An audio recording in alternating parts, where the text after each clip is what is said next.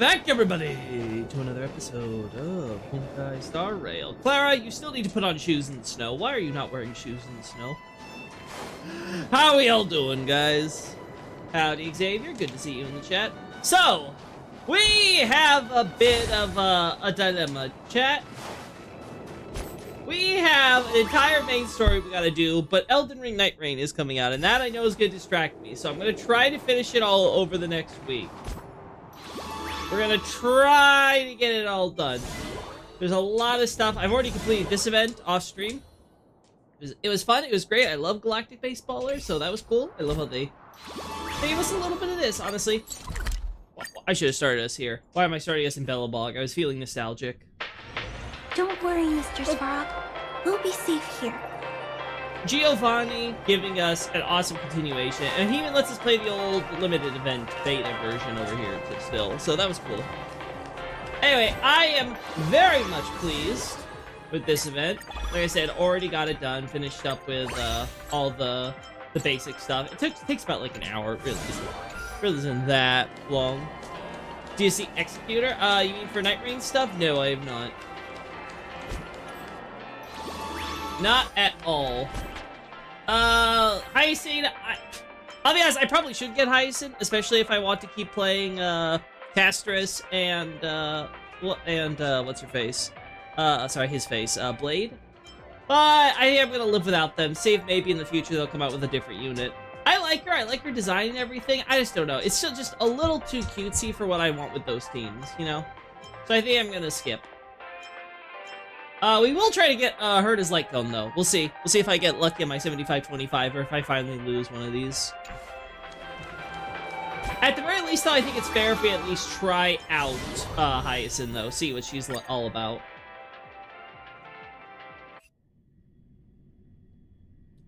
Man. Okay, yeah. Lido, wait for it! Lido, wait for it! Lido, wait for it! Frickin' unicorn. Lido, wait for it! Man, he really is fat, huh? Lido, wait for it! He is a chunky boy.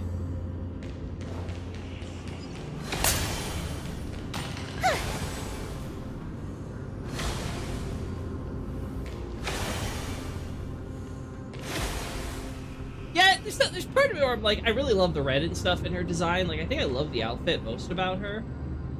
I don't know.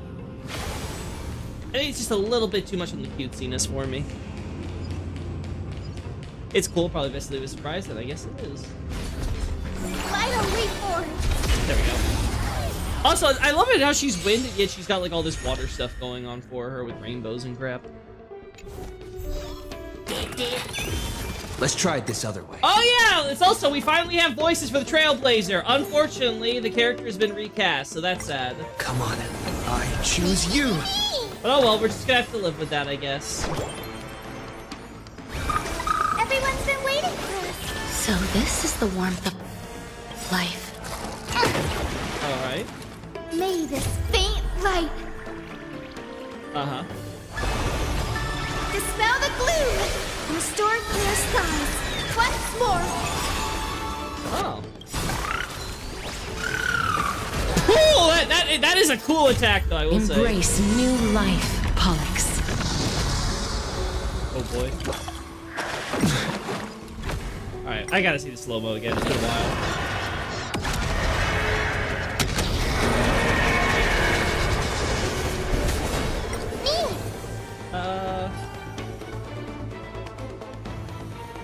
Does Pollux have enough HP for this? I don't think so. But I guess it's still better.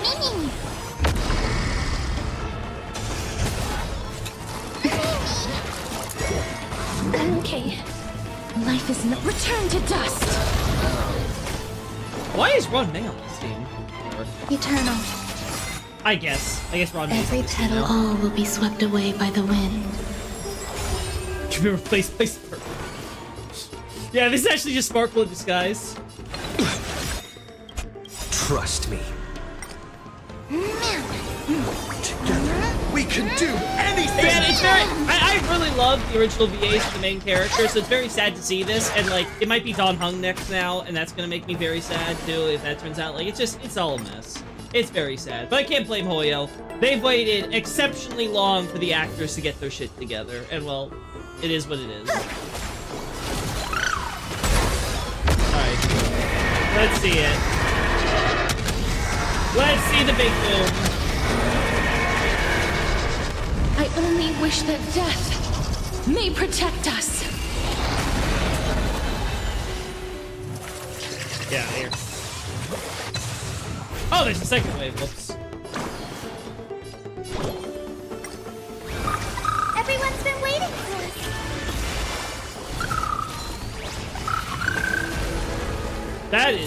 That's just insane to me. Let's see fast. May this faint dispel the gloom, destroy the skies. Oh, that's good.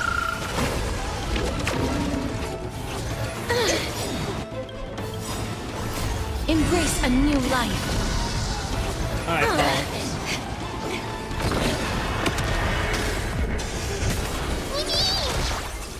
This is being installed. You can do it! Please cherish this darkness with me.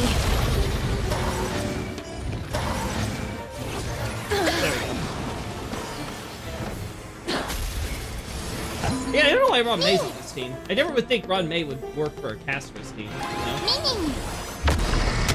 Let's just get this over with. May death protect us! Alright.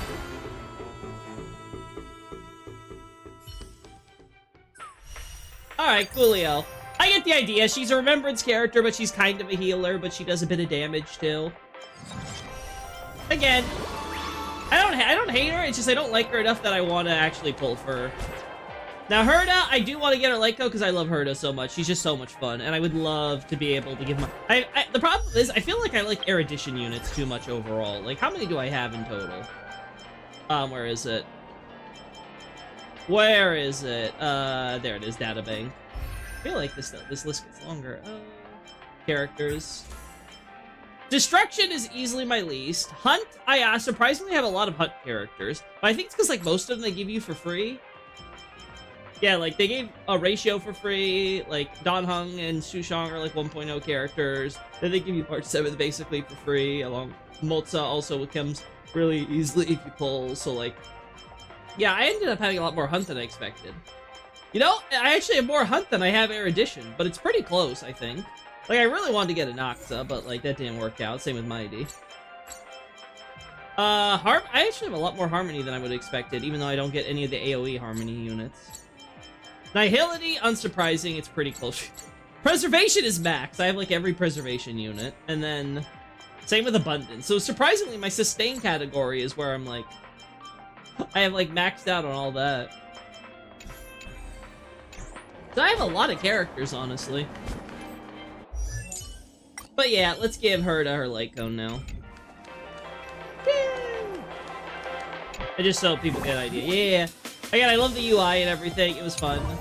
Yes, even. Yes. It's basically just the same thing as the old one that we did on stream, except they added Flame Reaver as the Demon King, which was, you know, it was neat, but it's like it's a fun combat event and that's about it. You do it for like the hour and then you forget about it. There's anything else that we want to focus on? No, I don't want to get that. Alright, let's do this. Let's see. I think I lost the records for when my last light cone was, because it's been so long since I actually pulled for a light cone. But let's see.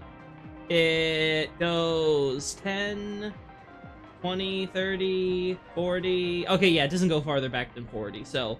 I probably have, like, somewhere maybe 40, 50... pulls into this, so only maybe a few to hit max.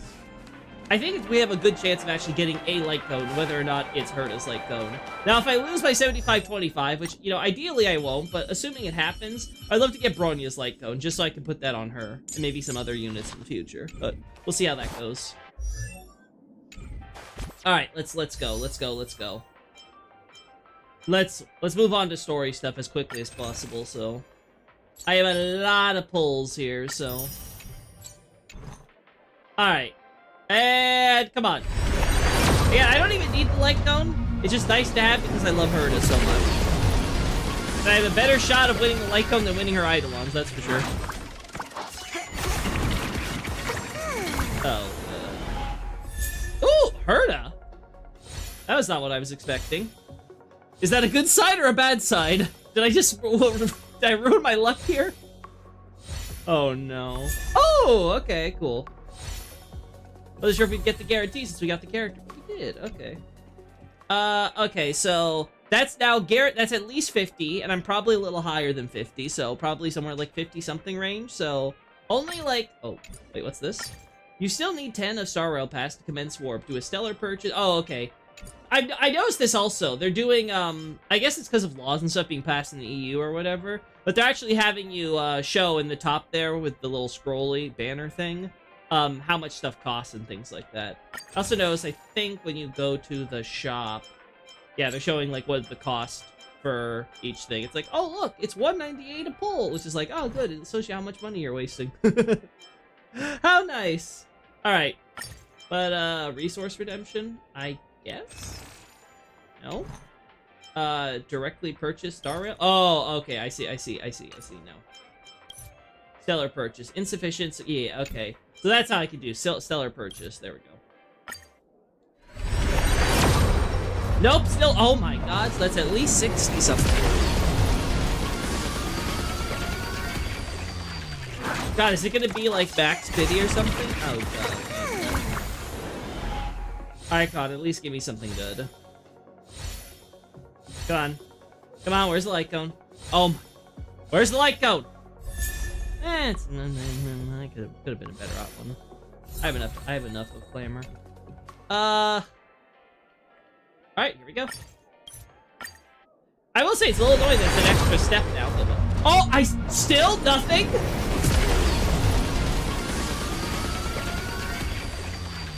Oh my god, I actually am gonna hit the max. Alright, let's skip you. Another Clamor with a Misha, okay. Whew! Alright. Here it comes, please. Do I win my 75-25? Do I win the 75-25? Please, I beg you. I beg you. I need to save up for the dot coming in the future. Come on. Oh. Well, I got the Bronya one I wanted. Even though I still lost. Alright, come on. Come on, I can still win. Come on. Come on, let me win. Let me win early. Come on, let me win early. Okay, another one shot by fail. Well, let me win early. Let me win early. Let me win early. Wow. Well, I finally got Bronya's light code, so that's good. Got exactly the one I asked for.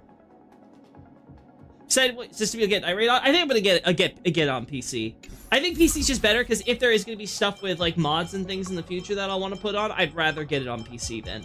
Especially if it becomes like a a game that just comes and goes. All right. All right. I finally lost a 75-25. First time. That's like, what, like 5 or 6 light cones I got, and I didn't lose on that, so, like, yeah. Alright, let's now go here. Let's speed through this, then. There we go. Yeah, alright, how about this? Nope. Oh my god. Come on, get early! I beg you! Oh, that's a 40. I beg you, come early! That's 50 pulls, right? 60, come on. Finally! Came a little early here. Alright, finally. Oh. Come on, let me get it. Hey, can you make up for it by giving me a double and make me lose the second one so I have a guarantee next time? There we go. Herta's. Beautiful. And a Serval. A lot of Servals today. Alright, there we go. And we got like 5 pity for next time. Yay! Alright, so in the future, I can now upgrade that for good old Herta. Oh, I definitely got that off. Yay! Ay, ay, ay. Yes, I'm gonna be very sad now that Trailblazers got in a voice replace. You know, as I say with the others, there's a reason why these actors weren't the first choices. It's never gonna be the same, right? But, like, you know, you win some, you lose some. In this case, this is how it kind of turned out for them. Unfortunate. Now I can finally get this light cone off, which I've never been too happy with. How far can I actually level this up?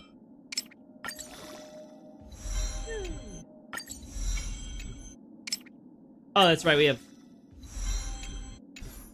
Yeah, let me, oh. Wait, am I... Hello? Yeah, let's... You're not gonna... Okay. Okay, I see how it is. Oh, God. Let me make this easier for me. There we go. Salvage. There we go. Yeah, I got a lot here. I've also tried to put these things together more, just so that I can say that I have them all superimposed, in case I need the extras, though I don't think it's gonna happen. There we go.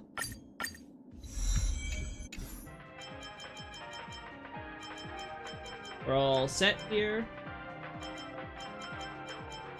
Yeah, if I ever got one more, that'd be great. This one's fine too. Let's get that one superimposed. There you go. There we go. Yeah, okay, there's Herta's.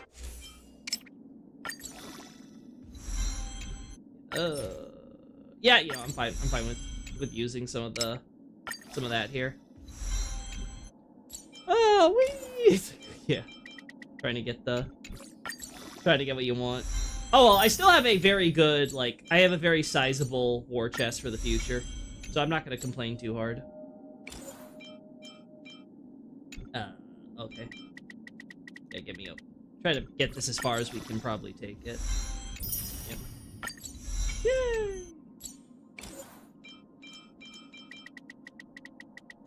There we go. Yeah. Boom. Alright, we're almost there.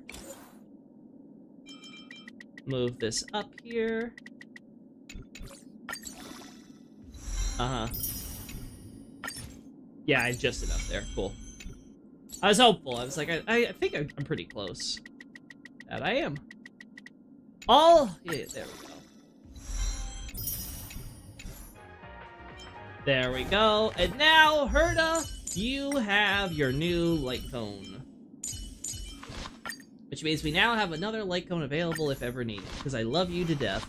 Increases the crit rate by 12% when the wearer uses their ultimate. Increases the wearer's skill damage and ultimate damage by 60%, lasting for 3 turns. After the wearer uses their ultimate, if the ultimate consumes 140 or more energy, recover 1 skill point. I think the extra skill point's the especially nice thing here.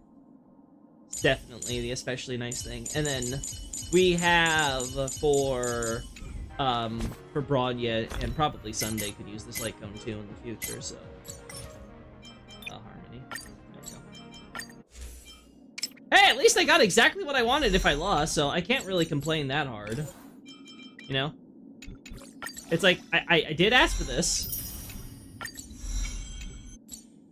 I don't care about you. Yeah. We actually have some stuff for leveling. I'm actually shocked there. There we go. Mm-hmm. Yeah, translate some of that. Now, do I have... I don't think I have anywhere... I don't think I have enough materials to level this thing up any further, right?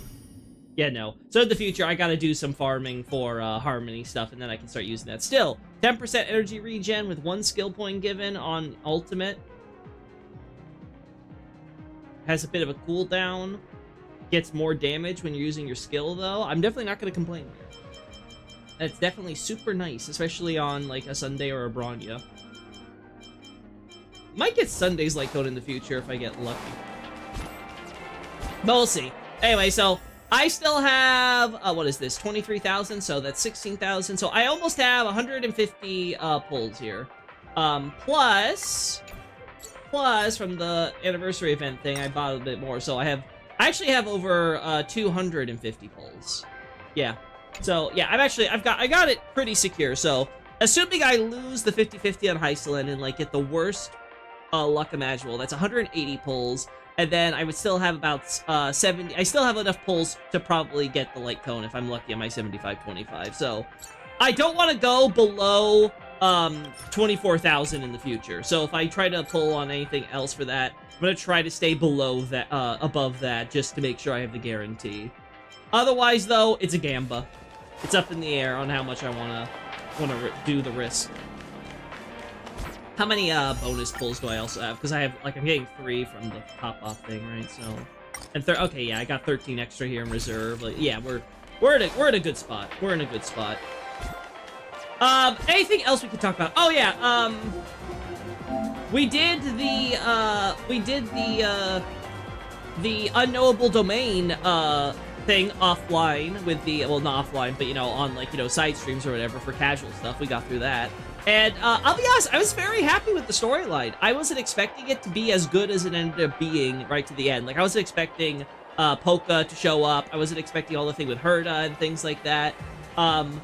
The stuff with the scepters and, like, all the power. Like, I love learning about the larger lore in this universe, so it's definitely always fun when you get more of that stuff. But I was very surprised by how, like, personal they made the journey with, like, you know, kind of Batavia and, like, her, like, being, like, a Mundanite, but she always, you know, she's trying to, like, you know, compete with a genius and stuff like that. And then Herta ends up being the one to solve her solitary waves theory that she ended up concocting because of this entire misadventure and stuff. It was a cool thing all around. And then you have, like, just the whole thing with Polka trying to assassinate you in the simulated universe. It's like, she's going through, like, time and space, essentially, into data. Like, that's cool. And then, I found this after that stream ended, and we had this moment. Where I was like, wait a second, what the hell is this? What? Someone used a certain sharp object to carve a string of words on the wall of Herta's spotless simulated universe experiment pod. There's only one way for me to join you all, when my scalpel pierces into the throat of a certain genius. You understand that, besides you all, no one else has ever set foot in this space, and those people wouldn't be the authors of such a bleak declaration. 149. So Polka's basically like, Herta, I'm not joining your project. I will kill you, though. I don't know how the hell you got in there to leave your mark, but I do find it very, very curious. So I guess we'll be seeing how everything's gonna turn out with Polka in the future. Who knows? For all we know, the Emporia story is gonna lead to her showing up. Because I think it's been talked, because we have talked about Dr. Primitive in the past with this Penacony Academy event we did. Not event, but, you know, story quest we did. And I'm pretty sure there's talk about, like, Dr. Primitive and Polka being, like, part of, like, the same organization or whatever. So I guess we'll see if any of that's going to come to a head during the Emporia storyline. In the meantime, we should probably continue with that. Story recap. No, I think we could just go. I vaguely remember everything pretty well, I'm pretty sure. Herta, apparently is meeting her match in terms of, what's-his-face, Legus. Don't worry, Mr. Svarog. We'll be safe here. Sorry, Clara. We're gonna be playing as, Herta now, because, you know, like, I want to use it. Well, what brings us here? We've maxed out this. I'm so yeah, I know. You're drunk or whatever. Sound like you're horny. Yeah, we're at maxed out here. And we don't have anything else to give it anyway, so it's fine. Ambrosia! Yeah. Ambrosia! Goodness me, you don't need to sound like that. Alright, let us collect our thoughts. We only need 2 more core flames. 2 more core flames. So, as I recall, Herta showed up at Emporius. When she did so, she ended up here, and she saw 2 statues of the Flame Reaver in, like, a spirit form, and then us and Don Hung. Now, I have my questions about the Flame Reaver. We'll see if the main story is going to answer those. I have my suspicions. The statues, I'm also curious about why they're there. The best I can think of is that it was trying to show us the event that we saw, but from Herta's perspective. Like, she was, like, in, like, some, like, I don't know, dual dimension or whatever. And she was seeing Aglaya, Treeby... no, Anaxa died, right? Like, he disintegrated, so he wouldn't be there. So it'd be Aglaya, Treeby, Finan, and then us and Don Hung. But then that brings us a lot of questions about the Flame Reaver and why the Flame Reaver spirit is there. If it's supposed to be Biden and Glaya or Treeby who are there, right? And then there's the two statues, and I keep thinking about how, like, Treeby's very close to death, Aglaya's very close to death, so I could imagine that their souls would be portrayed as, like, stone statues, like they're about to be no more. Which makes me think, if by process of elimination, that just leaves Finon. Why is Finon looking like the Flame Reaver? We also have him drip marketed as the next character, so I wonder if we're going to get any answers this quest, or if it's still going to be, like a mystery. So, I don't know, I guess we'll see.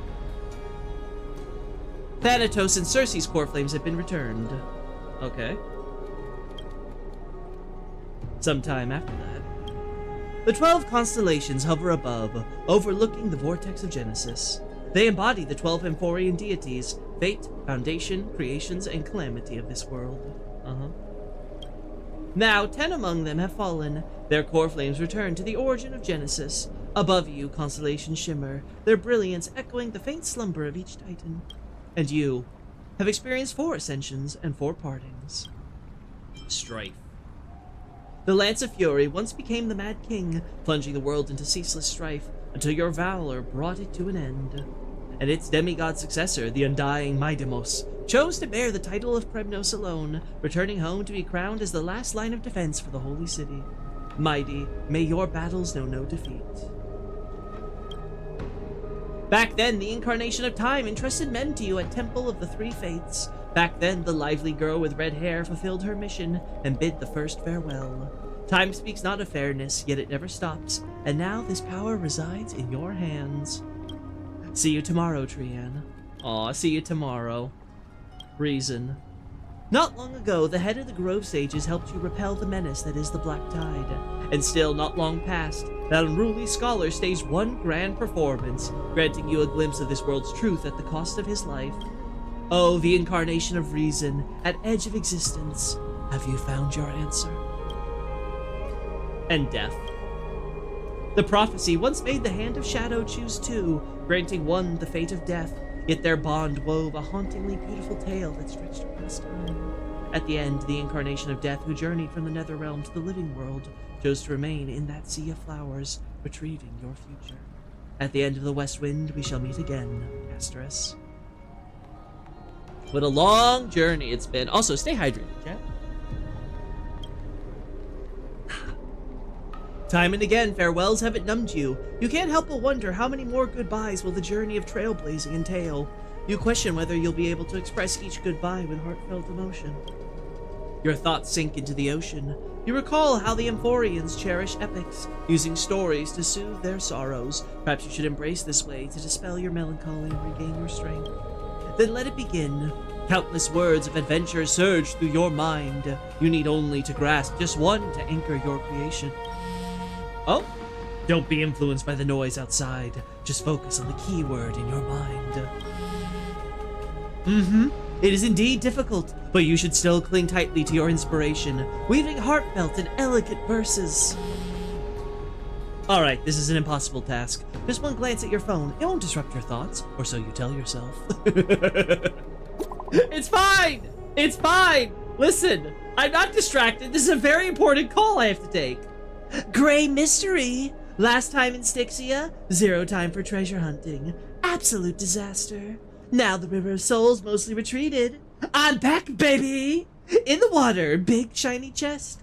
I can't use the miracle orb, and I can't wade through. Your power of time is needed. Now! 70-30 split. 30 for you and 70 for me. Exactly. 30 for you and 70 for me.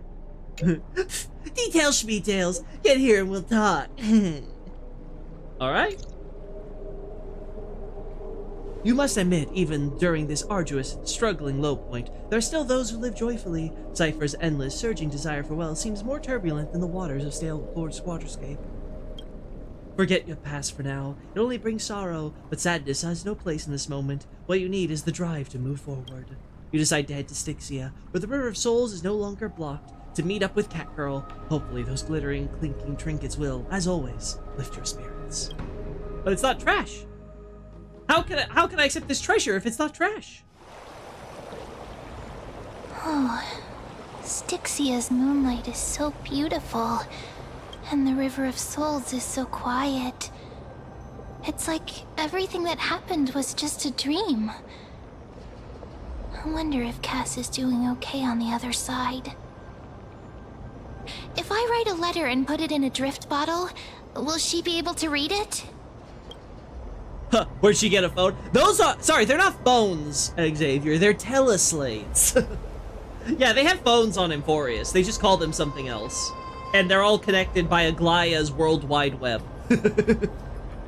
Right, they're all connected by her threads. So yeah, they have magical divine phones on this planet. They answered that back when we first got here. Alright, so I miss Casterus too. Now's not the time to feel that. I miss Casterus too. No, this shouldn't be so depressing. Now's not the time to feel down. We gotta pull ourselves together. By the way, it was Miss Cypher who asked us to come here. But where has she gone? Huh? Is there someone else here? Yes, and this aura feels so familiar. Here's just Cypher. Let's go check it out together. Be very careful. I have a bad feeling about this. I got a coin of whimsy. Alright, let's go. Super speed. Hey, what's that on the ground? Should we pick it up? Careful, careful. What the hell are you? What are you doing with that animation? It's Oh! a piece of black cloth. Oh no. Now, where have I seen this before? It's the Flame Reaver. Did someone rip off a piece of my clothes? What? No, your clothes are perfectly fine. Could this be from the Flame Reaver's cloak? Why is it here? Did she really open a book, just be like, ah yes, the only other character we know that dons black. Could it be him? Mimi! What? Look out! Oh. Mem, get ready. You want the pink puppy, don't you? It's finally time for me to bow out. No, you want the pink puppy, don't you? What? Now I'm sad. This isn't the time for jokes. Let's try our best to deal with them for now, and we'll slip into the past with time's power as soon as we can. Oh? The River of Souls is full of fish. What? Big and delicious. Oh, Cypher, is this you? What? The flame chase journey stops. Or maybe not? Yeah. Oh, no. Yeah. No, wait, it's Cypher. Meow? What's happening? Is this meant to be a riddle? The Flame River's gone bad. The end. We already knew about the mad part, but are we still in danger?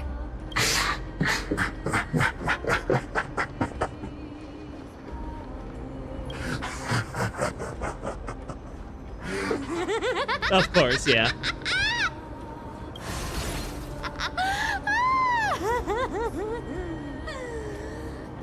Sorry, I couldn't pass on the chance to give you two a good scare. So now we know. So it's you, Cypher. Not a terrible person. Let's leave. The Cypher must be fake too. Run! Ah! Don't run! I'm the real Cypher. The real one. Come on, don't be upset. I'm just giving you a kind reminder that Emphorius isn't safe at all. The whole place is full of dangers, including that Swordmaster. Make sure you stay on your toes, no matter where you are. Uh-huh. So you're playing both good cop and bad cop. Well, and I'm grateful for the reminder. I'm so strong that I don't need your reminder. I'll be. Really? But just a minute ago, that gray hair of yours was all standing up. You were so scared. Nuh-uh. So, was that a Flame Reaver disguise? Or a magic trick? It looked so real. Is that the power of the trickery demigod? Disguise? No. It's not as simple as that. Let me think about how to explain this. For example, what did you think when you realized that piece of cloth came from the Flame Reaver's cloak? We thought that maybe the Flame Reaver was around here somewhere? That's right. And then you heard some footsteps. What did you think when that happened? Well, we thought it must be the Flame Reaver coming this way. Except he floats, so how could we have footsteps? Yep, exactly. I just used some hints and, mental suggestions to help you believe in a lie. Lies are what Zagreus is best at. If everyone believes in a lie, then it becomes reality. Power to make lies into reality?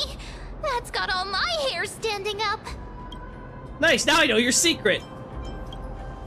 I sure love your arrogance, Gray Mystery. The seamstress trusts you for a reason. Someone as honest as you couldn't trick me even if you wanted to. So, there's no harm in telling you. Besides, we still need to team up to go treasure hunting, right? Let's wrap up here. It's time to get going. Oh, was that your teleslate? Alright, let's see what my phone says. Oh, fine. Kalis, did you rest well? I came during lucid hour and you seemed to sleep, so I didn't wake you up. But in current circumstances, I can't stay idle. Feel it's time to continue our training. Let's go to the grove, shall we? Oh, okay. Seems a bit random. Aren't you a popular one? But I got to you first, so help me with the treasures, and then I'll send you two to the grove. Oh, what I click? Why do you need so much money anyway? Curiosity killed the cat, you know. Do you think I'll spend it all? That's so not why I hunt for treasures. Don't forget, I'm a demigod too. And there's a line reserved for me in that stupid prophecy as well. You shall walk with greed and die over petty change. Oh, that's good to know. But I don't believe in that. As long as I keep collecting treasures, then I won't need to care about petty change. And as long as I don't hurt other people when I get what I want, I won't be walking with greed. Right? Isn't that simple? I'm not sure if that's how that works. So, as long as I keep going down this path, all those predestined prophecies and fates will never catch up to me. That was a long speech.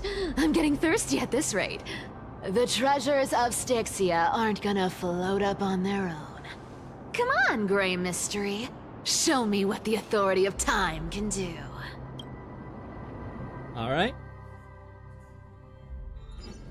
A few days later, at the crash site in the Abyss of Fate.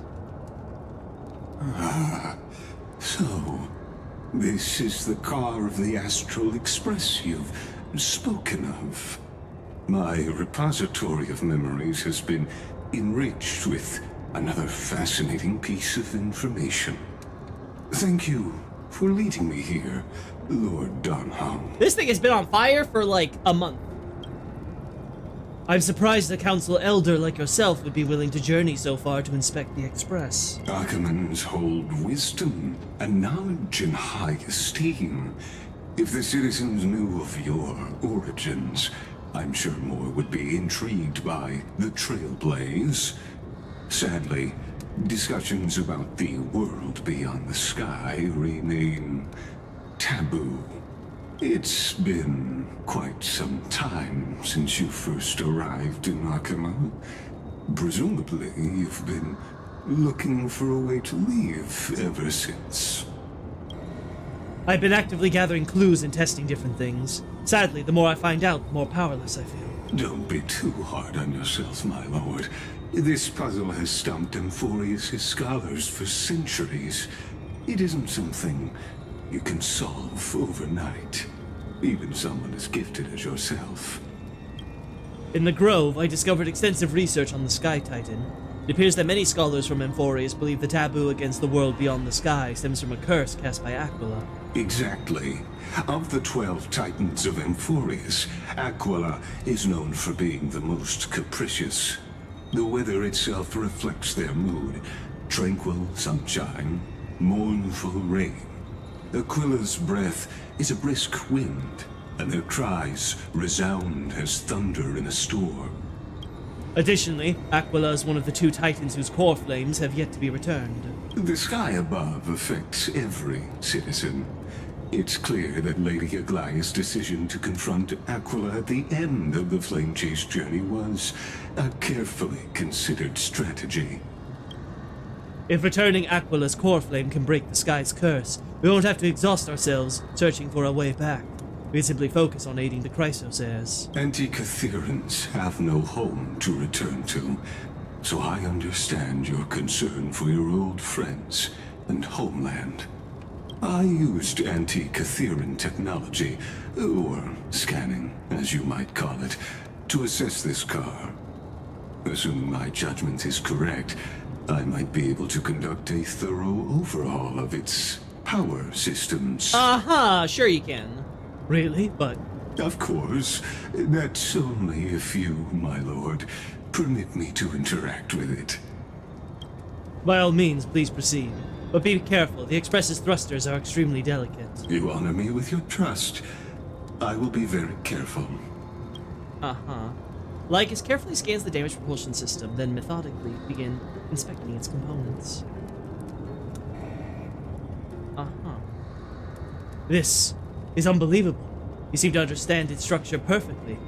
Have you repaired something like this before? Have you, Lycus? Not exactly. But we Anti-Catherians are inherently sensitive to machinery. Carefully endowed our kind with a unique advantage for analyzing and learning. Carefully, huh? If you give me some time, I might be able to fully restore this damaged car to its former glory. Then you and your esteemed companion could set off on your return journey sooner.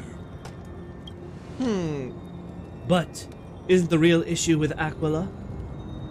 Hypothetically, Lord Donhong, if I could open up a path out of Amphorius that circumvents Aquila's divine punishment, Hypothetically, of course. would you consider ceasing your support for the Flame Chase journey? There it is. Just get the fuck out of here. I don't understand. Does the Council of Elders possess some secret means of counteracting divine punishment? It's best if you don't delve too Of deeply into course. that question, my lord. All you need to know is, I can make it happen. Maybe this is not a decision by the Council of Elders, but rather his personal wish. The crucial point is, if you and your companion are unwilling to halt your support for the Chrysos heirs, it could offend certain interests.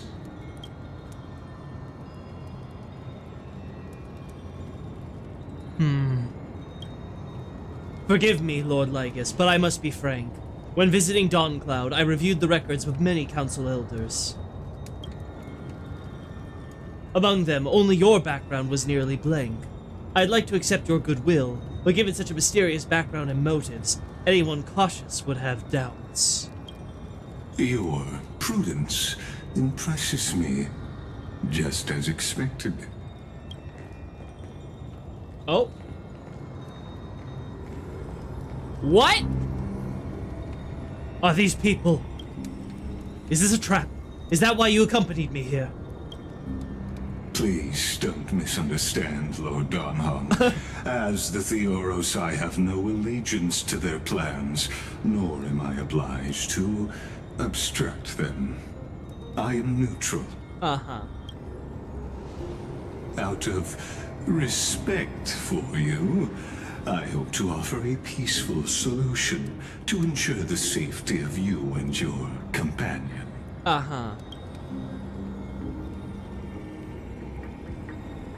One against four, then.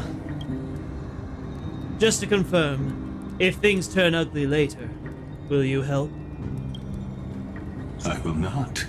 As I said, I remain neutral. Naturally. Are you asking this because you plan to refuse my offer and continue supporting the Chrysos heirs? You weren't wrong about one thing, Lord Lygus. Indeed, we must try to return to our companions. But our companions now also include the flame-chasing Chrysos heirs. The Nameless cannot and will not ignore the fate of our companions. So I see. This is what you call trailblazing. When I asked if you'd help, I meant the ones who need help are them. Ooh. Call an ambulance, but not for me. Meanwhile, in the Grove of Epiphany. Oh.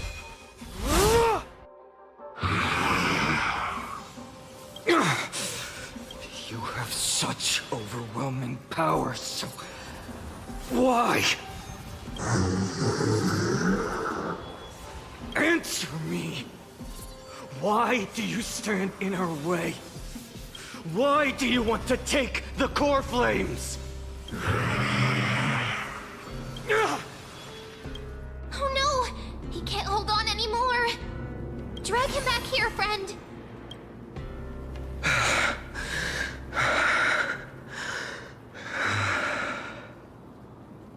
Are you okay? I'm okay. I can handle that kind of hit now. But a few months ago, that would have knocked me out. Always keeping me on edge. If I had passed out, that would have been it. Thanks for worrying, buddy. Thanks for the help. To face Aquila and other potential threats, I must sharpen myself with the most aggressive methods. You're using our memory stuff, huh? Even so, it's impressive you thought of this training method. Battling the phantoms of the past in the River of Time? It's just like the hyperbolic time sanctum that the forest described. Oh, that's a good one. Working pretty well, wouldn't you say? That's a good reference. But combat isn't just about strength and skill. You also need the right weapon. Compared to that guy's weapon, mine feels like I'm swinging a lump of iron. Uh-huh. I can't tell you how many swords I've gone through since the training began. Why not get Cartonis to help? Don't worry. Weight training, huh? I've already arranged that. Of course I need him. I asked him to make a suitable divine weapon for me. Divine, huh? It's a little embarrassing to say this, but in order to help me, he deliberately turned down all other business. Oh, Cartonis is part of this flame chase journey after all. Full of energy. Thinking about how he's been recently, maybe you're right. But, Tvinon, I've been somewhat concerned about you. Lately, you seem more and more fixated on that Swordmaster in black. Why is that? That's quite the sudden shift in topic. I've been holding this question in for a long time. You're getting stronger, but seeds of unrest are also growing in me. In fairness to me, it did kill, the Flame Reaver did kill his childhood friend, as I recall. Don't worry. I'm not wielding my sword for revenge. Oh, okay, cool. He's been through Nikador's trial and understands. Those who can't walk out of the shadows of their past are ultimately weak. But have you walked out? Times have changed. You? The responsibility I bear is both precious and fragile. I wield my sword for the future of Amphorius. I will not let hatred cloud my judgment again and neglect my duties. Uh-huh. Well, we can't beat him yet, though. Right. I must continue sharpening my skills. Eventually, I'll need to face them on the battlefield. Every time I say something, things get so serious. I don't want to be the person who keeps bringing the mood down. Well, you don't got Mighty here to be the you know, the Debbie Downer, so I'm you gotta fill in out the of shoes. energy for training today. How about we go to the library of Philia to lighten the mood? Ooh la la. Sure, that's what I've been looking forward to.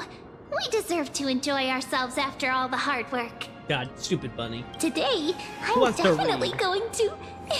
What? Well, what were you reading them for? Why not take the interesting ones home? Oh, great idea! However, that would mean no more reasons to visit the Grove. Oh no. That's the charm of this place. You can find whatever you're into here. The three of us might not be into scholarly books, but we could still spend an entire day at the library of Philia.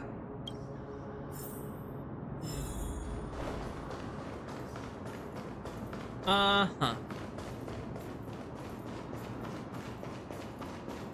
Where are we going now? Alright, so we can... Here we are! Where was that slate last time? Was it here? Or maybe over here? I'm up to have some fun! It's free time now, so you should relax too. Uh-huh.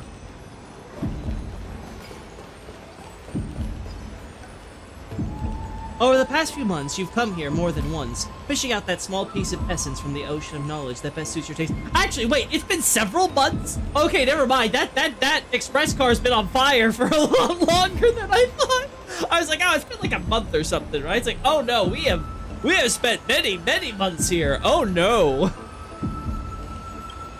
You're quite relieved that Don Hung isn't around. No one will be there to judge your reading tastes. The scroll at hand shows a line of small text. Non-standard reading material. Please return to its original place after borrowing. Do not let any Grove professor discover it. 10 exclamation marks! It seems that the scholars of the Grove, amidst their profound academic discussions, have forgotten their little hobbies. So, which reading material will you peruse? Forbidden Love, the Tree, and the Butterfly. My professor can't possibly be this shy! One Punch God, Aquila.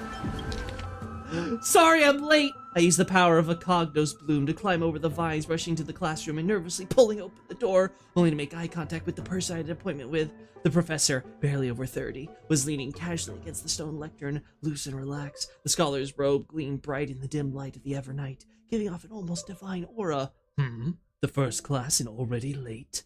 Looks like someone is eager to meet Thanatos. In other words, this was our first one-on-one lesson. I just totally blew it from the start. Probably even Cersei's would have felt embarrassed looking at such a sorry scene. Luckily, I'd already come up with a plan. Sorry, Professor. I'll do anything to make it up to you. Anything? Well, please, I hope you'll be lenient. At these words, the professor's face broke into a charming smile. Then, I want you to teach me. Wait, Professor? I want you to break down the points in this paper, word by word, and explain them to me slowly. Although there was no mirror here, I could guess that my face had turned red from the sudden direct request. But Professor, I'm still just a student intern. Isn't it a bit too early for me to do something like this? I'm finally worked up the courage to say it. Do you want me to waste the lesson I prepared? You fool! At least wait until after class! If that's what you prefer, then fine. But don't forget, I still haven't forgiven you. So, what should we study first today? Why don't we peruse the academic journal? I think they recently published a paper on the patterns of natural numbers. Sounds good. Come on, let's have a look. Boo! Boo! What type of smut is this? The research paper was immensely valuable, but I couldn't even grasp the basic argument, as I was too deeply engrossed in the professor's sharp gaze. He looked so rational when he was immersed in numbers. Nothing less than I expect from the professor I cherish so much. After that, we experienced an enriching lesson. We wandered through the classical literature exhibition, eagerly absorbing the newly compiled Titan faith studies. Finally, we lingered in the dreams woven by the latest works of the Ethercorer, whatever that is, school, so much that we completely forgot. The bell signaling the curtain fall hour rang. We looked at each other. Class was over. More than once, I'd resented time for its seemingly linear flow, yet I remained powerless to interfere with it. The professor looked at me and paused for a moment, as if making some kind of decision, then muttered, "Take out your paper. I'll help you revise it." Really? You mean it? Yes, you are a student I take great pride in. I've been considering this for some time. Professor! Let me understand your thoughts, your research, your everything. No further words were needed. Two seekers of knowledge, driven by instinct, began their deep exploration of ideas. At that moment, we had yet to realize that after this lesson, another name would appear in the acknowledgments of the paper. In the end, this would be the very spark that led to the founding of our academic symposium. After finishing this mind-numbingly shaking piece, only one image remains in your mind. The Express. Welt. Oh. For a young Stellaron host, this type of literature remains far too ahead of its time. What the hell did I even read? Forbidden Love, the Tree, and the Butterfly. Nice. Yeah, so something similar here. Uh-huh.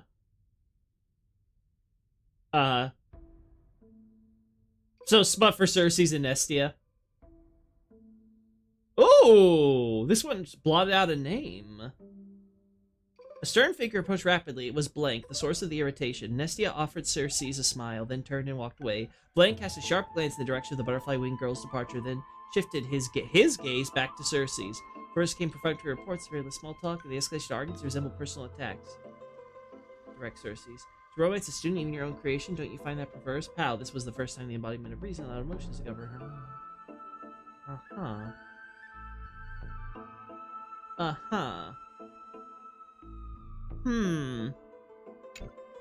That's it? Nothing else? This love story abruptly ends at its worst moment, where the author lost the motivation to continue, or some urgent situation occurred remains unknown. If I were the latter, the Flame Reaver is fully responsible. Flame Reaver ending it before they could finish their perfect love story. One Punch God Aquila. Brushing off the dead. God, give me a second. I guess this is gonna be about Mighty then. Oh my god.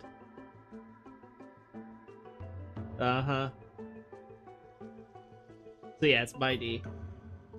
Impossible! Even Chiorio's been fighting me could do nothing but evade beneath my iron claws. Yet you, what in the world are you? Haven't you already figured out the answer? A mere mortal, nothing more. You cocky little god. Celestial realm would exist no more. Yours, it was Sky Titan. The next episode, Battling Nikador, next issue on hiatus. Invigorating literature, your favorite. This article leaves you feeling empowered, as if you're the author's One Punch God incarnate. Sky Titan Aquila? That's nothing. Let's stop here. I wonder what Finan and Mem are reading. Oh, well, here we go. Let's take a closer look.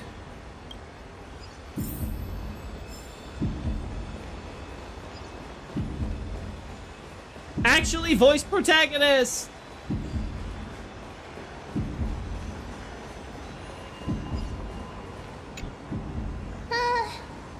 Month of cultivation, curtain fall hour, a time to feast on grains, but poor time for fishing. Oh, but then again, are there even any spots left to fish in Emporius these days? Are you into fishing? Superstitions. Don't buy into them. You scared me! Bursting into someone's world like that can really catch them off guard. Well, no more jokes. There's nothing here. I'll go look elsewhere. Something's odd about Mem. What are they flipping through?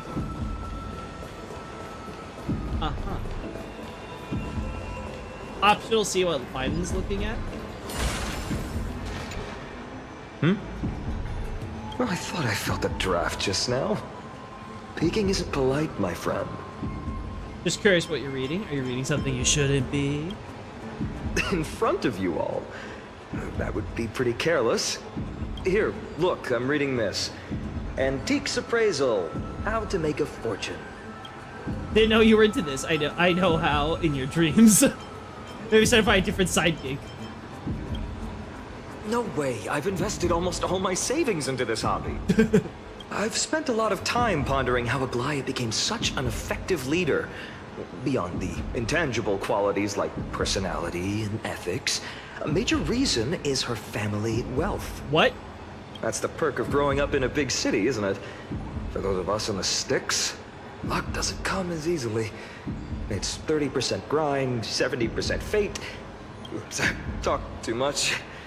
As a leader, you need both integrity and... integrity and skill. Integrity and wealth.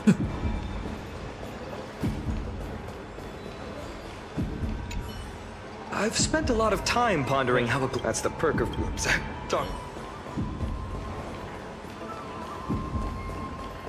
Alright, what's going on with you, Mom? These cards are so detailed and fine. Ruler, Weaver, Traveler, Healer. But the interpretation for each card is so long. Do I have to memorize them all? What are you looking at? Ruler fits me pretty well. What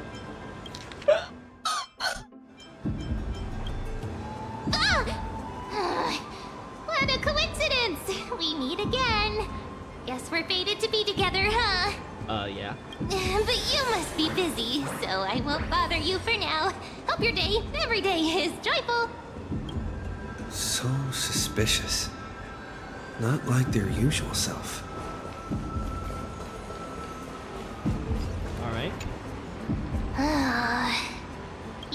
sure are persistent. All right. I'm totally helpless against your charm. What are you guys chatting about? Is this the Amphorius Divination Compendium? Why are you here too? Sorry, seeing you two chasing each other around, I suddenly found my book not that appealing anymore. Never thought Mem would be into divination. But it's not exactly a niche hobby, so why all the secrecy? I wanted to set up a surprise! Master it in secret and give you all a shock. But getting caught halfway through, it's only natural I'd feel shy. A girl's heart is more delicate than Aquila's ever-changing moods. A surprise, huh? Someone else used to tell me the same.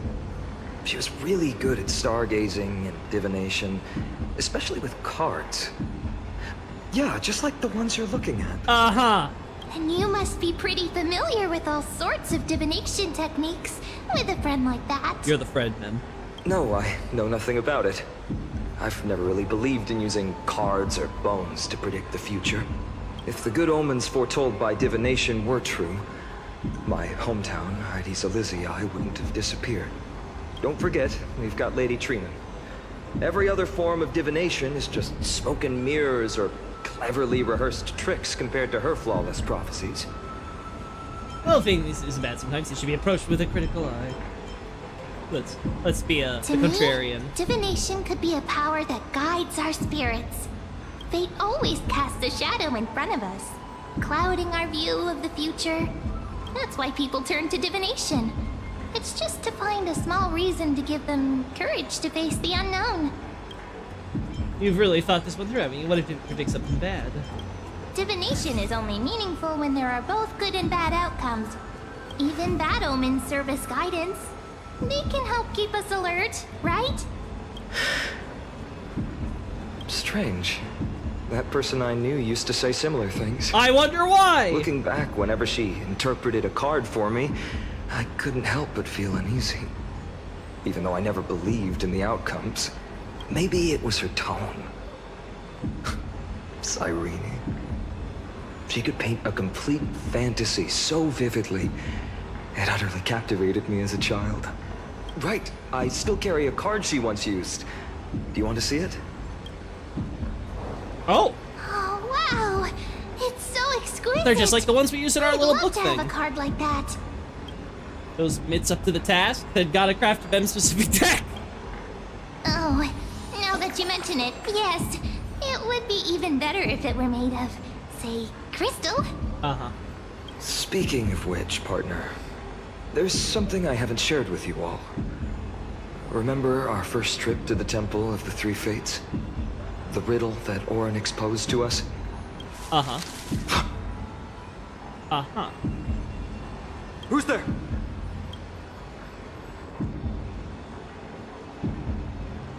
You are...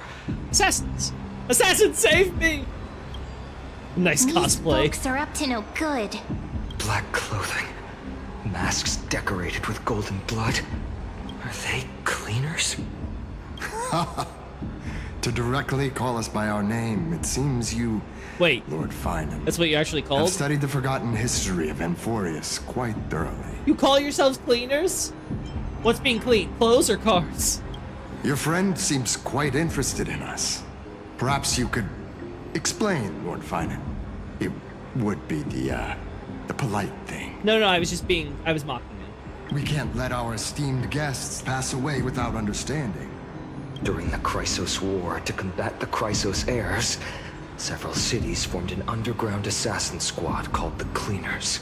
Their task was to erase anyone with golden blood from existence. Assassination, poisoning, political persecution. They would do anything to achieve their objective.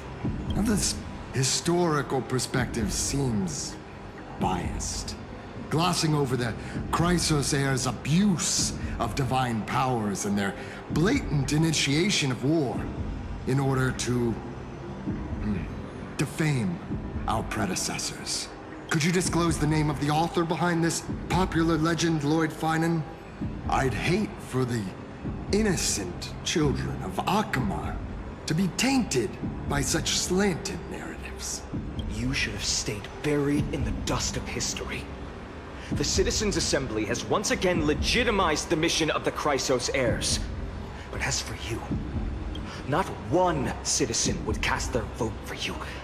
Executioners lurking in the shadows. Well, at least 50 voted against. At least half the population voted against you, fine. And I wouldn't. Let's not forget that this all literally rested on Anaxa.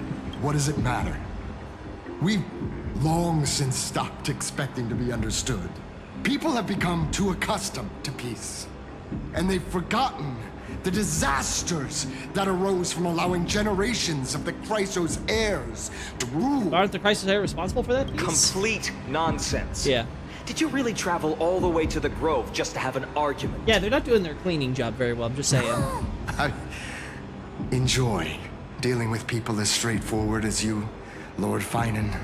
You've probably figured out why we've come before you. There's a handful of you here. Who do you think you're fighting? If it's a fight you want, let's get on with it. Enough chit-chat. Keep your cool, partner. They've come out of the shadows, which suggests they have something up their sleeves. Uh-huh. All right. Let's hear it. What are you hiding? But watch your language and don't say anything you might regret. What? My shoulders might be sore and my sword a tad dull, but it's still enough to slice off your tongues. What? Oh. How's it going, Cinny? This place fits, doesn't it? It's a bit small, but the lighting is perfect. Thank you, Lady Treby. With this, the Twilight Courtyard can be reborn in Akama. Do you like it here too, little Ika? Oh my god. It's so bright here. Maybe you should rename it? How about Luminous Courtyard? Lady Treby makes a good point. But Twilight Courtyard carries the long history of the descendants of the sky, and I'd like it to continue. Right. How does the legend go again? Even Lady Treby forgets things. We just haven't prepared lessons in a while now, so we're a bit rusty. Just give us some time and we'll remember. Ah, now we remember. Kremnos and the Firmament, Volume 3, Section 5.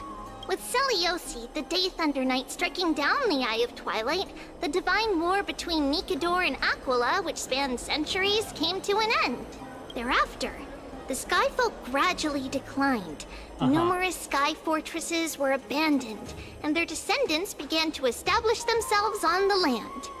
Finally, those descended from Seliosi the Day Thunder Knight were welcomed by the scholars under Circes and established the Twilight Courtyard in the Grove. The historical records seem slightly at odds with our memories, but the details from that time have become somewhat hazy to us. Oh, I forgot. For Lady Treby, history is more than just words on a page. It's something you've personally lived through. Little Ika loves listening to the stories from the legends. I'm sure you're also imagining one day you'll be as awe-inspiring as the winged beasts by Seliosi's side. That day will come. I believe it. Just keep growing. Oh my god, that thing doesn't need to grow any larger. Lord Crediros?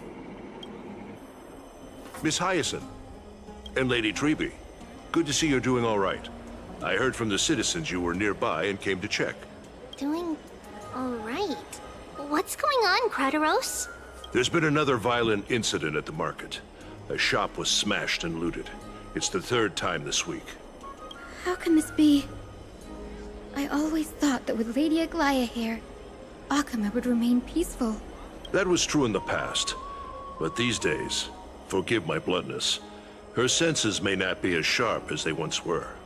Aggie. In my opinion, malevolent forces have noticed the slack in the golden threads and are now plotting to exploit the opportunity. The Citizens' Assembly just wrapped up. Why is there still unrest?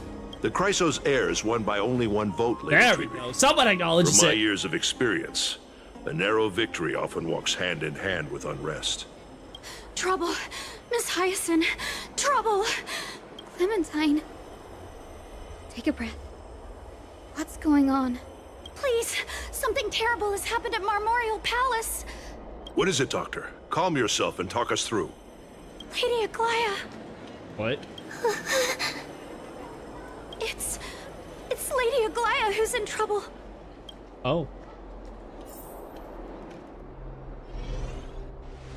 Moments ago in Marmorial Palace. What the hell happened?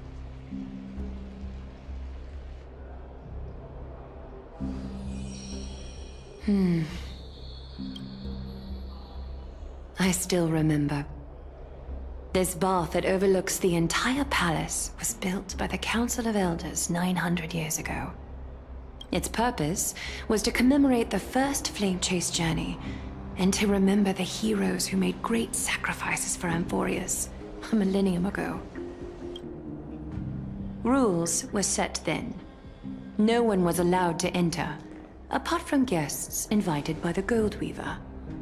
But, I guess, you're no longer pretending to follow the rules, are you, Lady Kindness? Oh.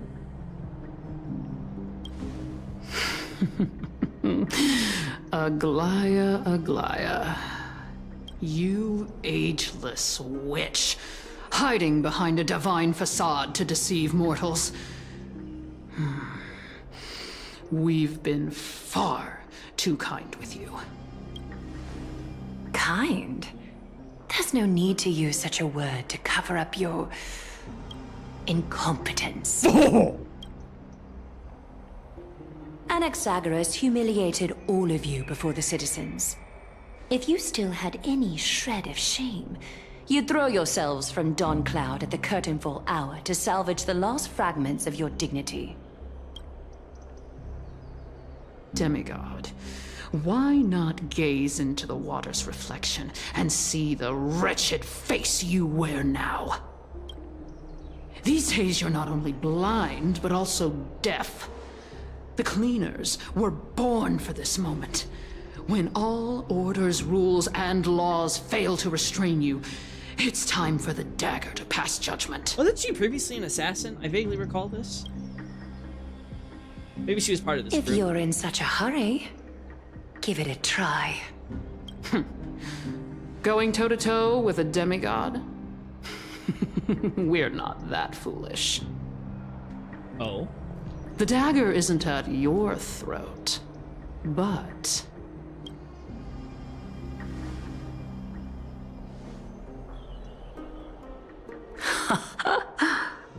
Your gravest accusation is that my humanity is fading. And you claim my concern for mortal joys and sorrows is nothing but a facade. If that accusation holds, what makes you think the lives of these civilians will sway me in the slightest? Oh. Fine. I'll gladly use a few more words to shatter that demigod facade of yours. Like I said, you're not only blind, but deaf too. Lately, your control over Akima has weakened. You failed to notice the thefts we arranged in the market, nor did you catch wind of the meetings happening in the Dromus workshop. Plots are unfolding right under your nose, yet you remain indifferent. Humanity? Fading? Aglaya, why not use your precious golden thread to peer into my thoughts? See if the gift we've so meticulously prepared for you can move that cold demigod heart of yours.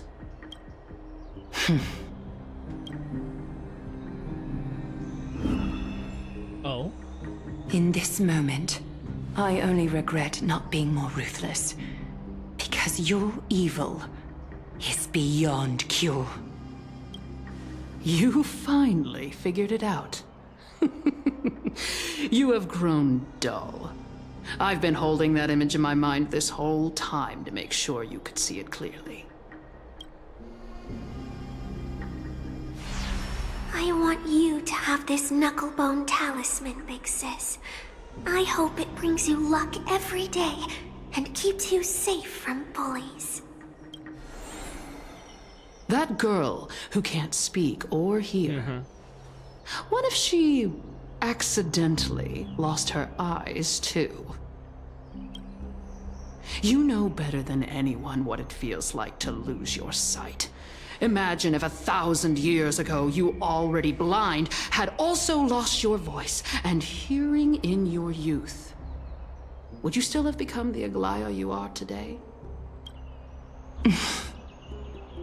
Look at those broken, pleading eyes. How disappointing. We overestimated your cunning. If this plan fails, we still have dozens of splendid parting gifts prepared. Demigod, would you like to hear about them? I thought I could buy some more time. In these 1,000 years, I've witnessed the fall of 10 titans.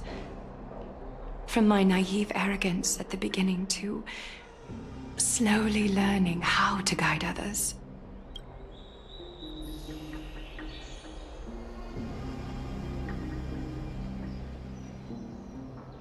Now, it's time to let go.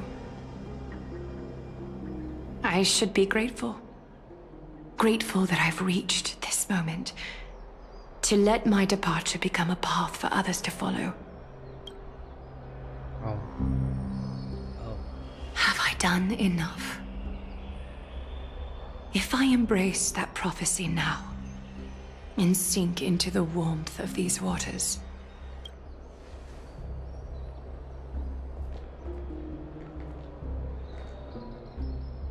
will the wandering wind stop to mourn me? Cyphra? Oh, why Cypher?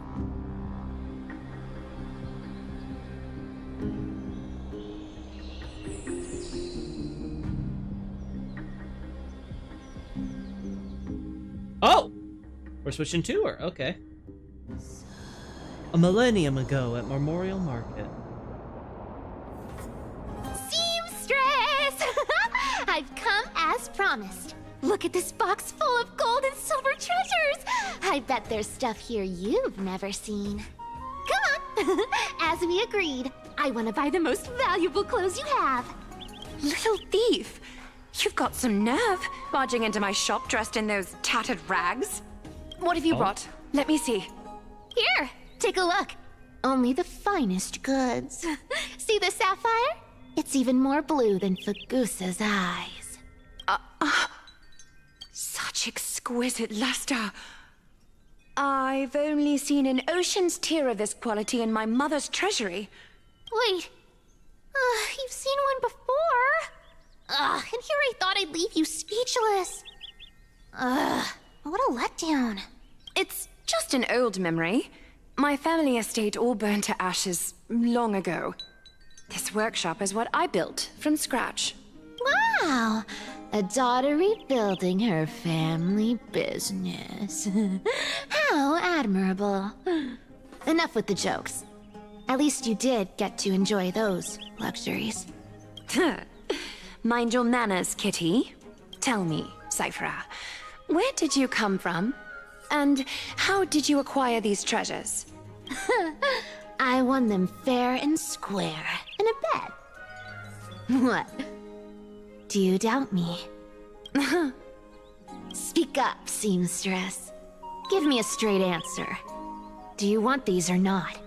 Strange. You're clearly lying to my face. But my golden thread doesn't tremble at all. That's because I'm not lying. I've been telling the truth from the start. Is that so? The scars and the mud stains on your face tell another story. Oh, come on. Can't we just do business without all this chatter? Don't worry. I didn't leave any evidence, so no one will bother you. How can I trust a word you say when you're so skilled at lying? Dealing with you rich people is such a pain. Always wasting my time. Fine, if you don't want it. there are plenty of others who do. Hold on. Your treasure? I'll accept it. But these alone aren't enough to purchase the Gold Weaver's finest clothes. That said, I do have something that would suit you perfectly. Oh. What do you have in mind? Look. Oh. Come a bit closer. Oh, it's shimmering gold. Absolutely stunning.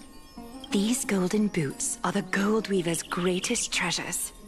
Though not as valuable as the most precious gowns, they hold a magical power. Legend has it that Zagreus blessed these boots, allowing anyone who wears them to move swiftly and silently. Put them on, Cyphra. And don't get caught again. A face as lovely as yours deserves better protection. Aw. You rich folks just love sticking your noses in everything, don't you? Well, I'm taking these now, so don't get any second thoughts. What's wrong? Do you have a smaller size? These are way too big for me. Well, I suppose you'll have to grow into them. Aw. Do you have to interrupt me in the middle of my story? Fake? What's fake? Those boots definitely don't hold Zagreus' divine power. You're Amphorius' most cunning liar, and even you were fooled by a Glyad. Watch your mouth, or I'll feed you to the fish in the River of Souls. Weren't you curious how I got tangled up with that seamstress? Well, now you know. Satisfied? I didn't expect such a simple story. How disappointing. But, boss lady, there's a chance Aglaia wasn't trying to trick you? You're defending her. No. I just think the story's so moving, it'd be a shame to ruin it with a lie. If I could cry, I'd be in tears right now. Good thing you've still got a sharp tongue, or you'd have been stuck guarding someone's front door ages ago. Enough chit-chat. Let's take a look at this place. The city of Styxia. Look how beautiful she is. Let me take a good sniff of this air. Uh-huh. Oh. This air, it's filled with the scent of treasure everywhere. Wonderful, just wonderful. Thanks to Castorus and Grey Mystery, the ancient city's barrier was finally dispelled. Now that I think about it, helping them was well worth it. Time for treasure hunting, Barto! Lead the way, and whatever we find, we'll split 80-20. Well, I have a suggestion. How about 70-30 instead? Listen closely. Do you hear that? The gnawfish in the River of Souls are growling with hunger. 80-20 it is. How generous you are, boss lady Cypher. Anyway, what's with all this water? It's damp, cold, and miserable here. Oh, what's that? I hate it.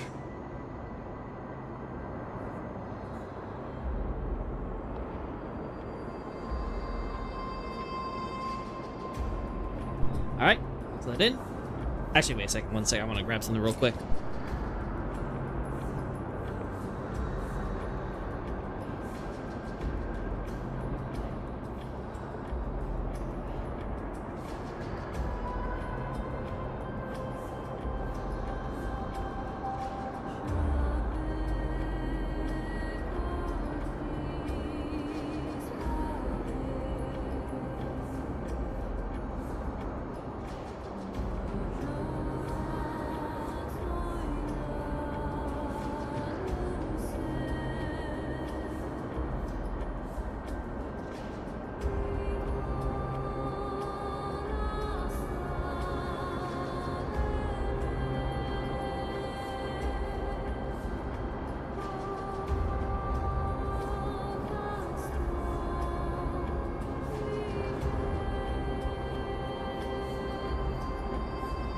Alright, dog has everything that needs to be satisfied. Okay, we're good here. We're good. Move on.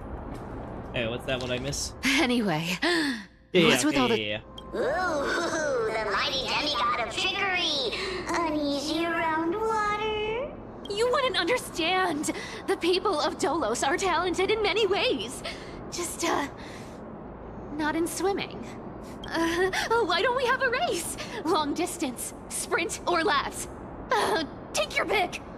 What's got you so worked up? Relax. Who would have thought the fearless Lady Cypher was afraid of water? Cats hate getting wet. What's so hard to understand about that?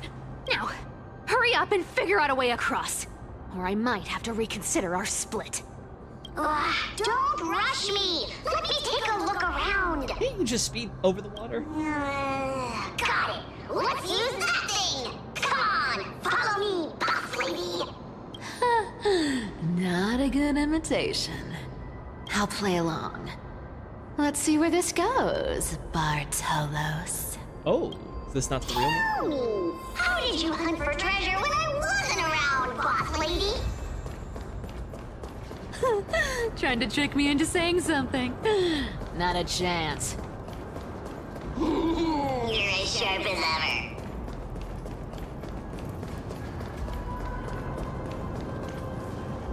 Ooh, interesting. Very interesting. Was this device designed by priests of Ornyx? Do you think you can handle it? Don't underestimate me, boss. Just find a cozy dry corner and wait for me. Mission accomplished. Now you don't have to worry about your tail getting wet. Not bad, but just a warning. If this thing fails while we're halfway through the water... Don't worry, trust me. For that sweet 20% cut of the loot, I'll make sure you're taken care of. So is this not supposed to actually Bartolos? Then who is it? This feels truly magical. When did you pick up this trick? Self-taught. Oh, self-taught. So you say. We're here.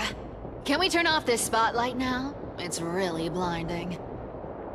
No problem. Just use the device over there to shut it off. Oh, what's that over there?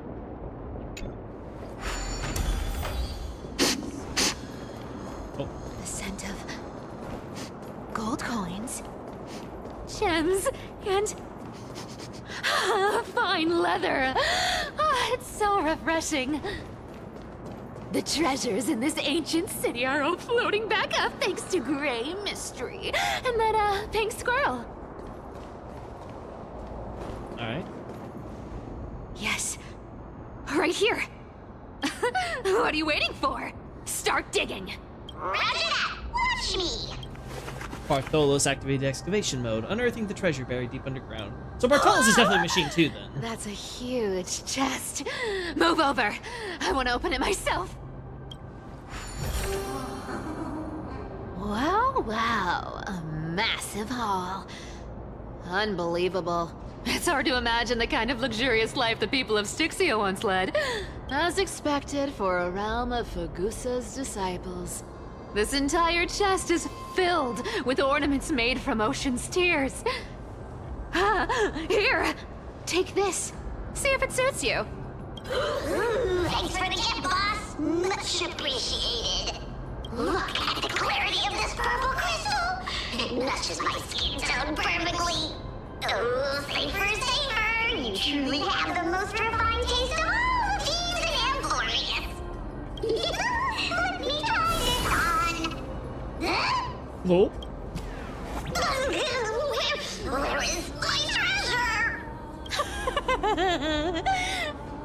How long have we known each other? I can't believe you still fall for this. This is... How could I have forgotten about this? I'll believe it is true, and a lie becomes reality. What a convenient ability. The demigod of trickery's divine gift. Far more practical than any golden thread or teleporter. All right, enough fooling around. Here's the real thing. Lead the way. Cypher rules! I've already pinpointed the next trove of treasure! Starting navigation. Boss lady, where's the Sparkle again. Got any plans on how to spend it? Of course. Spend nothing. Have you forgotten my silly prophecy? I remember, of course. So she's basically just trying to steal and collect treasure so that way she can avoid death. That's essentially her thing, it seems like. She's trying to run away from dying. So she's like, well, I can't die if I'm rich. Uh-huh. Isn't that the controller for the hand of Zagreus? Uh-huh. Once activated, this thing makes a racket that can be heard for miles. It's just too stupid.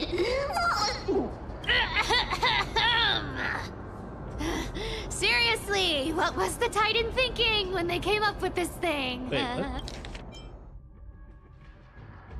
Oh. Hey! If you don't want the trickery to be exposed, you'd better start by keeping your mouth shut. What do you say? What? But lady, you're absolutely right. I'll be careful with my words. Huh? Ah! This thing's way too loud when it's on. Let's not start. I am so confused what's going on here. Is the only thing I can think of is that this Bartolos is supposed to be Mem and the Trailblazer, because again, they're supposed to help us, right? And that we're doing this, and that Cypher is like basically has us in that there's gonna be like these the cleaners, right? Still a stupid name for an assassin group. I don't know though. Like, the only thing I can think of is that, yeah, because, again, Cypher was supposed to team up with Trailblazer and stuff, so I have to assume that, like, this is actually Mem or whatever. And that the idea is that they're just trying to give the illusion that it's Bartolos using her ability.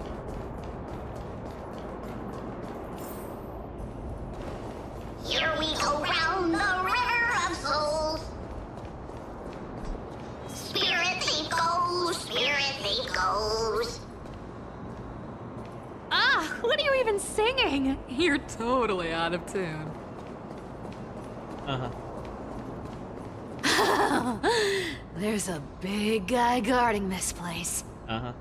Yeah, big and dumb. Just a pure lump of stupidity. Hey, look, it really is Sparkle.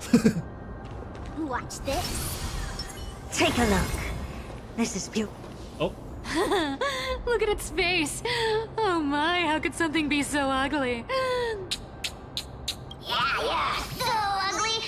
Ugly enough to make even me, a little imp without a digestive system, feel nauseous. If that ugly brute messes up my face, even the stoic Talantin might end up shedding a tear.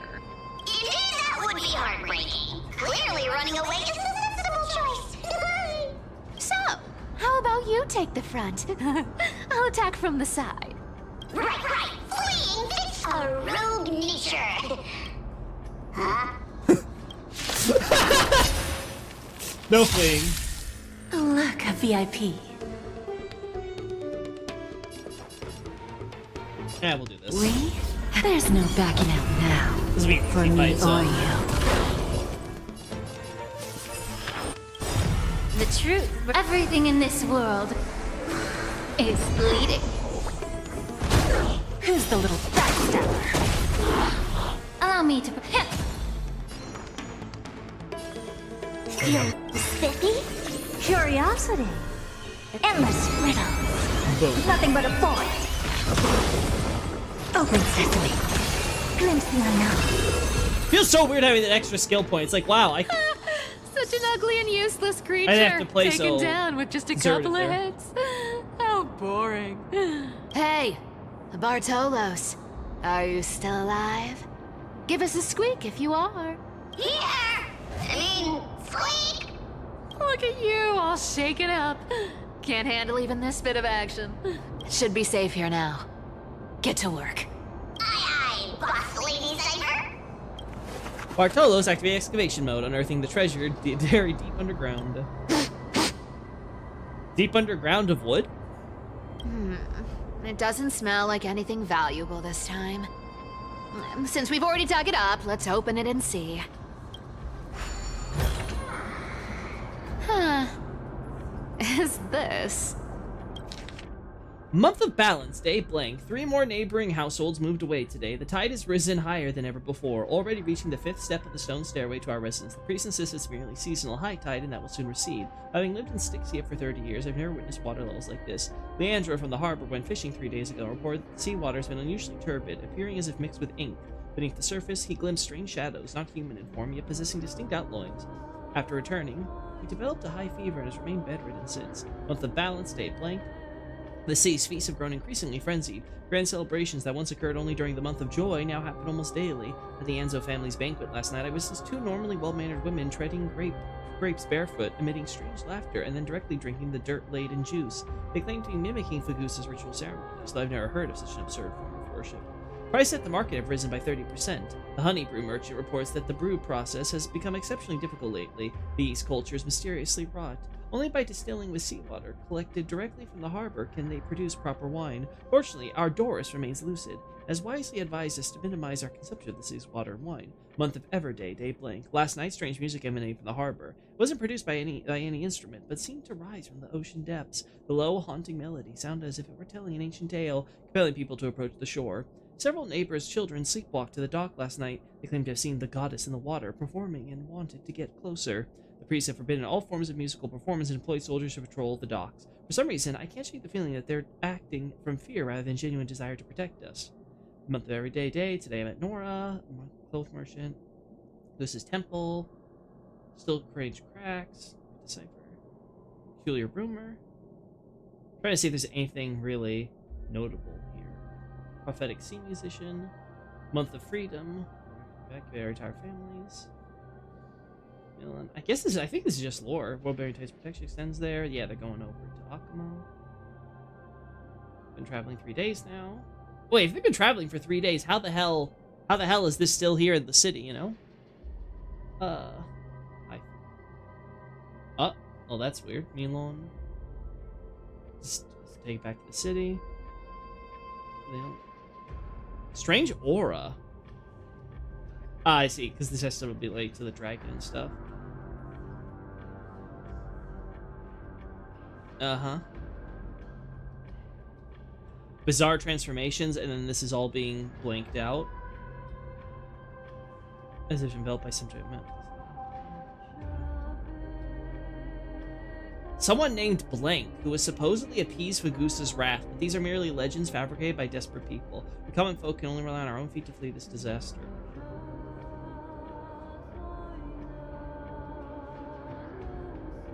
Uh-huh. Uh-huh.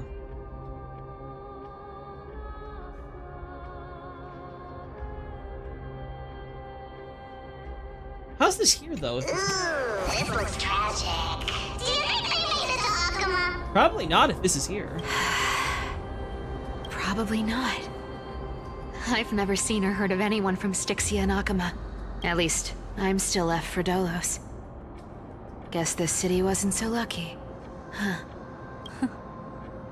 It does seem unfair, doesn't it? Just because they were born in the wrong place, they had to face such devastation. Meanwhile, those in Akama, simply because they're supported by the world-bearing Titan, continue to survive. Yeah, the world just isn't fair, is it? Speaking of the world-bearing Titan, Cypher, didn't you tell me once you used to be an apprentice at Kephal's priestly court? Huh? Did I? Yeah, you definitely told me, and I remember it clearly. Maybe it's been so long your memory's gotten a little fuzzy. Huh. You used to be an apprentice at Kephal's priestly court. That doesn't sound right. Right. I did tell you. It wasn't a big deal. I just snuck in with a bunch of mumbling priests and watched them do their spooky rituals around some glowing rock. Honestly, I was only interested in the wallets of the old grandpas on the council back then. Don't remember much else. It's been what, nearly 1,000 years?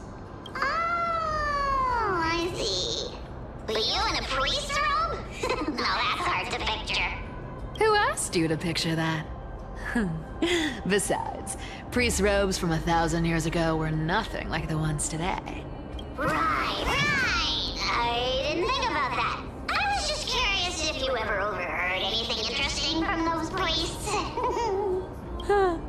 How ridiculous. Come on, let's head to the next spot. I am so curious what the hell's going on here. Where did this roadblock come from? Ugh, this is so annoying. The treasure is right in front of us. Oh dear, we're stuck here. But I have a plan. Should we call on that big, noisy, cumbersome hand of Xandrias? Never thought that thing would actually come in handy. Handy. All right. Do you want to handle it? Leave it to me, boss. I don't need a controller. After all, you know. Uh-huh. Hand of Zagreus. My darling. Activate!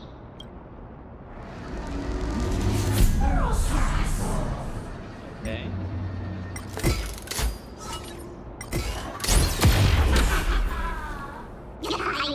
Looks like a charm. Not bad. However, I still don't see how this ties into trickery. Let's go to the next room. Hey, slow down! That question you asked me earlier. I think I just remembered something. What? What did I ask? You know, that question. The one you specifically asked me. Right after we dug up the second chest. Forgive me, boss lady, but have you been under a lot of stress lately? I didn't ask anything. You must have imagined it. Oh. Is that so? Maybe you're right. I have been a little on edge lately. I need to relax. All right, let's move on to the next treasure trove. Now, I feel like I'm getting gaslit.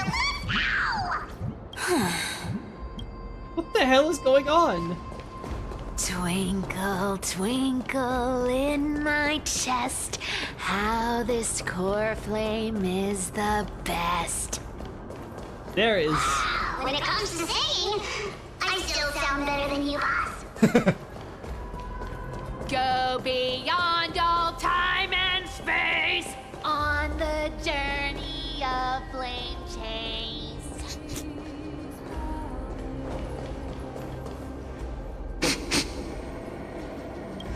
This scent feels like something incredible is buried here.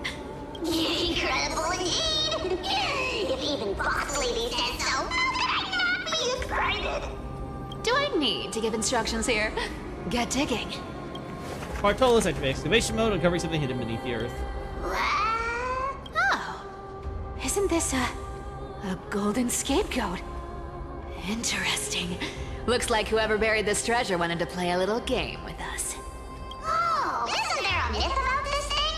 Those who feared fire became sheep. Those who did not became human. Sheep, humans, whatever. All I know is unlocking this gets us treasure. Here, this honor's all yours. Oh no. Puzzles and tricks are right up my alley. Just leave it to little old me. Oh no, account's bricked. I won't be able to get past this puzzle. Drop it at the groves. I have rounded up the spirit thief, Bartolos. Oh, right, because the whole finding thing. That's right, that did technically happen. I returned to that for a bit of scout. So it has to... So this can't be like a Mem Kalis thing then, yeah, because they were all doing that. Yeah, I'm totally lost on what's going on here. Like, who's tricking who? Like, this is several levels above my brain. I don't got the brain power for this one.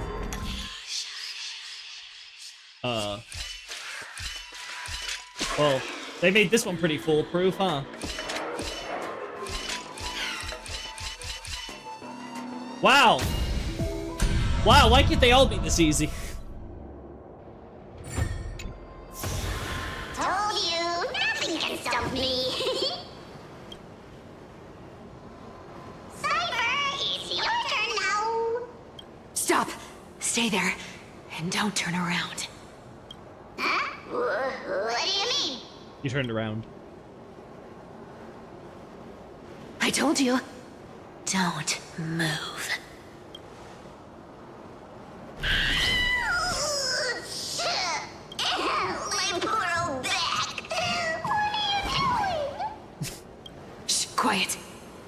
Don't say anything unnecessary. That seamstress. She's listening. What? Boss, do you mean? Stay put and keep quiet. I'll handle her. Whoa, whoa. Seamstress. Getting sneaky, aren't we? Did you think I wouldn't notice your little spies lurking around me? As time passes, I find myself leaning more and more on blind luck. With only the power of this little nymph, naturally I couldn't slip past your sharp eyes, Cyphera. Oh. Even if you could fully control Bartolos's mind, I would still be able to see through your disguise. Aglaya. You've gone to such lengths to spy on my every move. What exactly are you after? I've told you before, you don't need me to succeed. Why don't you just let this go? I already made an exception and got involved with Castorus and Grey Mystery. Asking for more now. Isn't that pushing your luck a bit too far? I'm sorry, Cyphera. I've plotted and schemed my whole life. But I never could have predicted our relationship would end up like this. I've spent centuries trying to figure out where I went wrong, replaying every moment over and over. But you've never given me a chance to explain myself, face to face.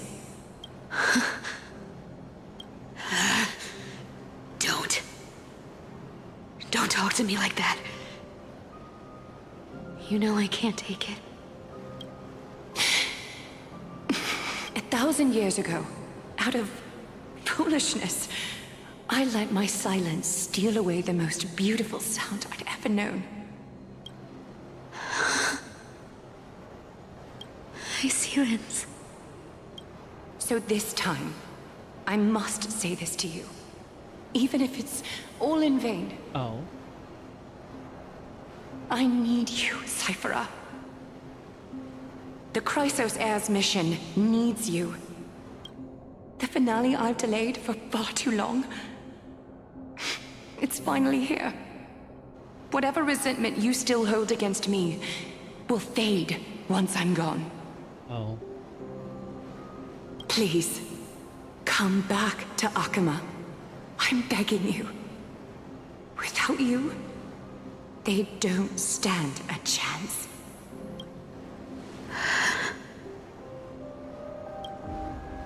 I'll think about it, seamstress. But stop watching me. Unless you want to lose me for good. Don't worry. As much as I'd love to hear your voice again, to see your face, it seems that chance will never come. Oh. Goodbye, Cyphera.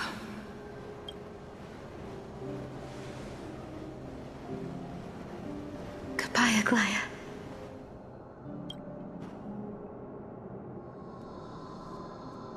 Ah, what a shame. I thought there'd be some real treasure under that goat's head. Turns out, everything in that chest was soaked in water from the River of Souls. Nothing valuable left. Those relics were once priceless. But time has eroded away all that they once were.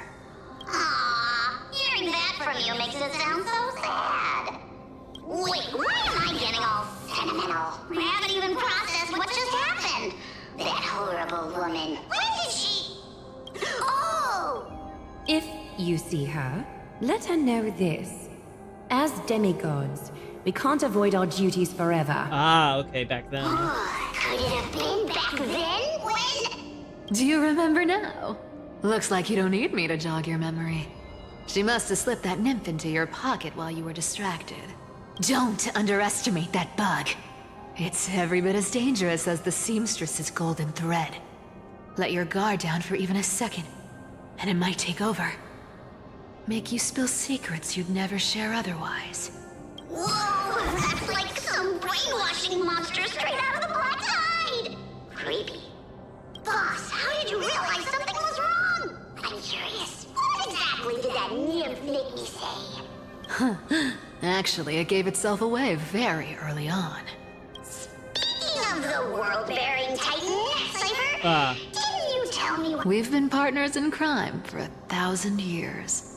We've talked about everything there is to talk about. Except for that one experience at Dawncloud. I never told you about that. I absolutely wouldn't have shared that with anyone. But, boss lady, there's a chance Aglaya wasn't trying to trick you?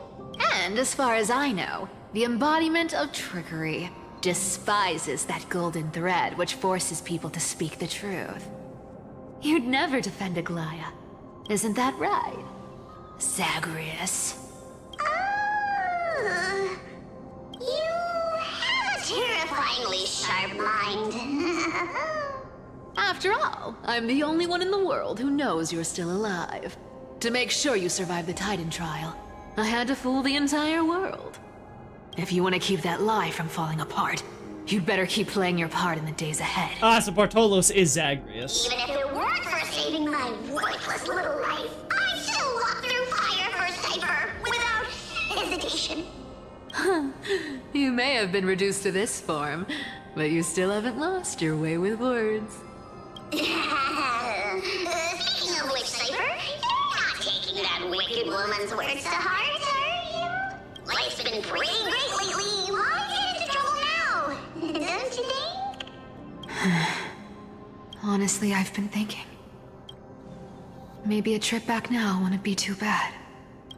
You're back again, Cyphera, your face. I need clothes. Anything. Just throw me something. A piece of cloth will do. Just enough to cover the wounds. I will pay back the amount I owe. I promise. You're bleeding golden blood. Yes. What about it? So what if I'm one of those Chrysosairs they talk about? Those infinitely strong heroes. World-renowned swordsmen. Exceptionally intelligent scholars. Cyphera. Oh, I'm sorry to disappoint. Who knew that group of amazing people would include me? A pauper. Thief. Con artist. Maybe I should just make another cut to drain all this yellow stuff out of me. Stop it, Cyphera. I'll give you clothes. Warm you up and stay here. Stay in my workshop until you're healed. Aren't you going to ask me how I got these wounds? Right. What's the use? I'm so good at lying. Even your golden thread can be fooled. If you can't verify the truth, why bother asking at all? I don't need to ask. Nor do I need to use the golden thread. I know everything you do is for survival, at all costs. Stay here. You won't have to deal with the cold or go hungry again. Stay by my side, and you can start putting yourself back together. Aren't you worried I'll ruin this place's reputation? Or that I might sneak off with your precious clothes and sell them? I wouldn't have invited you if I were worried about those things. You're weird, seamstress. You know, they say a child who often lies remains a liar for life. I've tried not to become a liar. But honestly,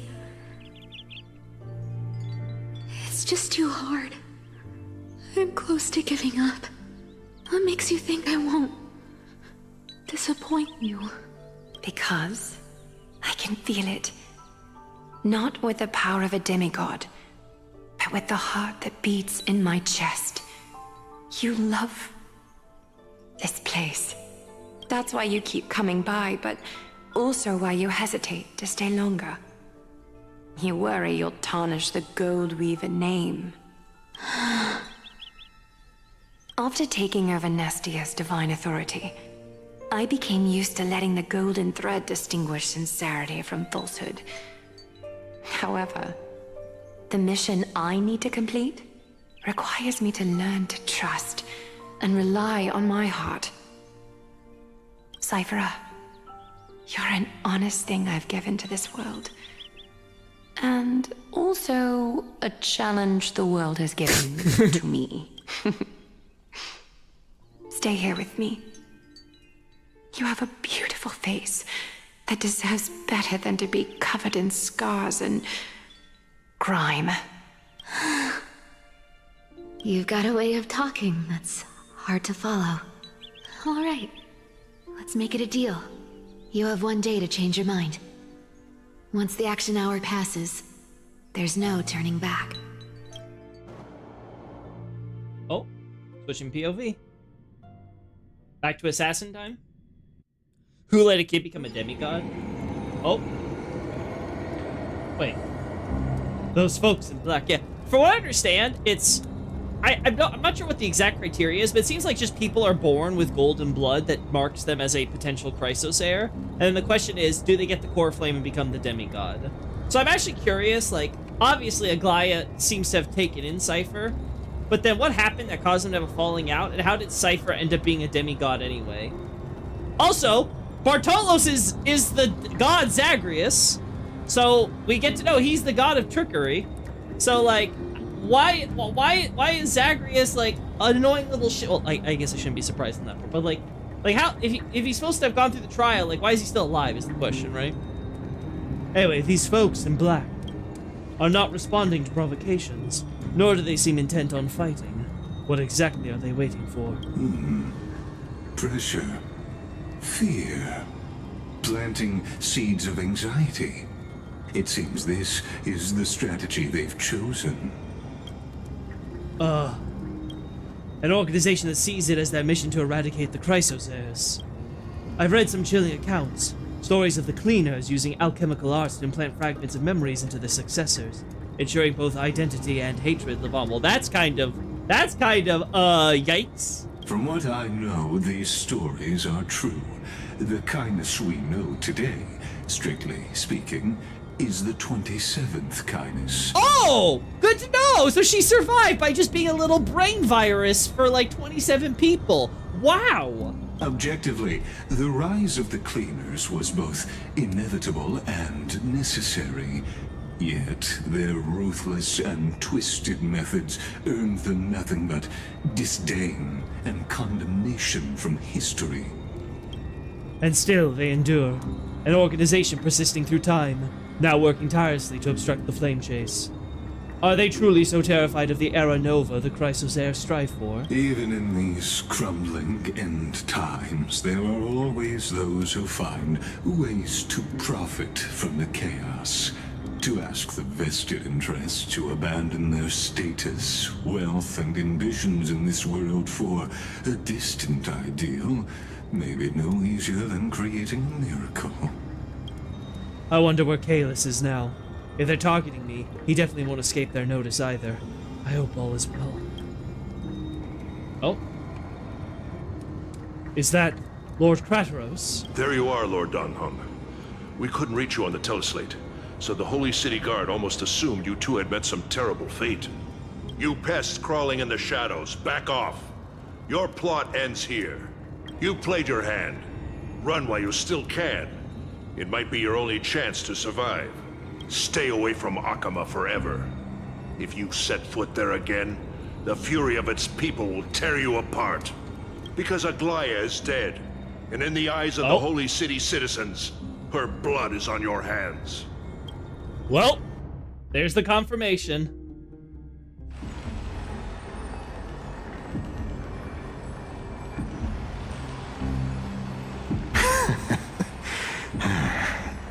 Looks like she was wrong about you. She? Are you talking about the mastermind behind all of this? Well, she She thought you were weak. She believed that even when you were facing the evil that you claimed to oppose, you'd hesitate to strike. Misinterpreting mercy for weakness shows how arrogant and foolish your master is. They're still alive. With proper care, they'll pull through in a few days. But I must warn you, I haven't fought a human in ages. I can't guarantee I'll always be able to hold back. They're lucky they're still alive. If you feel as lucky as they are, try me. Bro, you sound so cool. You see, kind of scary. Finon is seriously upset. Get out of here. Don't show your face around us again. If your master wants to stop the flame chase journey, she'd better bring an army that makes Kremnos at its peak look like child's play. I've said it more than once, Lord Finon. We're not here to start a fight. We came only to ensure you weren't anywhere else. While you were unaware, we already accomplished our mission. To buy time. So, Lord Finon, until next time. They killed her? Yeah. Are you Pretty sure. okay? I'm fine. Anyone who uses innocent lives as bargaining chips has gone too far. She had her last bath. But they were after the crisis heirs. Do they think they have a... I guess the opposition within the Council of Elders is still desperately fighting to obstruct the flame chase. If the conspiracy is exposed, they'll be hunted down in the Holy City like rats with nowhere to run. No matter where they hide. Oh. Martellously.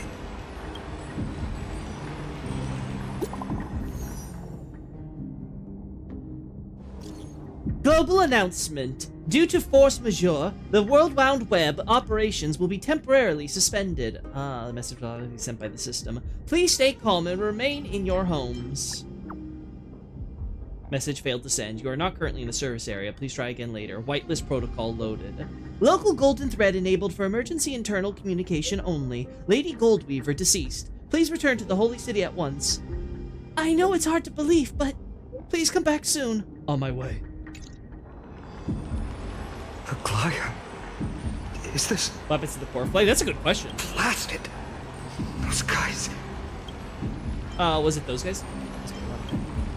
I've heard from more than one person it doesn't seem like a joke. Stay calm. This could just be one of her schemes. I won't believe it until I see it for myself. Finon, what should we do now? Stay on course. I'll contact Treeby and ask her to keep the citizens calm. We'll hurry back to Akama as fast as possible and assess the situation in the city. If we run into any enemies along the way, I won't be merciful this time. Oh, he's pissed now. He's like, I should not have left you all alive.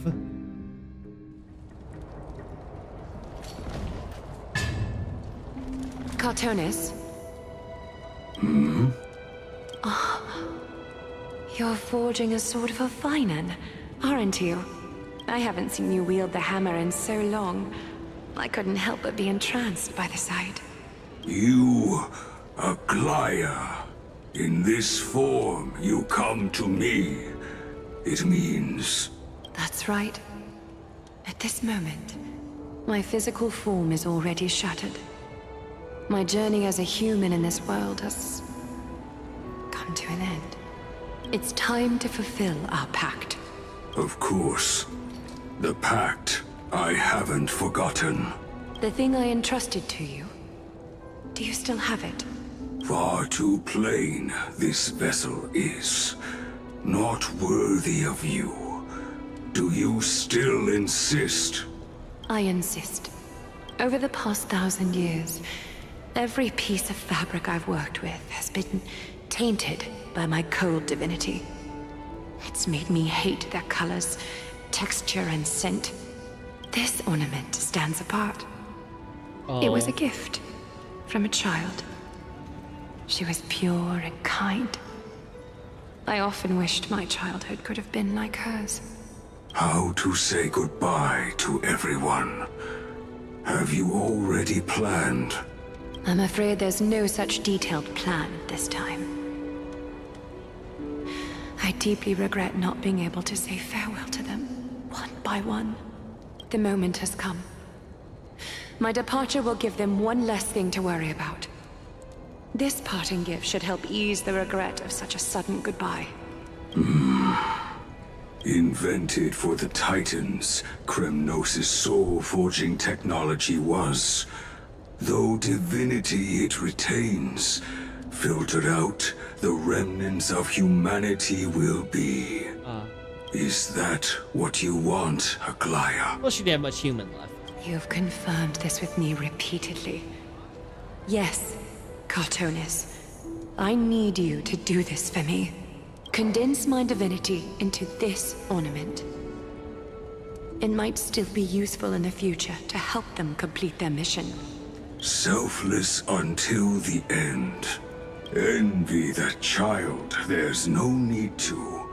Already lived a grand life your humanity has.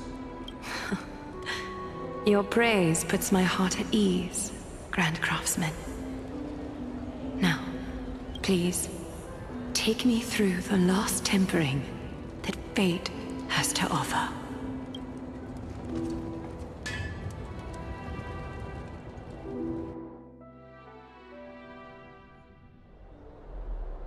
The city is silent, and tension is building with every passing second. The news is probably spread by now. Every household is locked up tight, and all the market stalls have closed down temporarily. Something about this feels like a scheme. I hope so. I just can't believe she'd be taken down by a handful of assassins. If this is all part of a larger plan, Treby must know something. She just couldn't say it in the message. Let's go find her. I don't think you're gonna be happy with what you find. I don't think this is gonna go the way you want it to. Would the Holy City be... Oh, well. Well. Put herself into a friendship basement? Yeah, heroes. Our hearts bleed with yours. Oh. The murderer? The Council of Elders, obviously. Oh.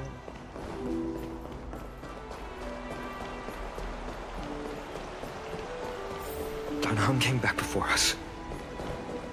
Well, maybe he's heard something. Alright.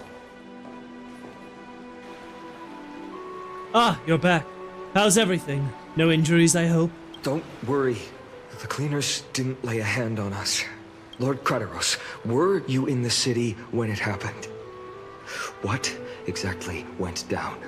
Regrettably, no one knows the details of that moment. Eyewitnesses only saw... It's fine. Just tell me. Eyewitnesses at the Memorial Palace saw Aglaya fall from the Chrysos airbath. Oh, yeah. Oh, God. Yeah, that's not a nice... That's not survivable. She showed no signs of life by the time the Holy City guards approached to check. Ooh, I can only hope she got stabbed in a They were vital too place afraid to before jump that. to conclusions. After all, she was a demigod who lived for over 1,000 years, the leader of the Chrysos heirs. Most citizens of the city believed that death couldn't touch her. Yeah, that's a rather pathetic way to go, huh? She was pierced through the heart by a uniquely crafted dagger. At least there's that. I saw it for myself. It's one of the weapons carried by the cleaners. She really was assassinated. No, that doesn't make sense. The ones who appeared in the Grove and those who confronted Dunhung in the Abyss didn't immediately resort to violence. They were just watching and trying to intimidate. They didn't have any reason nor the courage to attack Aglaya. Perhaps... Speculating blindly won't help. Let's go find Lady Treby, as she understands Aglaya's mind best. I'll stay here to lead the guards and maintain order. Find out what happened, but don't take too long. With Aglaya gone, someone has to take her place and lead Akama. Also, Miss Hyacinth was the one who declared Aglaya dead. You might want to speak with her. Thank you. Lord Crateros. I'll stay here to lead the guard. Also, Miss Hyacinth. The baths are empty. No citizen feels like bathing after hearing such terrible news. Yeah, it's like, oh wow, we get to bathe in the waters of where a demigod just died. Our millennium-long leader just went bloop and fell straight into the waters. Yeah. Yeah, that would feel awkward. Heroes, you're back. We're back. Lady Hyacinth's been staying above. Good to know.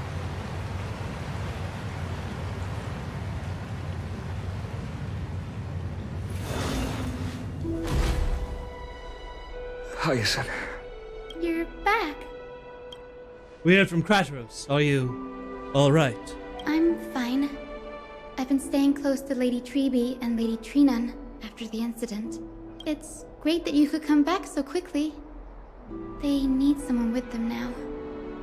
How are the two of them holding up? You witnessed the Glyas. Yes, we witnessed her final moments. I tried to treat her immediately, but even the sky's blessings, declaring her death was the hardest thing I've ever had to do as a doctor. Lord Finan, don't push yourself. You're carrying a heavier burden now. Please, don't fall. It's fine. I can handle it.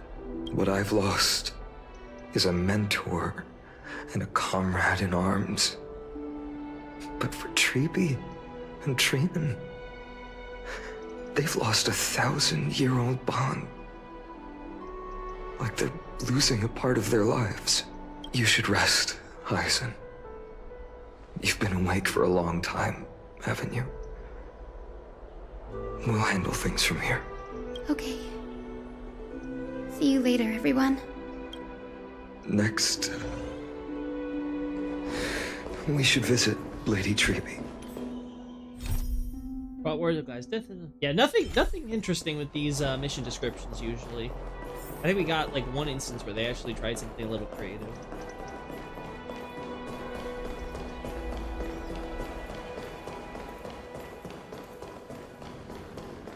Alright, what's going on over here? Oh, well, this one's gonna hurt for them. Snowy. Little Gray. You're back. Lady Treby, Snowy, don't. Please don't apologize to us. You went to the grove to prepare yourself for the threats to Akama. You didn't do anything wrong, so don't be hard on yourself. We were always by Aggie's side throughout this long journey. So, we understood her thoughts better than anyone. She knew she wouldn't see the end of the Flame Chase journey. Yet, she gave everything without hesitation. For the future of everyone. I know what Aglaya expected of me. Right now, the last thing Akama needs is a leader wallowing in self-pity. The scroll over there was entrusted to us by Aggie. She instructed us to hand it over to you when the time was right. I think now's the right time.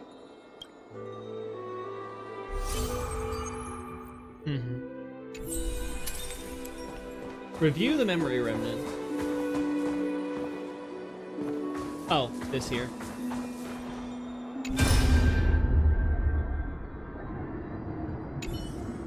Aggie, so you really don't have to take the medicine anymore? No need, teacher. Medicine can only steady my flesh, but it cannot stop the decay of my soul. I've already borrowed too much from this world, and now the time is up. Now is the best time for my exit.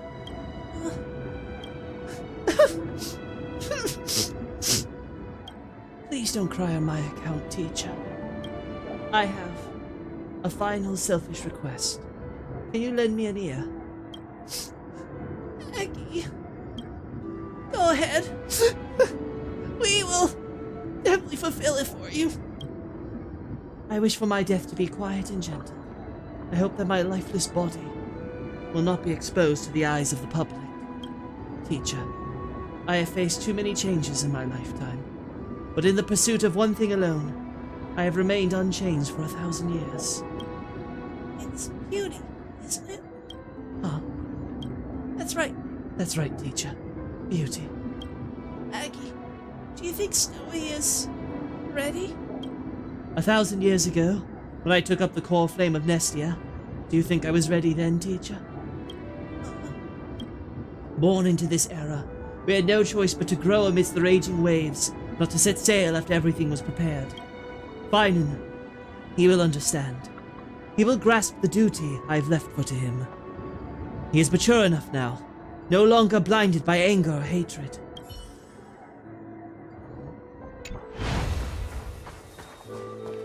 Alright.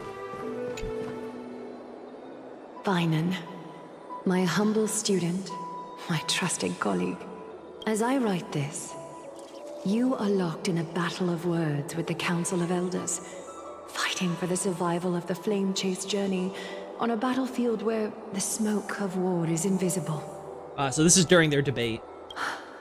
I deeply regret and feel guilty for hastily pushing you and the Trailblazer into the debate. But please forgive me. At that moment, I could not afford to show any sign of weakness before you, as it would have crushed your morale. I considered the debate a routine affair, assuming I could win merely with the support and experience we'd accumulated over centuries. But I underestimated Kindness and her party's cunning, and also the deterioration of my own senses. The trap was likely set by the debater Calictus. He had prepared a severed golden thread in advance, revealing it to the public when Kindness was faltering in the debate. Oh, I see. That's why they skipped it over. I was reading everyone's thoughts with the golden thread to cheat in the debate. I could have countered that low tactic in 100 ways. But my words slipped out before I could even think about them. With deceitful scoundrels like you in the crowd, I have no choice but to rely on the golden thread to keep watch over everything in this holy city. Ooh, yikes. You can imagine the reaction that comment provoked. At that moment, I felt my time was running short. The divinity in this body might be eternal, but that is not the essence of me. I am a daughter of humanity, born of my mother, and I will die as a human. Realizing that my humanity was fading, I began to plan my exit. What kind of departure would not waste such a belated death? I have yet to find the ideal answer, but I knew I couldn't simply fade away in my sleep like anyone else. The serpents have always lurked in the darkness, terrified of their heads being cut off by the golden thread. If my departure were to be calm and uneventful, it would only lead to a swarm of those serpents emerging from their nests. Regrettably, a peaceful death is a luxury I cannot afford. I must feign weakness deliberately to make those serpents lose patience and act rashly. Just as they think they've struck and sunk their fangs into my heels, that's when I'll strike back, igniting the final blaze to burn away the threats hidden in the shadows.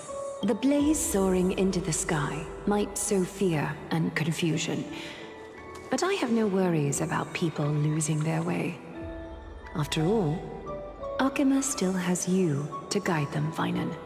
You're not perfect, Finan. I've witnessed your confusion, recklessness, and deep sensitivity, dawn after dawn. The heavy burdens of your past have always weighed you down, inflicting deep pain. Yet, in your way, you are perfect. You embrace everyone's imperfections, always ready to find the precious qualities hidden beneath their rough exteriors. Unconditionally, that might be what sets our Sky Father Kefili apart from other deities. They recognize the imperfections in their creations, yet still choose to shine their light on them, offering protection with unconditional love. Finan, while you zealously pursued strife, believing it to be your destined path, from the very beginning, my thoughts have never changed. You are the destined world-bearer of Amphorius, the gate to Amphorius's future. Go, complete the flame-chased journey of the prophecy, ignite the stars, and inspire hope in the hearts of humanity. I will be waiting at the end of the West Wind, looking forward to the miracle you will create. Aglaya, how could I possibly be worthy of the burning torch you've passed into my hands?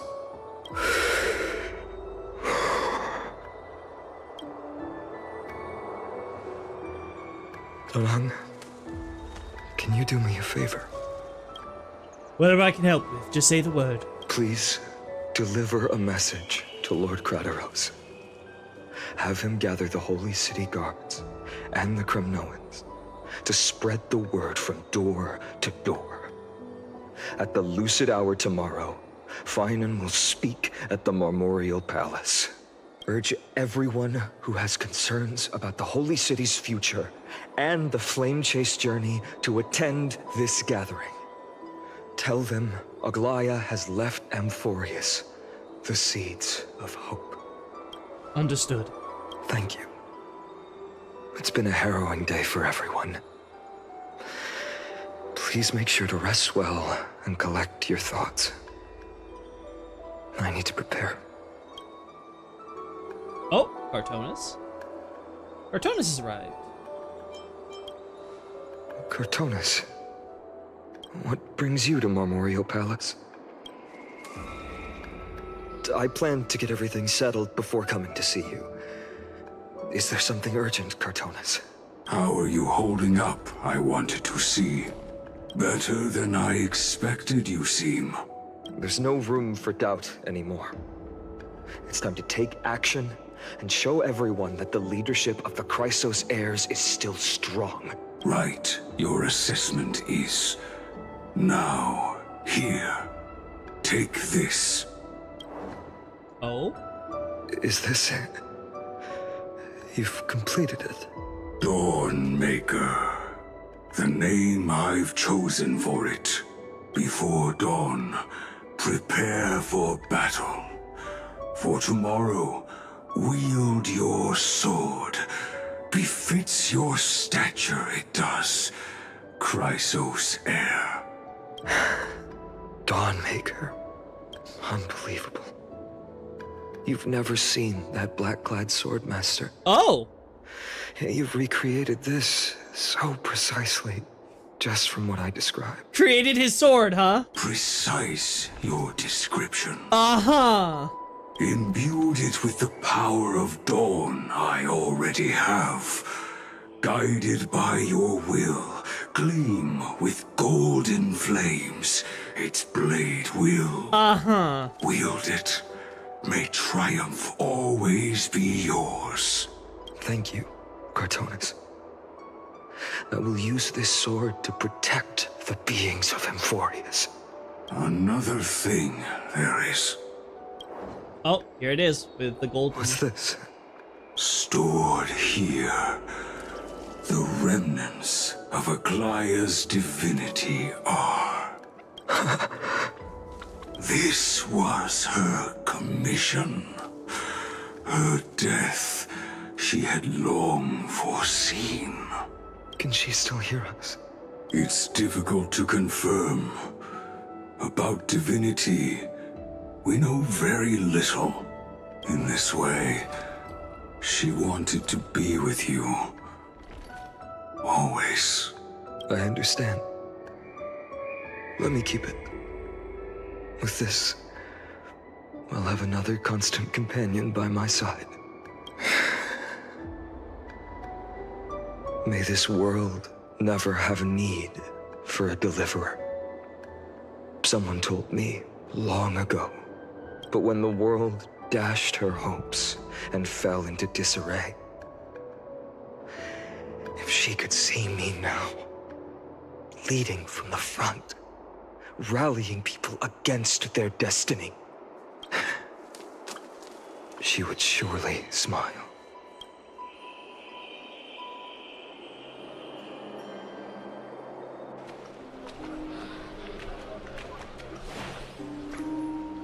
How will the Holy City continue without Lady Goldweaver?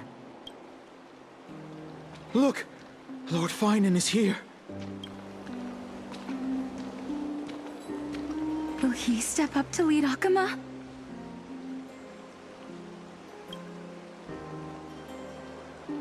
Not long ago, I spoke at the Citizens' Assembly at Dawncloud.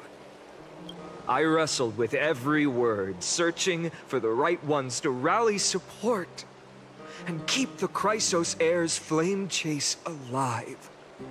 In the end, I remembered a lesson from one of my teachers. In battles where words are weapons, outrage and blind passion often overpower reason. I followed his strategy. I painted my opponents as nothing more than pests, tore apart their character, and laid out their crimes. The strategy worked. I secured enough votes to achieve my goal, but afterward, there wasn't even a flicker of joy. I realized that apparent victory masked a deeper failure. In my pursuit of success, I fueled division and strayed far from my very purpose that led me to the flame chase journey. This journey was supposed to unify, not divide, to strengthen us, not weaken us. It was the gold thread that mended our rifts in the past. Some saw it as a means of surveillance, a tool of control. But no one can deny that it was Aglaya who held this city and even this shattered world together. Now she is gone. Yes, as you have heard, the demigod Aglaya, who guarded the holy city for a millennium, has indeed fallen.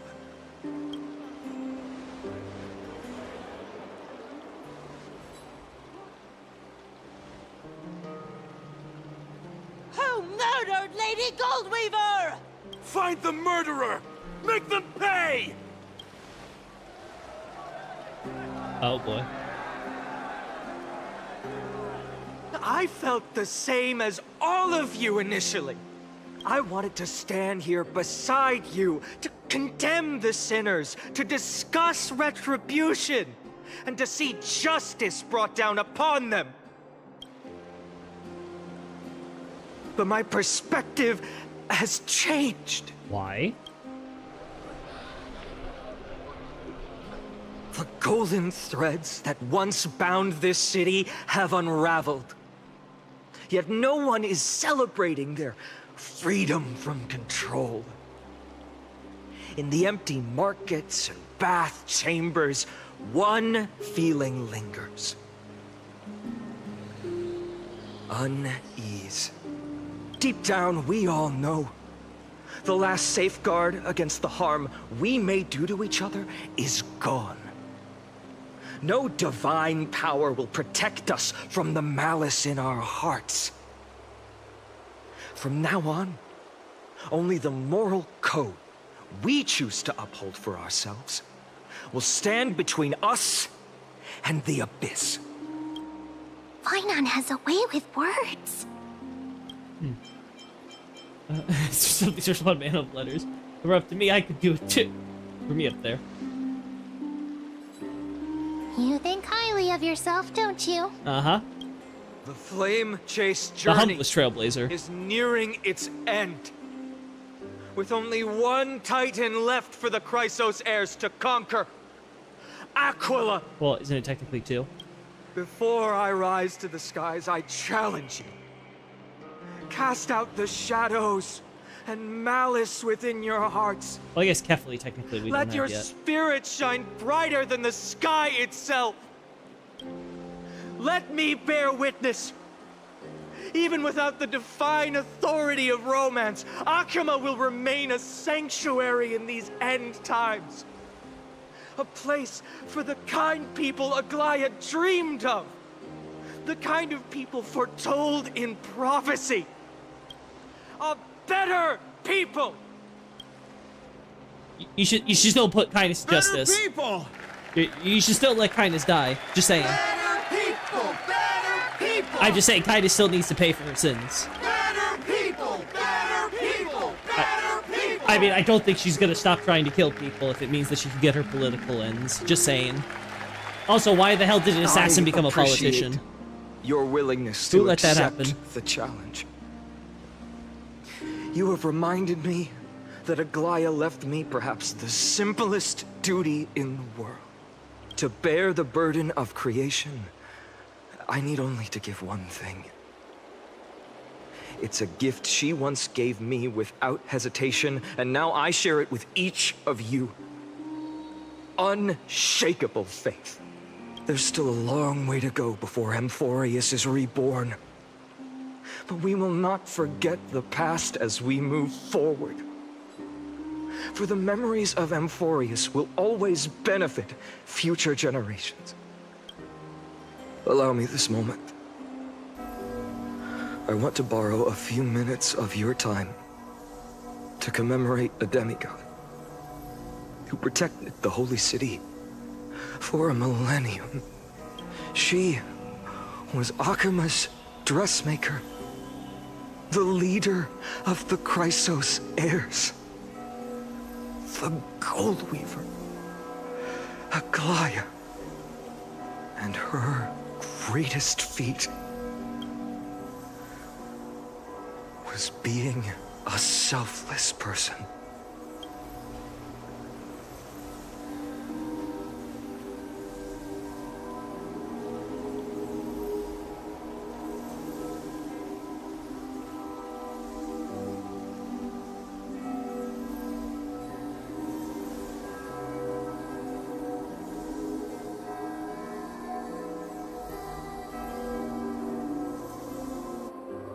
That singing sounds so familiar.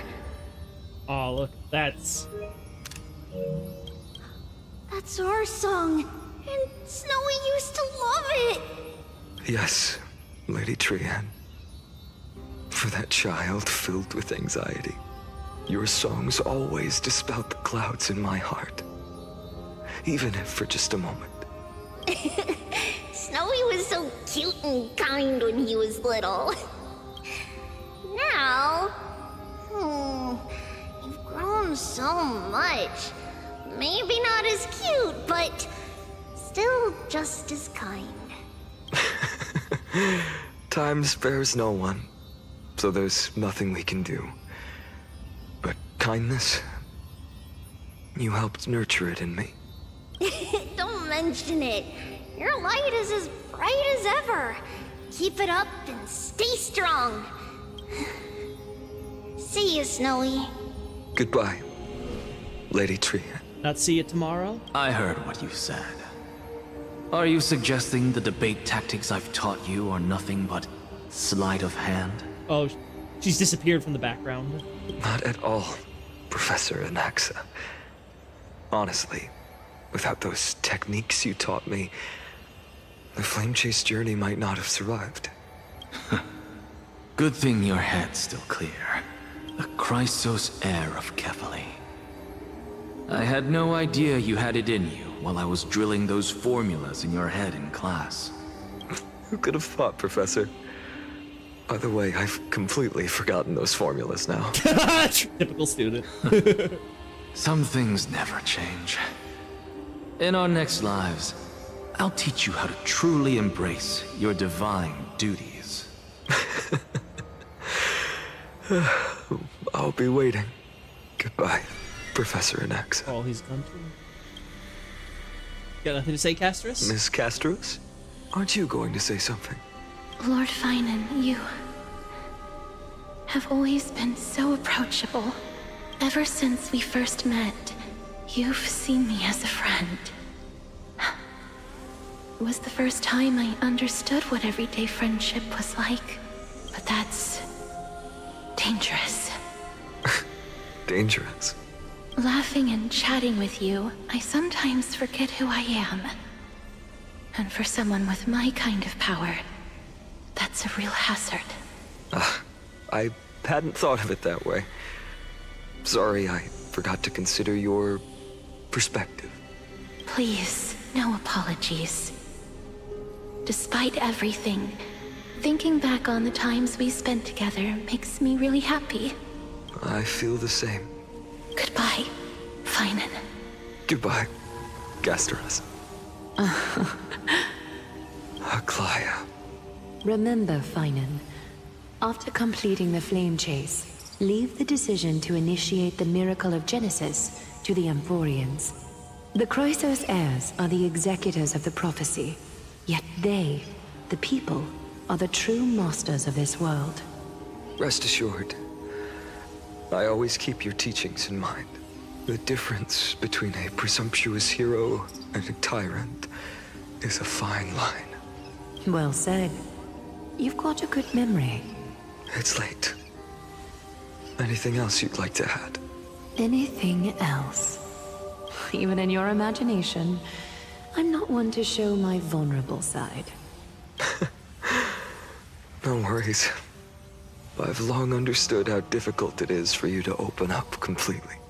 Thank you for bringing me here, Aglaya. You saved me. Maybe what I wanted to save wasn't you, child, but this crumbling world. Goodbye, Finan. Goodbye, Aglaya. Did you forget me? Forget you? Like I'd ever. We aren't parting ways forever. You're just off to guard the gates at Castrum Kremnos. Let's not make this a tearful farewell. You know just how to make a person uncomfortable. I have a feeling we'll meet again in this lifetime. Let's have another showdown then. Deliver. That's very confident of you. I've changed since then. Have you seen this sword? It's a masterpiece freshly forged by Cartonis. A bold statement for a mere mortal who hasn't yet claimed the power of a titan. See you around. Finan of Ides Elysiae. It's a date, Mightimos. What a poignant, yet splendid journey. And it's still not over yet, is it? Yes, Cyrene. I was right. In the end, you did become the deliverer in this story. A lot has changed while you were away. I've met so many people and tried so many things. I've found new resolve. And I've let go of some attachments. I'm not the same person I used to be. But to me, you've never changed at all, Finan.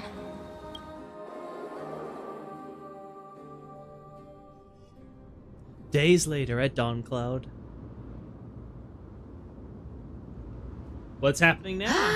Dawncloud. This place holds so many different kinds of memories. I remember you could see the Goldweaver sign from here, all the way down the mountain. But my eyes aren't what they used to be 1,000 years ago. Cyphera, you... seamstress. Tell me, does Akama have any treasures so rare that not even your... I mean, our shop has seen? Of course it has. I heard there's a gem of all worlds hidden somewhere in Dawncloud. Apparently, it's a piece that fell out of the Dawn device. It's truly a priceless treasure, being a part of Kefali's divine body. Even I, the Gold Weaver, cannot witness its glamour. Gem of all worlds. Nice! Got it! Well, please keep looking after the shop while I... Let me guess, Cypherer. You're probably already plotting to sneak into Dawncloud to steal that gem, aren't you? And your next move is probably trying to sell it to the highest bidder, then distribute that money to the poor and the refugees in the Holy City? Look, seamstress. Are you sure you aren't peeking into my head with your golden threads? You might be skilled at covering up lies, but your compassion is all over your face, plain as day. Don't lie to yourself. Do you honestly think this is the right thing to do, Cypher? What else am I supposed to do? That's the only thing I can do with my power. You keep talking about how I have the potential to become a good person. Or even what people call a hero. But I don't know what I need to do to get there! I can't weave golden dresses like you! I can't sing as well as Miss Hyceelins! And I definitely don't know as much as Big Sis Treby! The only things I'm good at are the underhanded street smarts that no one even respects. But I still want to be worthy of you. I want to prove that you've made the right choice. Even thieves can dream. Right? I know, Cypher. I know. You are justified in your anger. Destiny is never fair. And your path is doomed to be even worse than everyone else's. You are fated to walk in the dark and bear the world's misunderstanding in this journey. But you have to believe that everyone in this world is unique in their own way. I am convinced that you're the only one who can bear the authority of trickery. Even if you have to contend with the legendary 300 master thieves of Dolos. Aglaia. I just want everyone to believe that the world is beautiful. And that everyone is simple. And kind. If only I could get everyone to believe that. You make the lie reality? Would that lie become reality? If enough people believed in it, even though it's a lie. Lies will always be lies, Cypher. But sometimes they can be more noble than the truth. Huh. Are you really planning to just stand there forever? Honestly, sneaking around doesn't suit you, Deliverer. I never thought I could slip past your sharp ears, Miss Cypher. I just didn't think it'd be right to interrupt when you're obviously lost in thoughts. Huh. Still as charming with your words as ever, boy. Your speech at the public baths wasn't half bad. I'll admit. It managed to touch my heart. Just a smidge. Thank you. I had a feeling back then that you were in the audience. Intuition certainly is a thing of wonder. Oh, and you didn't call me out on the spot. You waited all this time to tell me. Yeah. Well, I thought you'd need some time to yourself. After she passed away.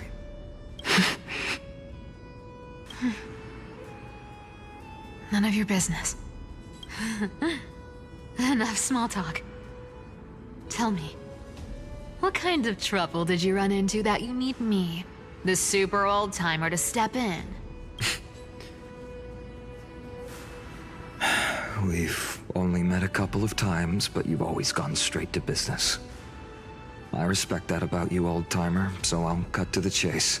You're probably aware that Aglaia has earned the support of the entire city for the Chrysos heirs.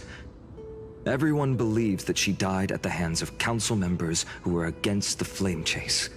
and the citizens' fury has been dragging these schemers out of the shadows one by one. But they didn't get everybody.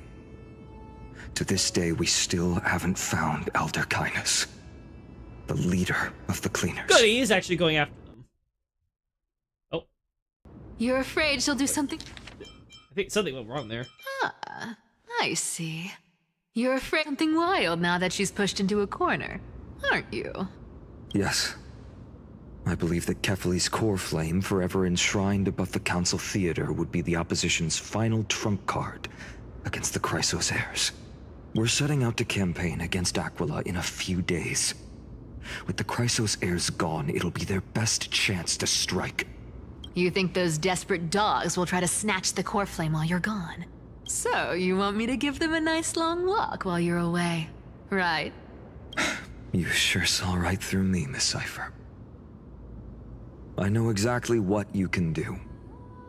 Godlike speed, perfect disguises, untraceable movement, and that most enigmatic authority of trickery. I have only one request. Please, use whatever tricks you need to protect Kefali's core flame. Even if you have to deceive the rest of the Chrysos heirs as well. Uh-huh. Hey, Deliverer. Do you honestly think that there's no way I'll turn you down? Do you even have any plan Bs if I decide to nope out on this? As the demigod of trickery, there are no other trump cards in the world that can outrank you. I'm sure you know the answer to your own question, Miss Cypher. What confidence. You talk as if you have everything in the palm of your hand. Huh. So you did learn a thing or two from her. I'll give you that. Then let me tell you something you don't know. The Flame Reaver. They've been watching Akama closely. You mean... Bet you didn't expect that, huh? Oh. I've been tracking them all this time. And this is my conclusion. That lunatic may have lost their mind. But they're no fool. Why do you think they haven't made a move on Akama yet? Professor Anaxa once analyzed this. He thought it was probably because Kefali's core flame was protected by the Council of Elders' secret arts. Ha! Secret arts my foot! I could break those mechanisms with a flick of my finger. Allow me to let you in on the actual secret. They probably held off from attacking Akama because the Seamstress's defense network was way tougher than you thought. Now that she's gone, and you're heading out to the Eye of Twilight, with the city's defenses in shambles. What a dangerous situation we find ourselves in. So it's gonna be Cypher versus Flame Reaver? But since you're the one who brought it up, I'm guessing you already have a solution in mind. Just look how ridiculously calm you are right now. But you guessed it right. Consider this a 2-for-1 deal. I'll keep that lunatic entertained on top of protecting Kefali's core flame. You owe a big favor after this. You have my deepest gratitude.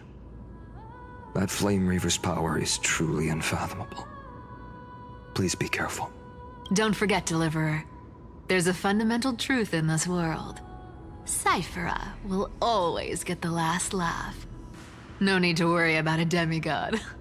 I'll do my job. So you need to make sure you don't die before you pay me. Oh! Hyacinth's POV. Meanwhile, in the Grove of Epiphany.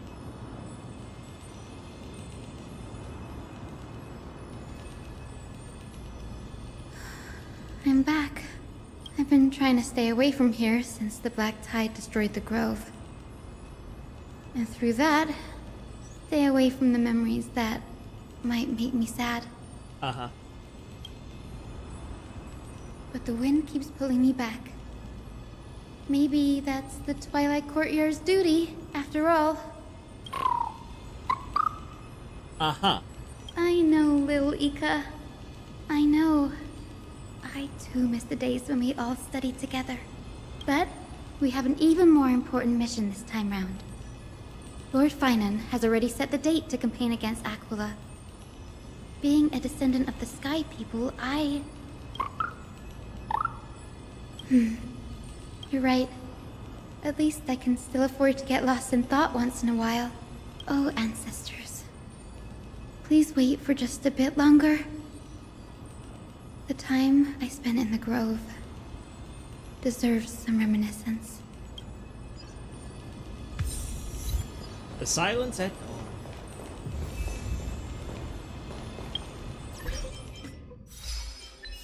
Go. Listen to Finen's speech. Alright, so we only have Kefali and Aquila left. So Cypher has to defend Kefali. Oh, gotcha. Got it. Yes, I'll focus and not run off. Okay, gotcha. So, right. So we have to have Cypher defend Kefali while we go after Aquila. If we defeat Aquila, then we'll finally be able to leave this godforsaken planet. And then I guess we have to just meet up back with the Express and see what we can do from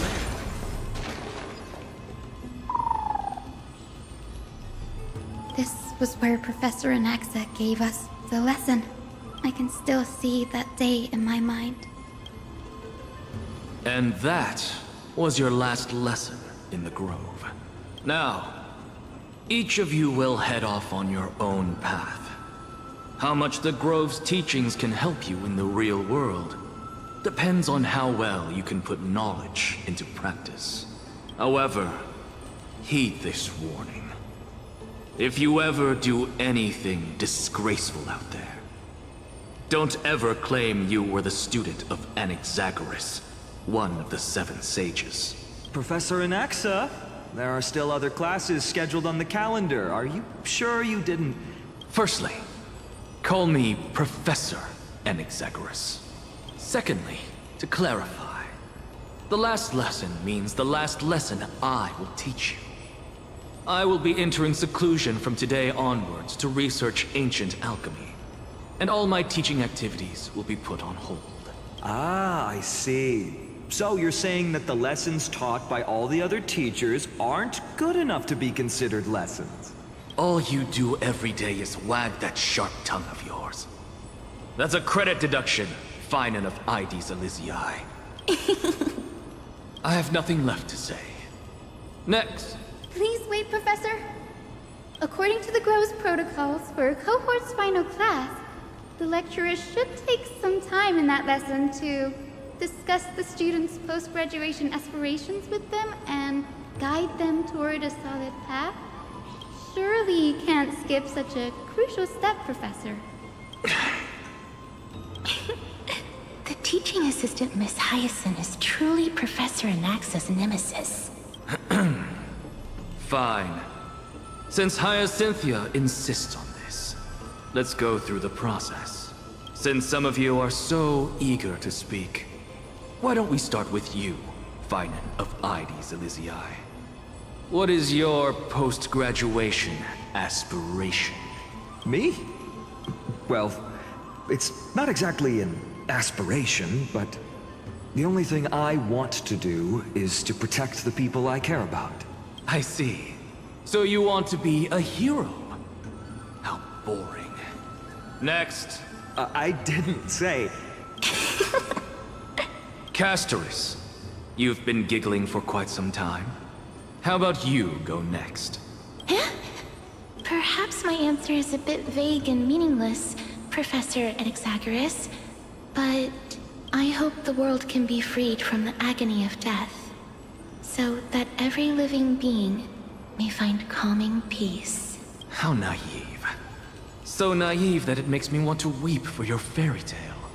See, this is why I don't want to follow those outdated protocols. All I get are boring answers. Since you suggested this whole process, why don't you wrap this up, Hyacinthia? Share your aspiration with everyone, and let's see if yours stands out. So it's finally my turn.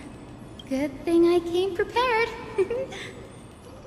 My aspiration is nothing less than completing the final blank page at the end of the hero's epic. Blank page? An interesting description. Do explain, assistant. I've read all of Amphorius's heroic epics while studying at the Grove. and a common thread came to my attention. Almost every epic ends with a description of the hero's achievements.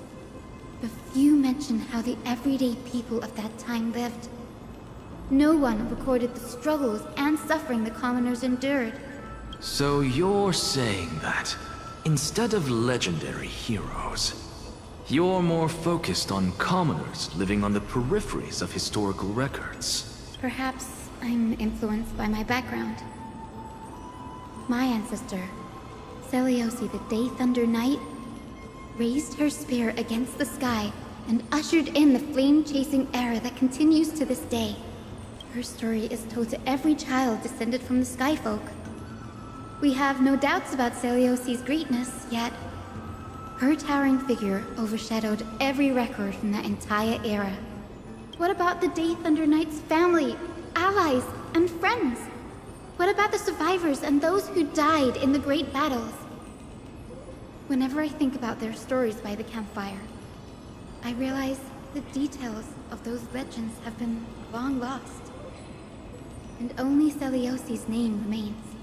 Her brilliance had become as blinding as Aquila's, lording over everything on the ground. That's why I'm glad that my era does not lack heroes. All my ancestors had was a sad past. But I have a future I want to protect. Instead of becoming a hero and ushering in a golden deluge to baptize the world anew, I want to stay in the backline and save all the ordinary humans from drowning in the rising waves. I wish not to return to the sky, but to walk among the masses on Earth. I believe it's the only way for the saga of creation to include a footnote for the everyday people in its blank page.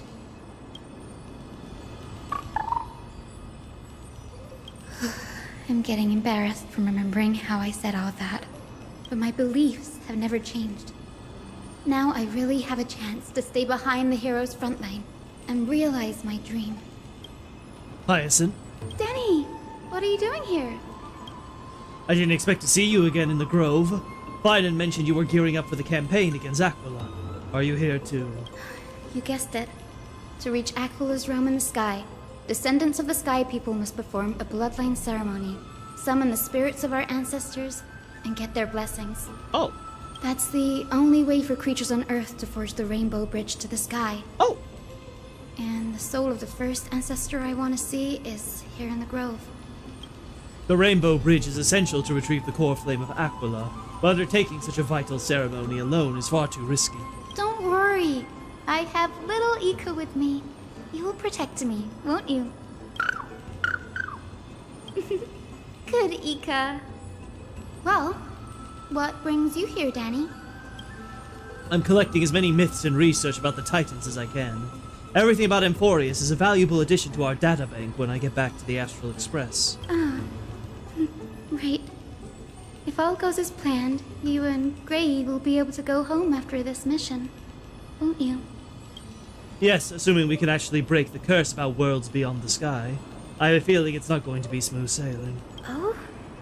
Could it be that you too have some kind of hidden powers to make prophecies now? That's not it, but... I'm starting to question how real everything is after a conversation with a member of the Council of Elders. Nope. I didn't understand that either, little Ika. Don't worry about it. There's a lot that I still don't understand. Since we've already met up, why don't you come with me, Danny? I was thinking the same thing.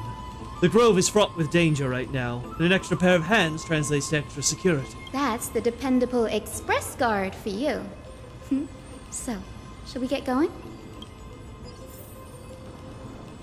Yeah, Downhung's starting to pick up how Lycus seems to be not part of the normal stuff here in Emphorius. He's some sort of monitor. He's trying to kick them out. Though I don't know what his endgame is. Is he just like some sort of vibrating? Like why is Lycus monitoring the world, especially if he's an emanator of erudition like Herta? Like, is it just to try to keep that Lord Ravager in prison? Is that really all this is? Is this just some very, like, sort of important security measure to try to prevent the destruction. I'm trying to think what could... Like, how did all of this come about, and why? Why is there a Lord Ravager that was imprisoned here? Why is this planet, like, got so much stuff that makes it feel like it's probably a simulation or something, right? Like, what's been happening that's causing everything to get reset in this endless cycle, right? What's this? This is the divine object of the Sky People, the Chroma Coffer. Our ancestors dictated that when a descendant of the Skyfolk is ready to challenge Aquila again, they must first awaken the spirits of their ancestors with the Chroma Coffer and receive their benediction. Only after this can the chosen Skyfolk reascend to the heavens. Is it to prevent those who are not qualified from pointlessly losing their lives? Very prudent, wouldn't you say? The soul of an ancestor slumbers here. Now, I will awaken them. Right. I am Hyacinthia from the Twilight Courtyard, a descendant of the sky who has inherited the duty of flame chase. The time has come to fulfill our clan's destiny. I will join the heroes of the prophecy to return to the sky and retrieve the core flame. Ancestor, please bestow upon me your generous blessing. Uh-huh. Let's listen closely. Who has awakened me? It's I, Hyacinthia, a descendant of the Sky People. I apologize for interrupting your slumber. You are Lord Crispus, aren't you? I've read your story in our family tree. You were a righteous judge who vindicated many who were wrongfully accused. I never imagined someone in this era would still remember my name. So, our bloodline and duty have continued to this distant age. Indeed, it has. I have awakened you in the hope of receiving your blessing, for the flame chase journey is nearing its perfect conclusion. And retrieving the core flame of Aquila is the final challenge the heroes will face. Perfect conclusion. Hyacinthia, you look very young, and you do not have the bearings of a warrior who can contend with a titan. How can you convince me that this blessing will not turn into a curse, leading a child like you to your demise? 1,000 years ago, Selioci, who conquered the skies, left behind legends and a will, entrusting the mission to return the Sky Titan's core flame to her descendants, to people like you and me. Though I'm not a warrior, I will not turn away from the mission that has flowed through our blood for 1,000 years. And I am not fighting alone. I have the strongest and most tenacious companions in the world. Amphorius is in an era brimming with heroes. The burden of retrieving Aquila's core flame no longer rests solely on the shoulders of the chosen Skyfolk. I now wield the power of healing. I aim to mend the fissures in the sky and heal the wounds of the people. I desire to define the mission of the Skyfolk in my own terms, to conclude the vigil that has spanned millennia. I sense resilience in your words. Not an outward resilience, but something deeper within. Receive my blessings, young Hyacinthia. May you gain wings to return to the sky via the bridge of rainbows. Thank you for your trust, Lord Crispus. We won't let you down. Well done, Hyacinth. Thank you. My ancestors were all pretty strong-willed people. It won't be easy convincing them. I've run through these upcoming conversations in my head more times than I can count. Looks like your efforts paid off. Now, the next ancestor on the list. Her spirit is said to rest in the vortex of Genesis. A pity that the ceremony has to be performed in strict order. Shall we head back to Akama together, Danny? The vortex of Genesis, huh? I have a suggestion. Remember how you suggested I learn the secret arts of water from Fagusa's priests? I've been practicing that in my spare time and made some progress. Now, as long as I have spirit water with me, I can use those techniques to carve a path directly to the vortex of Genesis. Oh, I remember. I didn't expect you to keep at it this long. That's so like you, Danny. Compared to the currents of my home, the waters of Amphorius are rather untamed. Subduing the waters wasn't easy, but I've gotten the hang of it now. That makes sense. Fagusa was always described as a fickle titan in the myths. Since you're offering, then let me put your skills to the test, Danny. The spirit water gate formed with this technique isn't as stable as a ritual basin. It'll likely only let one person through. As Fagusa's priests designed it, the entrance serves as the exit. You'll need to come back through the vortex once you've met your ancestor spirit. Little Ika and I will be here waiting. Got it. I'm counting on you, Danny. Under the raucous steps of their frenzied dance, the roar of celebration hides the world's heartbeat. Spirit water, reveal the way. Alright.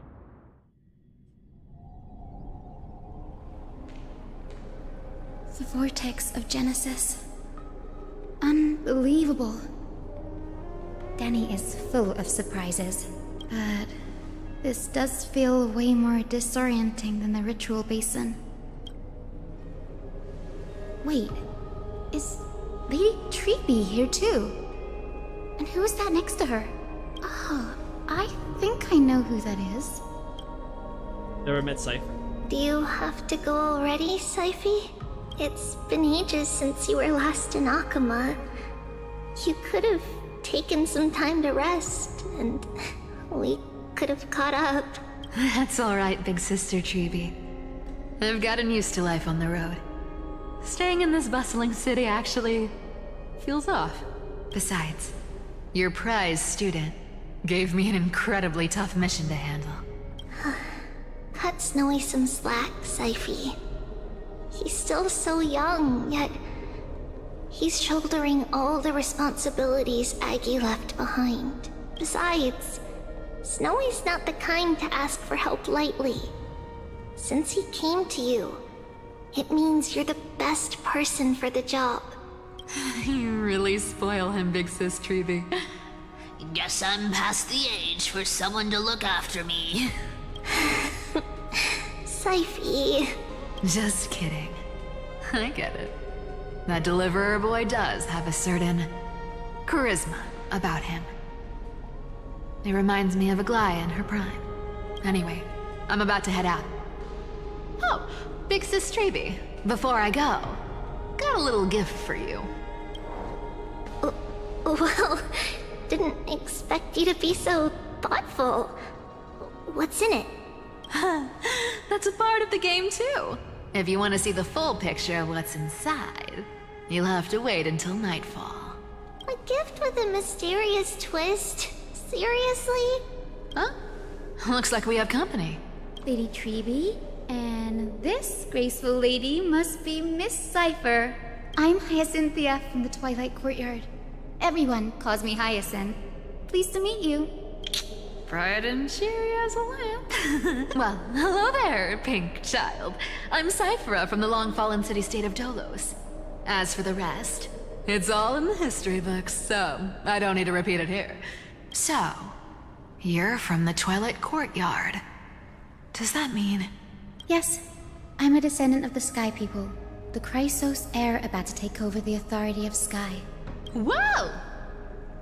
That's unexpected. I figured Celiosi's descendant would be, I don't know, taller, stronger. Don't judge a book by its cover, Syphie. Zinni is a master of her craft. She's the most skilled and dependable physician in all of Amphorius. Don't worry, Lady Cypher. I may not be as strong and warlike as Lady Seliosi from 1,000 years ago, but I'm confident I can carry out the mission of the Skyfolk. All this talk about missions, you're making it sound way too serious. You've got to look out for yourself, girl. Don't push yourself too hard. I'd hate to see that cute face all scratched out by Aquila's claws. Siphy cracking jokes? Looks like you haven't forgotten what Aggie said all those years ago. Anyway, I've got a mission to handle, so I'll get going. Good luck, Miss Hyacinth. And if things get tough, just let that deliverer take the lead. Cypher used the Coin of Whimsy's ability and teleports away from the vortex. Miss Cypher is in such a hurry. Don't worry, she's always been like that. It's good to have her back in Akama lending a hand. Well, enough about her for now. You're here because of your mission, aren't you, Cinny? It's the perfect opportunity for me to go and tuck Siphy's gift away somewhere safe. The Vortex of Genesis is all yours.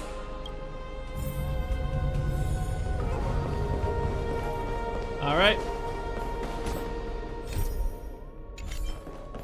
Alright. I will join the heroes of the prophecy to return to the sky and retrieve the core flame. Ancestor, please bestow upon me your generous blessing.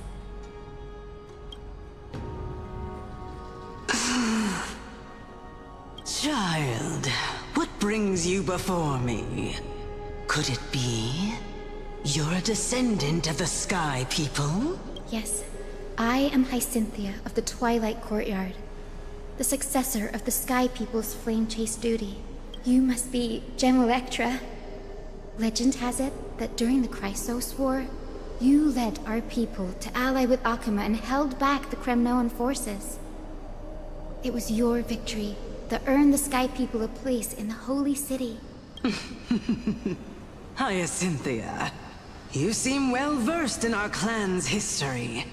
And this is the Vortex of Genesis? It is. Look, 10 stars have already been lit. The Chrysos Heir's flame chase journey is nearing its end. Are those the core flames of Fagusa and Giorios? Does that mean Hycelans and the Mountain Dwellers successfully carried out their duty?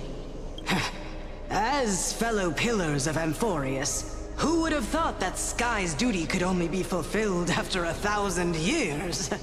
It's because Sky shelters all beneath it. If it were to shatter, the world would fall apart with it. That's why Lady Aglaya made the core flame of Aquila the final step in our campaign. Aglaya? Is she still on the flame chase journey after 1,000 years? About that. Unfortunately, she has recently left us. But you're right.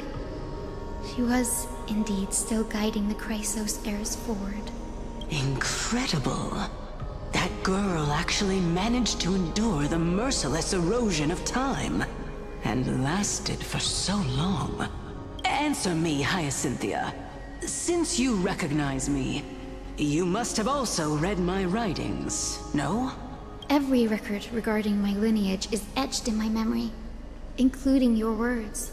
In that case, you're probably aware of the prophecy I sought from a certain Trebios. Yes. At the end of the Rainbow Bridge, the Sky Folk will mend dusk and dawn.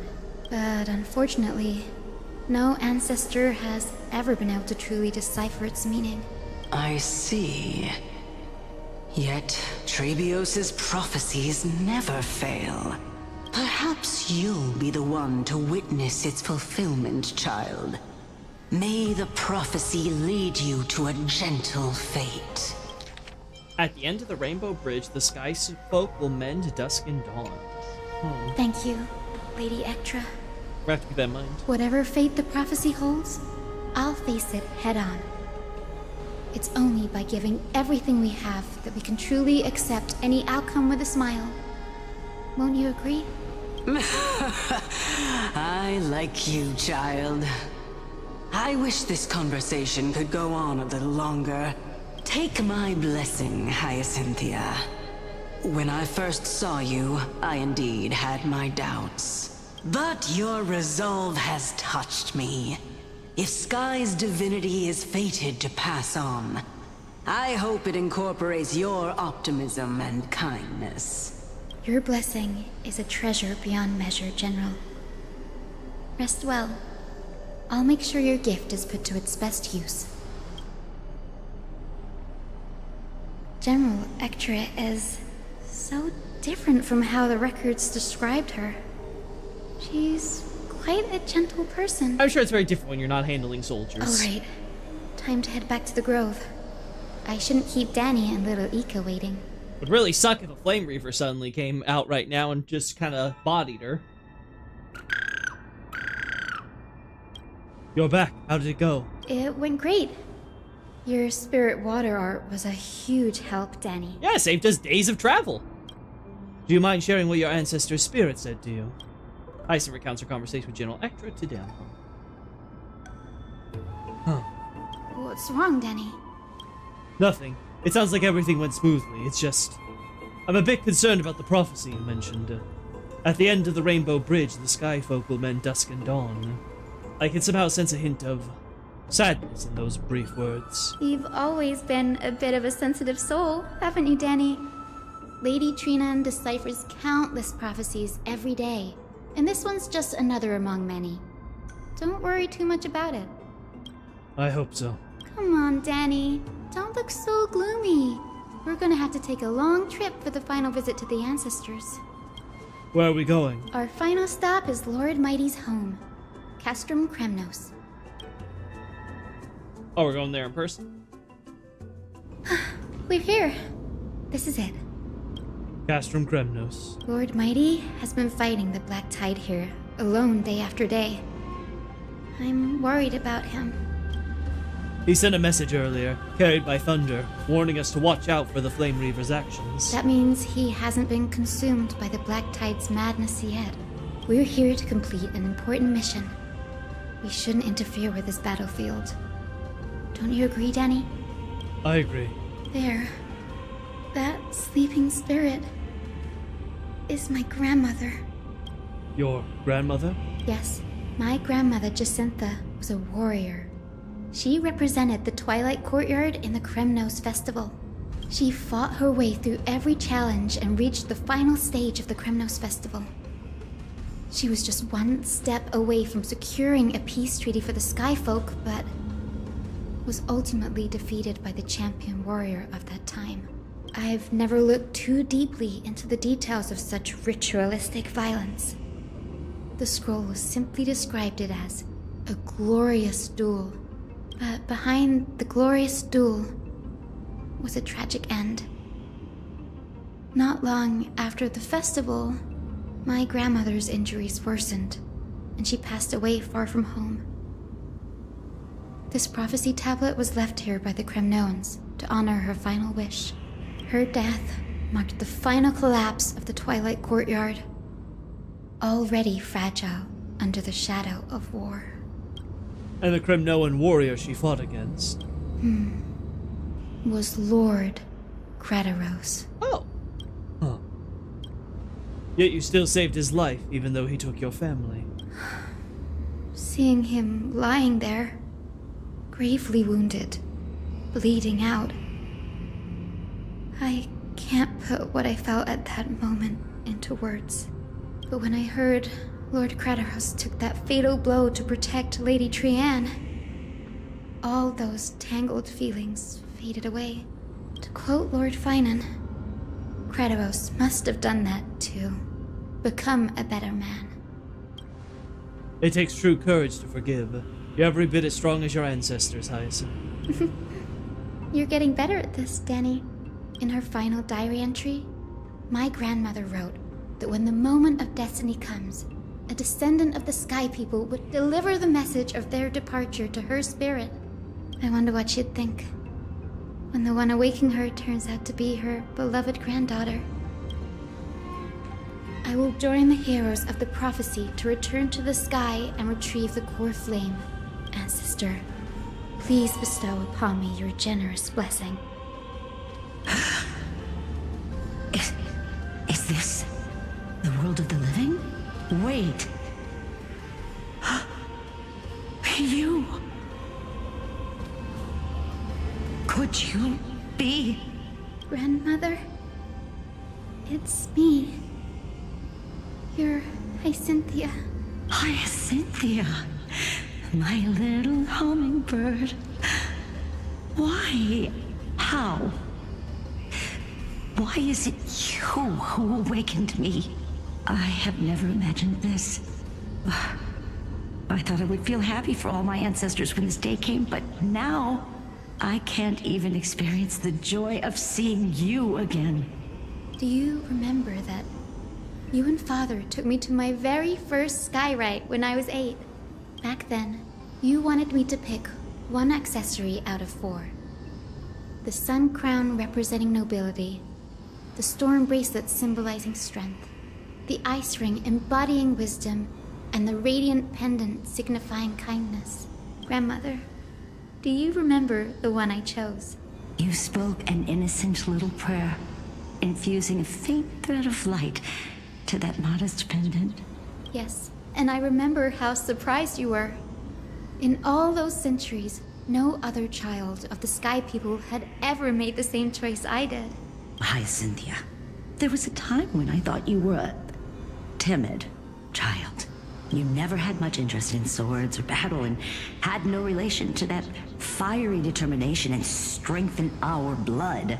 Yet I've told myself, that's not a bad thing. If my hummingbird could live her life in kindness and optimism, then it'd be a good thing. I never thought the burden of retrieving the core flame of Aquila would fall to you. Don't worry about me, Grandmother. I believe what makes someone a Skyfolk isn't just outstanding strength, but the capacity to shape the world. When the world cried out for a hero to challenge the gods 1,000 years ago, Zeliosi stepped forward and began the flame-chasing era. And now, as the flame-chase journey nears its end, this broken world is crying out for something else. Healing. Isn't it poetic? A saga that spans 1,000 years, began with Sky, and will also end with Sky. You're still as optimistic as ever, just like when you were a kid. If your mind is set, Hyacinthia, then carry your resolve through to the very end. Return to the sky with my blessing, and watch over this world on the threshold of salvation. Grandmother, thank you. But I have one last request. Speak, Hyacinthia. We should still have some time. Okay. Before you go, could you tell me the tale of the Sky Hero once more? Just like you used to. Don Hong's like, I'm dipping out. Though knowing him, he's actually interested in recording this. Then listen closely, my dearest hummingbird. After all, this will be the last time. For millennia, the Titans waged relentless wars, leaving the world scarred and ravaged. A century of the Chrysos War plunged the nations into chaos and decay until a spear, fueled by mortal rage, pierced through the smoke and flames that buried the prophecy of deliverance. Aquila, the celestial shaper, the 100-eyed divine bird crowned with the blazing sun and wielding thunder, those struck blind in 99 eyes by Nikador, they kept one eye glaring at the children of Twilight who received divine blessing, yet turned their weapons against the gods. The Chrysos heir of the sky, Seliosi, the Day Thunder Knight, ascended the forbidden lands of the Eye of Twilight at dusk, clad in wings. To her left was the lion-headed Solibus the Sunlit Wings, whose roars breathed divine flames and scorched the world. To her right was the horse-bodied Lunibus, the moonlit plume, whose graceful steps trampled the stars in the heavens. The one warrior and her two beasts challenged the ruler of the sky, determined to seize the divine core flame through plunder. The Titan's every roar summoned lightning bolts, and their every movement stirred cyclones. The wounded Titan's blood poured down like boiling rain upon the world and converged into scalding torrents. In the final moments of battle, the sunlit wings set the Titan's wings aflame, while the moonlit plume sealed the divine body. The battered hero of the sky, with her wings broken and her body covered in wounds, struggled to lift her spear and pierced the last monstrous eye. The Titan's divine body crashed to the ground, and with it, the sky tore apart like fabric, about to fall with its god.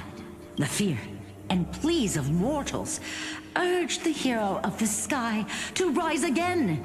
Seliosi, the Day Thunder Knight, the first of the Chrysos heirs to slay a god in this world, charged into the crumbling body of Aquila with her two fearless winged companions. She merged with the Titan, holding up the sky once more, only to leave behind a powerful message for the world. My descendants will be blessed and cross the Rainbow Bridge back to the sky. At the end of the prophecy of Genesis, they will reclaim the core flame from my hands. Uh-huh. A few days later at Dawncloud. Today's the day. Wow, I didn't expect it to be so lively up here. Are these people here to send off the Chrysos heirs? There's Finan. Let's go talk to him.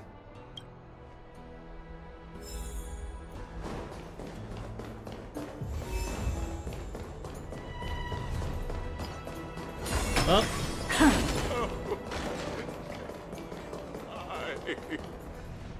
You okay, buddy?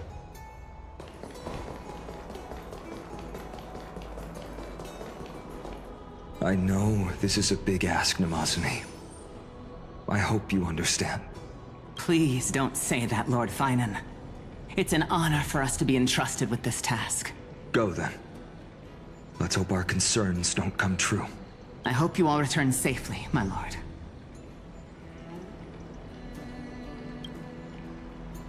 Alright. Ah, there you are, partner. You didn't oversleep this time, did you? Big puppy woke me up. I never show up late for important things. Well, maybe I'll go back and grab a quick nap. Since you're here, make yourself comfortable. You can take a nap while we're waiting for everyone else. Ready, comrade? If all goes according to plan, this could be the last battle where we fight at each other's side. If the curse separating Amphorius from the world beyond the sky is truly Aquila's doing, then you'll be able to return home after they're full. A day on the ground feels like 10 years in the sky. Really? That's the first time I've heard that. Same here. He just makes things up. Don't take it too seriously. That's assuming we can fix the car. Sorry, I'm no help there. Don't worry. Don Hung mentioned that Counselor Lygus can help you with that. Insincerely, I'll miss you all! You sound a little insincere there, buddy. That was totally insincere, partner. Aren't I supposed to be reincarnating as a Titan? That would be a problem. We'll need to get you home before Aranova. Yeah, it's kind of an important deal. It's like, hey, aren't I technically, like, about to become a god? Let's leave the emotional goodbyes for later. That'll give us some time to figure out what we should be feeling at that time. Besides, when we were playing the Seal Slammers... Oh yeah, we did do that event off screen. That bumping seal game. Didn't you teach me something back then? crack the champagne at halftime to watch victory slip away. Well, it's 10:12. It's 12th time now. We can't totally open the champagne. We'll win, dear fellow. Well, then I have to use something else Don Hung taught me as comeback. The last mile is the hardest. Hey, speaking of Dunhung, where is he? He arrived before everyone else and climbed to the cliff top to wait for us. He's probably not keen on being the center of attention. Lord Finan, please make sure you all come back safely. Please defeat the indifferent Eye of Twilight and restore a compassionate sky to Emphorius. Thank you all for your blessings. Rest assured, we're fully prepared. But I'm not the main attraction today. Please don't hesitate to cheer for Miss Hyacinth when she arrives. Miss Hyacinth, the chosen daughter of the sky, the pride of the Twilight Courtyard. She's not just the pride of Akama, but all of Emphorius as well. And furthermore, while the Flame Chase journey is led by the Chrysos heirs, it's not just those chosen by Aglaya who contributed to it. Let's extend our gratitude to the 2 warriors of the Outlands who bravely stepped up and risked their lives for those they've never met. Hero, your saga will be chronicled in epics and celebrated across the New World.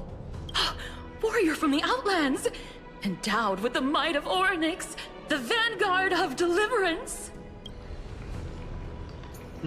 Quite the fighter, aren't you? Looks like you mastered public speaking now. After all this time, you should know when I'm just being polite and when I'm genuinely speaking from the heart.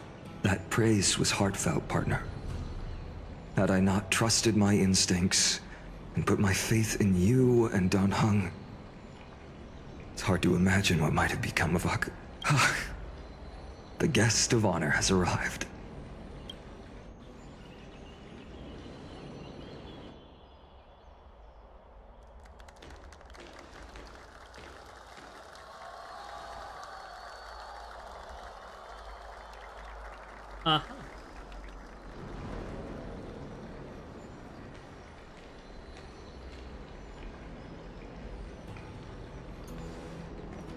People of Akama, I've been blessed by the ancestors of the Sky People. They have agreed to bestow the 1,000-year mission to me, and to have me claim the core flame of Aquila.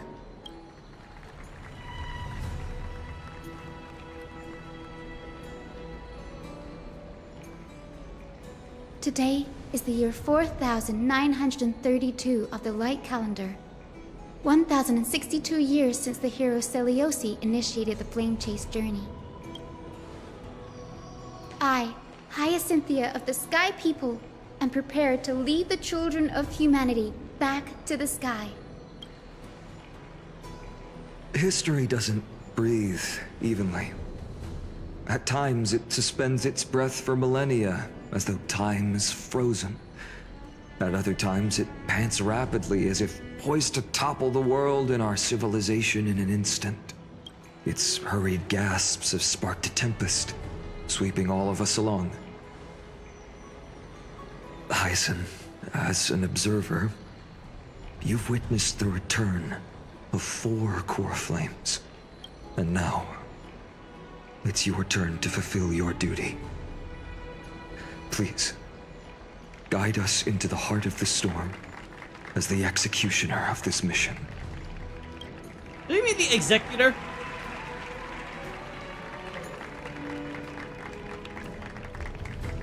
I don't know, executioner sounds... That sounds like a mistranslation to me. Just call me crazy.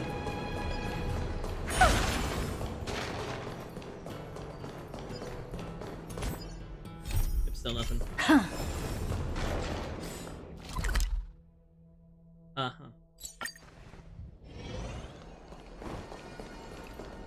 Thanks for waiting, Don Hung. The team tasked with conquering Aquila has finally assembled. We've reshaped the history of the world with our hands over and over. I bet this trailblazing expedition could even make Ukavili jealous. March is gonna be crazy with jealousy. The trailblazing is about to end perfectly. We'll go home as soon as this battle finishes. March will be crazy with jealousy. So full of energy, comrades. Seems I chose the perfect day. Hyacinth, it's all yours now. Legend tells of the Sky Folk once divided into many tribes. The Sun Folk worshipped the sun. The Rain Folk were devoted to storms. And the Winter Folk waited for signs in the snow. Our ancestors lived under Aquila's light. Yet they were blinded to all but one color. They forgot that the light that illuminates the world is made of countless different colors. That's why the rainbow is my favorite. For not only does it reflect the many colors, it is also a bridge. And I want to use the Rainbow Bridge to link everyone's hearts and give hope to every soul on Earth. Ancestors, with the rainbow as your guide, lead me back to the home of the Sky Folk, a land we have not seen for 1,000 years. Oh. Oh, Rainbow. That'd be the character from Night Rain. Please guide us to ascend to the skies once more. Oh. Yeah, that's a rainbow bridge, I guess. Friends, let us soar together.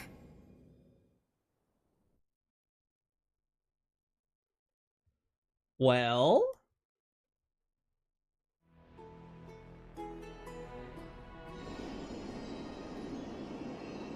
Flying along the Rainbow Bridge is truly an amazing experience. The Eye of Twilight.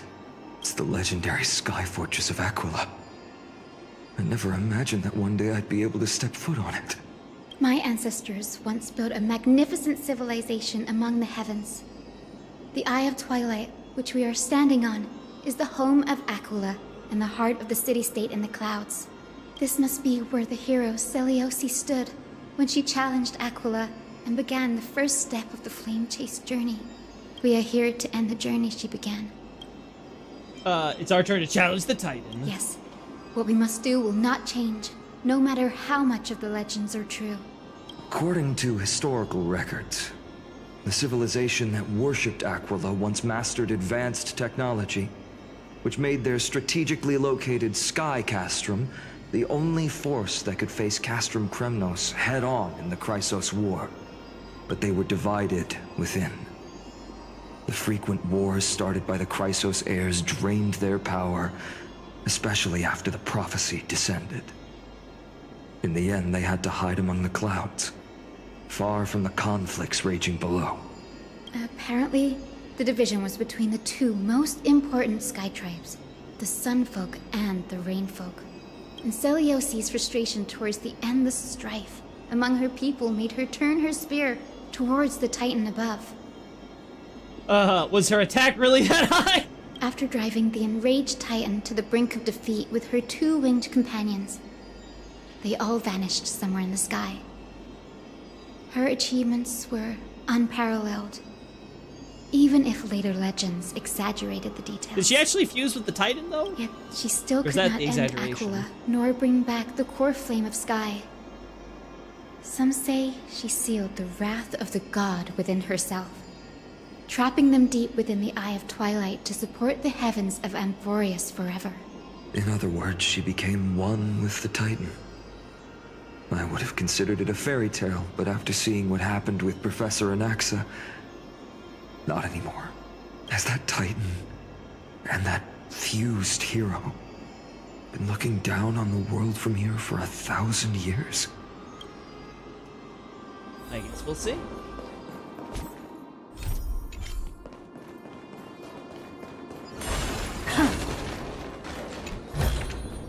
Oh.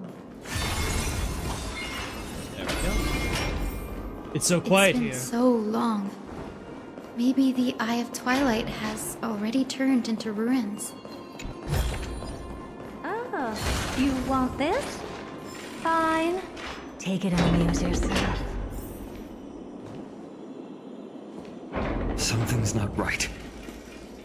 I can kind of feel how big and empty this place is, but all I can see is darkness. What's on the other side of this? Maybe it's the celestial mural. The Sky City believes that mural to be connected to Amphorius' sky. And any weather condition depicted on it will become actual weather. The mural would reflect Aquila's shifting mood, like clear skies, fog, snow, or thunderstorms. The Sky Priests would gather here during peaceful times and pray to the god for warm breezes and good harvests. To put it in words that Gray and Danny would understand, just think of it as a massive screen. Ah, good to know. In any case... What's the appropriate resolution? Exploring in the dark is never a good option. If we could light up the mural, it might just provide us with the light needed to move forward. That really conspicuous device might be part of the ritual. Let's go take a look. It's dark, so watch your feet. I don't know. That screen doesn't look like it's functional, you know? It might need a little bit of a repair, man. Just saying. Oh god, one of you. Oh, great Aquila, did we do something wrong? Why have you closed your eyes? Why have you withdrawn your grace and torment us with this endless darkness? Well, if those fanatics were still around, they'd surely be ranting about that right now. Oh boy, more of these. She's dead! Enigmatic metal component adorned with star and moon patterns that clearly signifies belonging to the High Twilight. It's no ordinary object.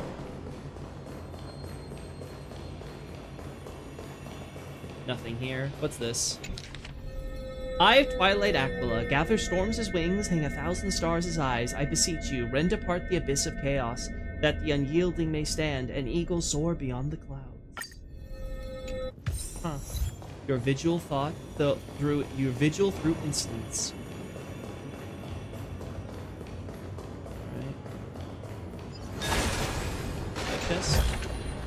Oh.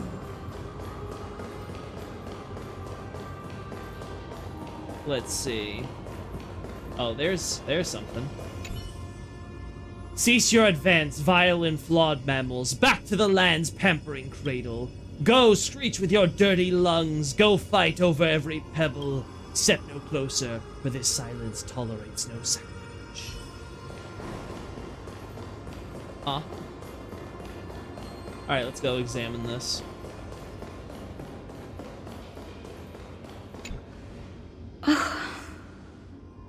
What about it?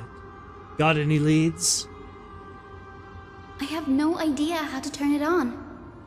If only we had help from the wisdom of those who came before us. That's it. I almost forgot. Gray, Memi, can I borrow your powers? Leave it to the demigod of time. Got it! We just need to find the scattered memory nearby, right? That's simple. Give me a little time. Just gotta hope that person knows how to Feel do the it. flow of time. Over there. And over there. Done! There haven't been many people for a while, so the traces of time are super obvious. I knew you could do it, Memi. You are a huge help. Uh-huh. Read through past memories and search for clues. Past rainfall. Arrogant sunfolk. The Titan will condemn your brazen disrespect. But Aquila, you that shape the sky, why do you avoid the pursuit of dark clouds? Are not clear skies and stormy rains equally your creations? The Sunborn see your behavior as an act of favoritism towards them, and weaponize this reason to oppress my people. The Rainfolk will not suffer in silence.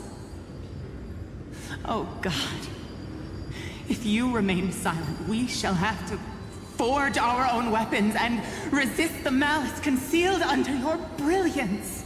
May the Eye of Twilight never open, and may torrid rains descend forever. Avoid the pursuit of dark clouds. Aquila doesn't like rainstorms. It seems a little hard to believe, but we should write this clue down first.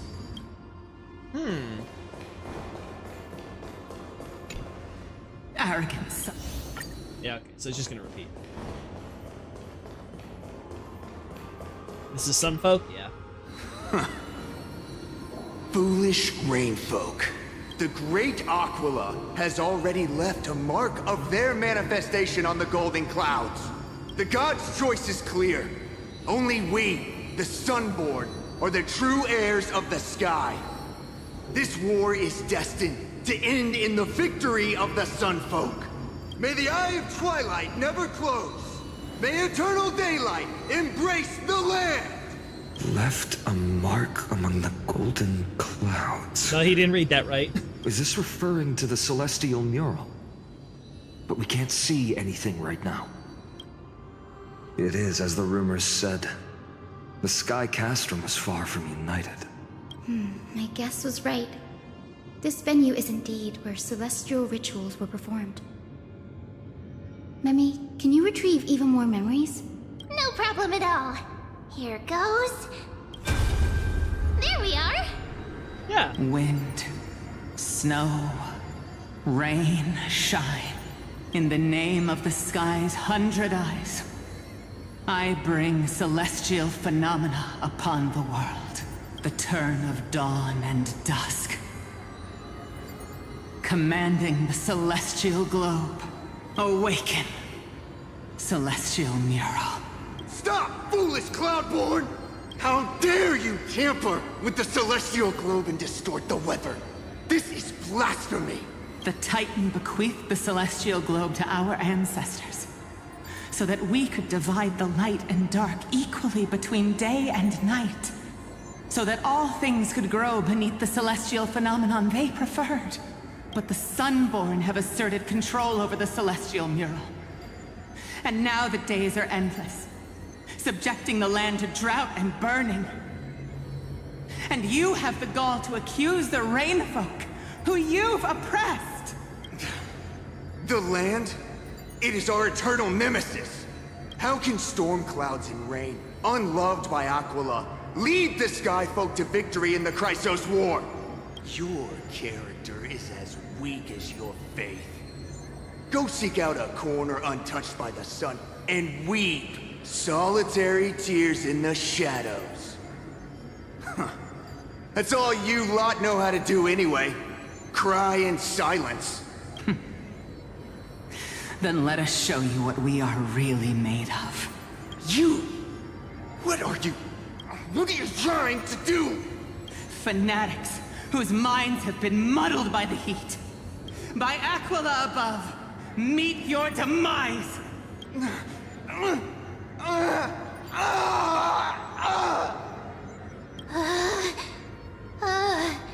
What a terrifying memory. The brutal internal strife is sad to see. It appears the Sky Cities didn't fall to external threats after all. They just started killing each other. The proud Sunfolk saw themselves as divinely chosen, exacting long-standing oppression on other tribes. And the Rainfolk suffering beneath them began resenting the divine and plotted their retaliation. The blame lies squarely on the Titan's shoulders. Faith is a double-edged sword, capable of calming hearts and corrupting them. No matter the era, conflict among humans is destined to persist. Having witnessed the actions of Kindness and the Cleaners... Still a stupid name, by the way. It isn't so hard to understand this piece of history. I'm curious which side won. There's nothing but empty silence here. I fear there were no winners. The hero Seliosi. How did she view the ancient feud between the Sunfolk and Rainfolk? The legends focus on her god-slaying expedition, but are hazy on the fall of the Sky Denizens. Perhaps I can piece together the true face of history here. One step at a time. Do you remember the verse that Rainfolk sang, Hyacinth? Perhaps that's the key to unlocking the celestial mural. Yes, I already memorized it. Now, shall we try to wake it up?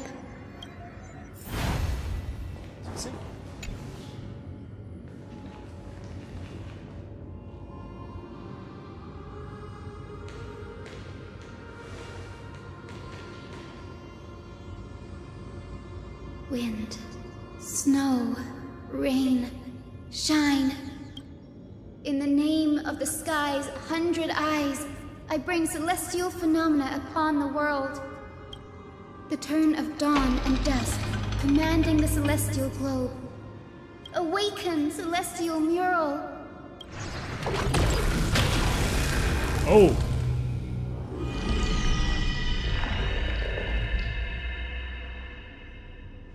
Golden clouds, blazing radiance. What a breathtaking scene. Look, the mark of their manifestations mentioned by the memory fragment. Oh, that's an eye. How chilling. I wonder if Aquila is also watching us. Well, that's creepy. I remember the Rainfolk mentioned the Titan dislikes overcast days. We might be able to use this to our advantage and change how the mark is behaving by changing the weather on the mural. Wouldn't this affect Akama? Don't worry. The mural probably lost its original function ages ago. Akama's light comes from the dawn device shouldered by Kefali anyway. That being said, there's no power in this device anymore. We have to find another celestial globe if we want to change the weather on the mural.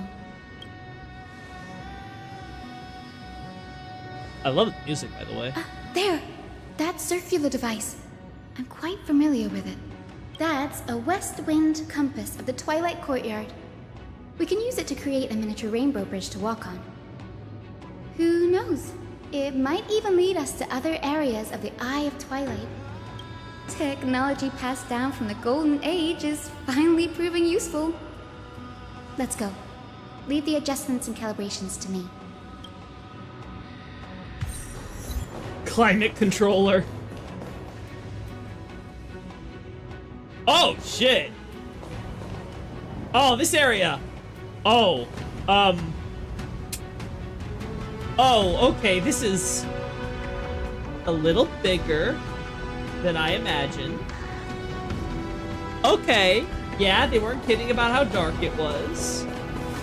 Really made this place seem a lot smaller than it was.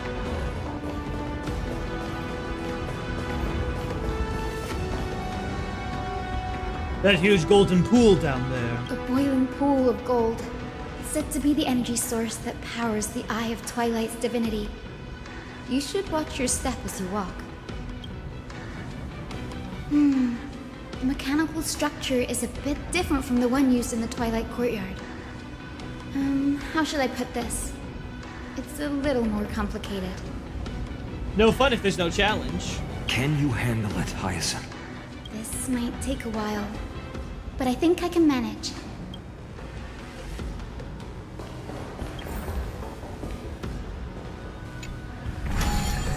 Oh. Observe the starting point, finish point, the direction of the arrow on the compass, and the distribution of red obstacles. Rotate the rings on the compass to reach the finish point without running into obstacles by following the arrow's direction upon leaving the starting point. Okay. The red ships represents the obstacle that blocks the path. The route cannot pass through them. Be sure to avoid them. Okay. Deep breaths and find the way out. Okay, I think I get that. Alright. Okay, gotcha.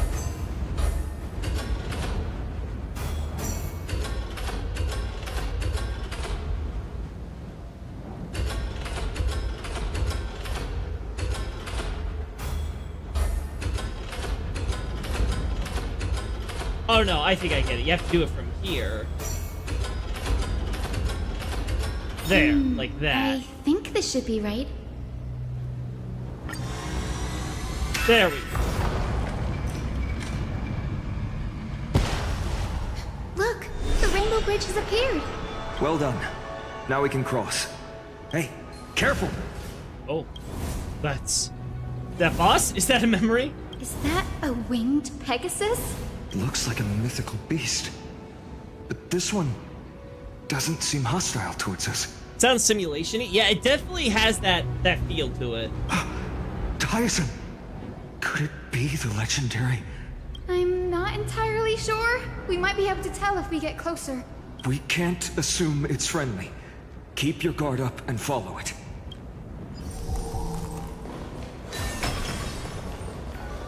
Legend has it that the hero Celiosi was always flanked by two winged companions, Solibus and Lunabis. They were her steeds and comrades. If they are still alive, they might help us confront Aquila. I guess we'll see.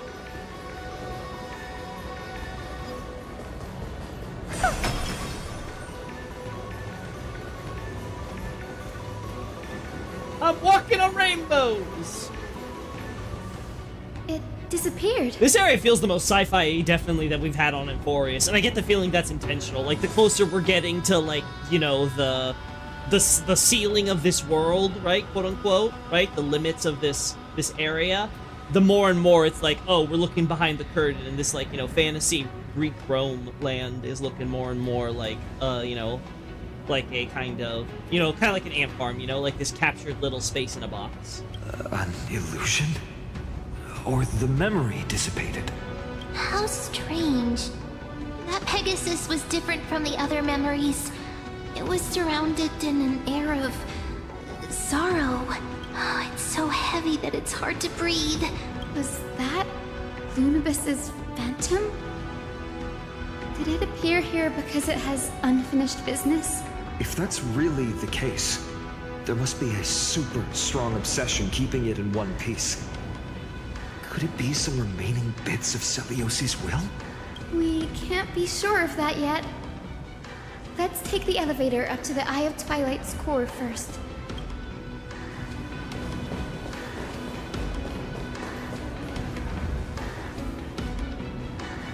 You know, I didn't even look at the map here. Oh. Oh. Oh. That's probably the boss area, if I had to guess. Or maybe this! Oh no, this area is big. Oh no.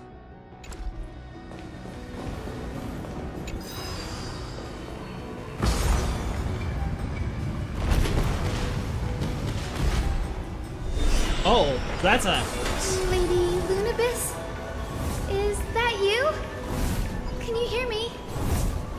I am the descendant of the hero Celiosi. We have come to complete her mission.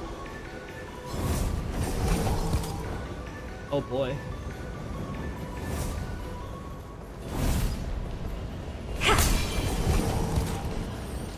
Alright, we have a checkpoint here. That's another one? Oh. Incense ascends. Entwine. Careful! It's not a memory phantom! It looks like it's alive! But it's so twisted and very shadowy, like those black tide creatures. Hyacinth, watch out! So, you're Lady Lunabis, aren't you? Then that corrupted being before us must be Lord Solibus. Did you lead us here so we can free your companion? I understand now. Help the mechanical horse. Defeat the mechanical lion. You must have been tormented by pain for so long. But you didn't give up. And you've held on to what little is left of your will with such tenacity. Don't be afraid. You're not alone anymore. I am Hyacinthia, the healer who inherited the hero's bloodline. Celiosi, the Day Thunder Knight, was once your comrade, wasn't she? Lord Solibus, your body has been completely corroded by the black tide. But I can still heal your tenacious soul. Just like Lady Lunabis, even if you've lost your mortal body, your spirit remains pure. Please, keep holding on to what's left of your will, and I will reawaken you as a heroic soul. I wonder how much of it understood. Words are done. Time for the bat to do the talking. This battle can't be avoided. But we do not do this for destruction. We do this for salvation. Speak for yourself. Solibus, the sun-lit wings that once accompanied the hero. If this battle can remind you of your great deeds from back then, it would be my honor. I wonder, the idea that the sun lion ends up becoming corrupted by the black tide and turning into this monstrosity. I wonder if that has any parallel between Finon and the Flame Reaver. Come on, heroes. I wonder if there's a connection there. Alright, all targets on the field will be affected by the weather effect. Oh! While in sunny day, the battlefield has the temperature effect. At the start of any target's turn, temperature increases.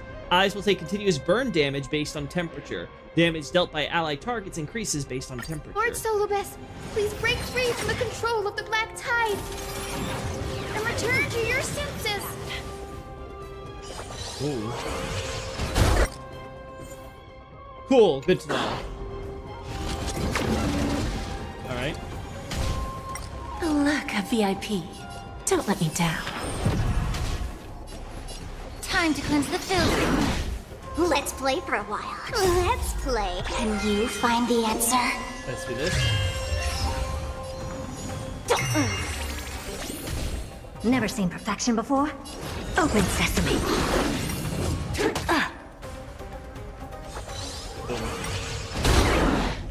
Bending the rules, are we?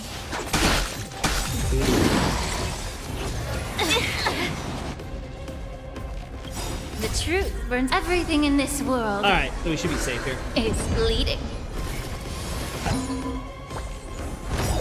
Bending the rules.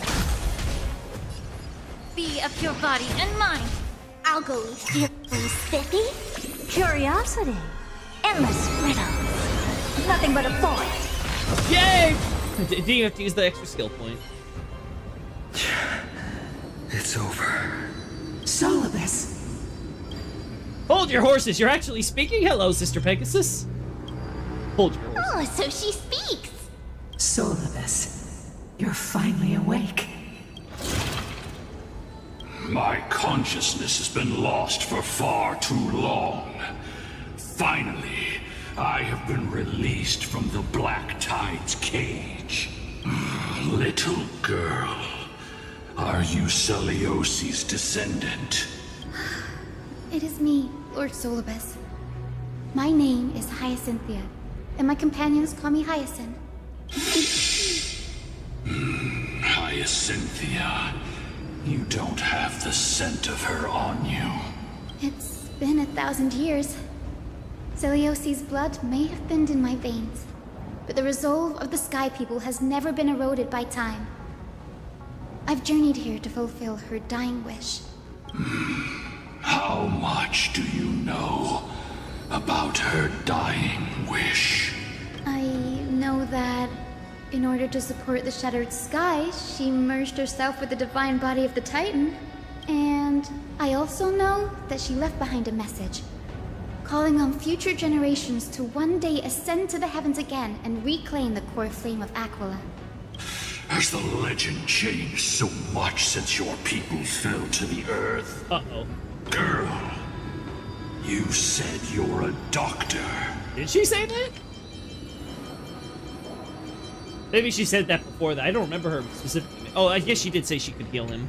You only know how to heal and tend to wounds with such a weak lot in life. How do you plan to challenge the embodiment of the heavens? With this longsword, heroic soul. And my bat and his spear and their pink love. Oh, of course we do a Lord of the Rings reference here. As you can see, we're all Hyacinthia's companions and comrades. You've already witnessed our combined strength. It's not bad, but still lacking compared to her. Solobes, let go of your ego and accept their kindness. You've been trapped in time by the Black Tide, while great change has spread over the world. If I'm not mistaken, the god of war Nikador also fell to the hands of these warriors. We've laid all the other Titans to rest, one by one. Now the final target for the flame chase is the master of this sky fortress. Please guide us to an audience with Aquila. Heroic souls. Seliosi initiated the era of slaying gods and attaining their flames. Even if she could not witness the end of this era, you will all at least bear witness on her behalf. Confidence and fierceness. Yes, I do indeed see a shadow of her in you. Oh. Aquala's mark flew away? Is that a reaction from the... Maybe they detected our awakening. Well, perhaps our presence stirred memories of the fierce battle from 1,000 years ago. We learned from past memories that the Sky Titan fears dark clouds. Would you know more about this topic? What the memo sprite said is true, but you all still need a guide. Follow me, Hyacinthia and fellow warriors. Let the hunt for the gods start again. Is Lady Lunabis not going with us? I will be waiting for you all at the next destination, Hyacinth. Breathe out the old and inhale the new. No, we can't unlock that yet, damn.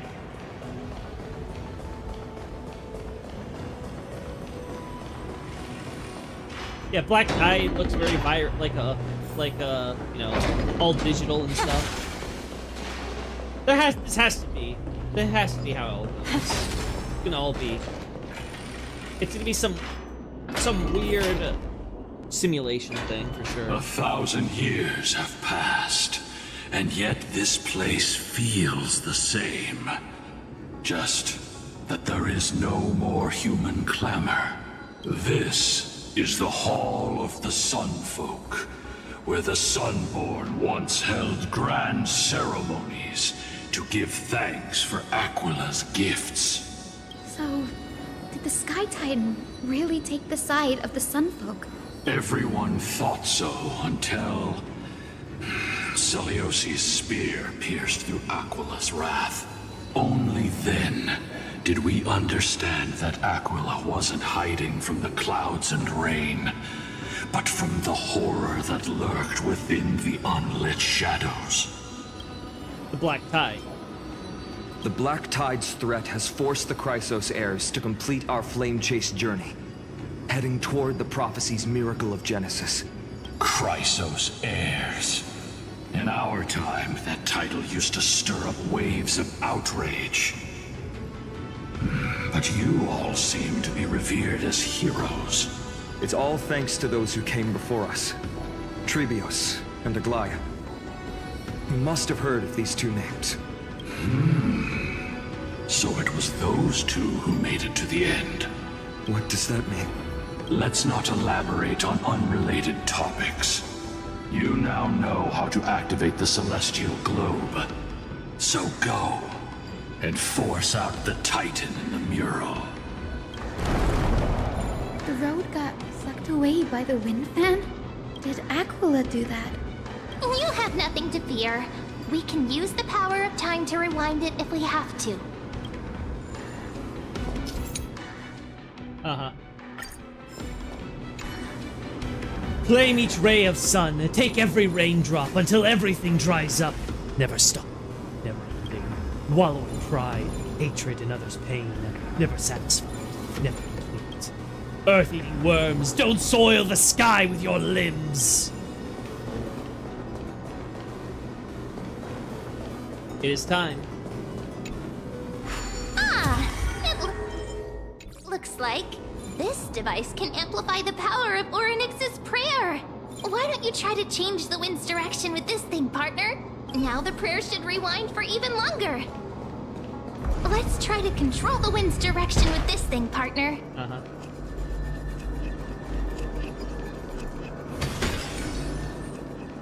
A celestial globe is right ahead. Let's go and force Aquila to come out. Already activated. Oh, of course.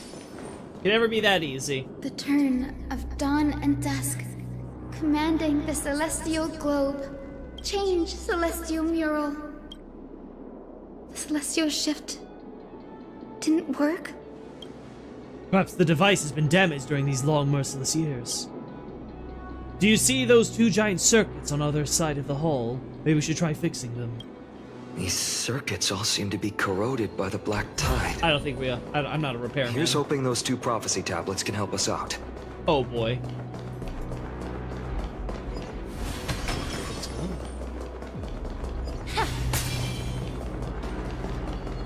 Oh.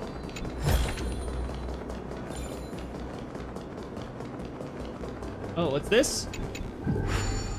Oh. This'll be easy. Easy! Solving a puzzle is like making Oh. Oh, that's why it was so easy. Oh. It was mandated by the store. Oh, okay. Smooth sailing so far. We've got one more circuit to fix. Let's keep going and find the tablet on the other side. Damn. Here I thought I finally had an easy treasure. Man, never so lucky am I, speaking of.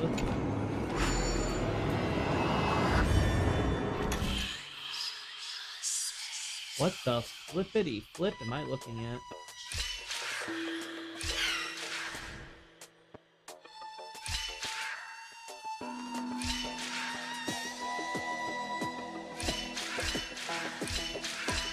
That's not gonna work.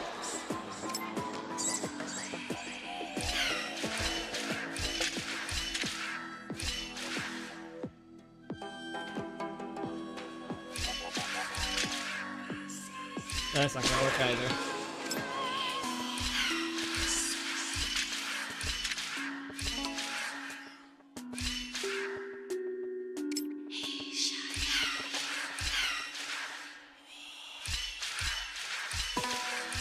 There we go.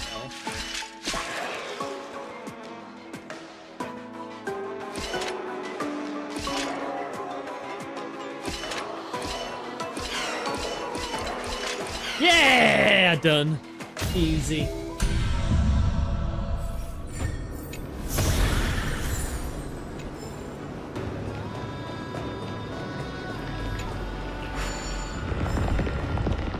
All right, black tide cleared.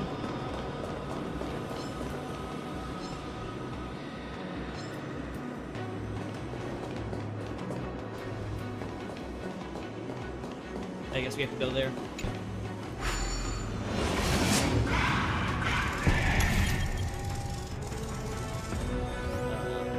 There we go. Easy.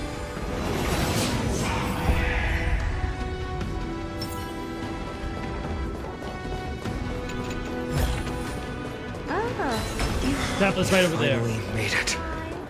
Hopefully, this is enough to fix the celestial globe.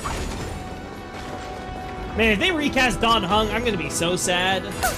Like, I'm already sad about losing, like, Kaelus's VA, but, like, man, we're gonna might lose Don Hung too, like, next patch, potentially. Like, man, and then we got Himeko as well. Like, this is just all gonna be all manners of sad. There we go. There you are. Clever.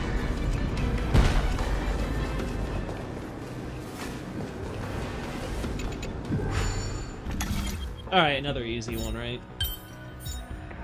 Yep.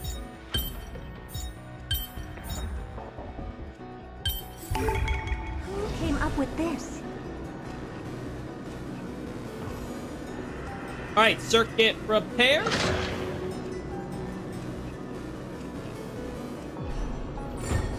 Easy.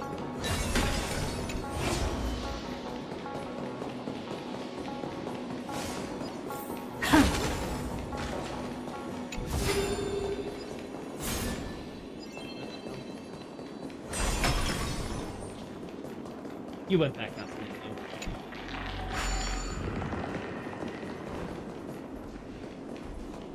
Anything here? There's Oh. Alright, let's go back up. I was gonna grab this chest. Oh, you want this? Fine. Take it and amuse yourself. Wait. Did I not see that thing go up?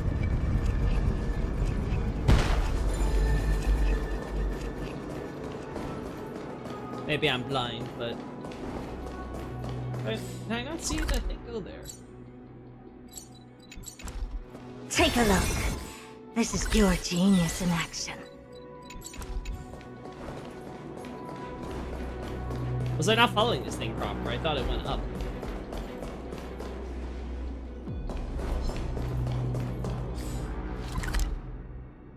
Maybe I did lose myself here.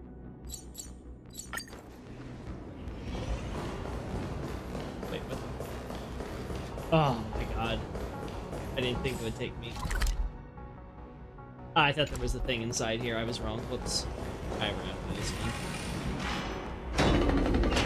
A little farther back than I was hoping.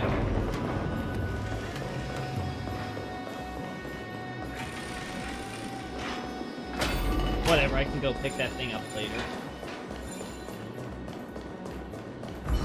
It didn't work. Yeah. The prayer's power didn't last long enough. And we couldn't get the fans to keep turning in the other direction. Yeah. Maybe that device can help? Go check it out if you need to.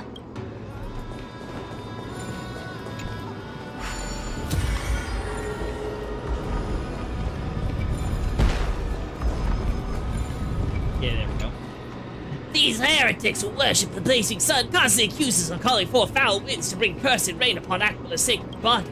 But in the end, don't they still rely on the winds to move their suspended platforms and travel freely here?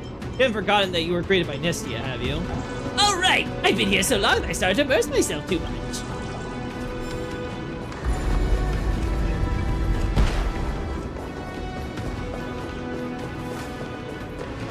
Yeah, I guess I'll just get this later. I could have swore it went somewhere up there, but I didn't see it. The turn of dawn and dusk, commanding the celestial globe. Change, celestial mural. Alright, may fire when ready.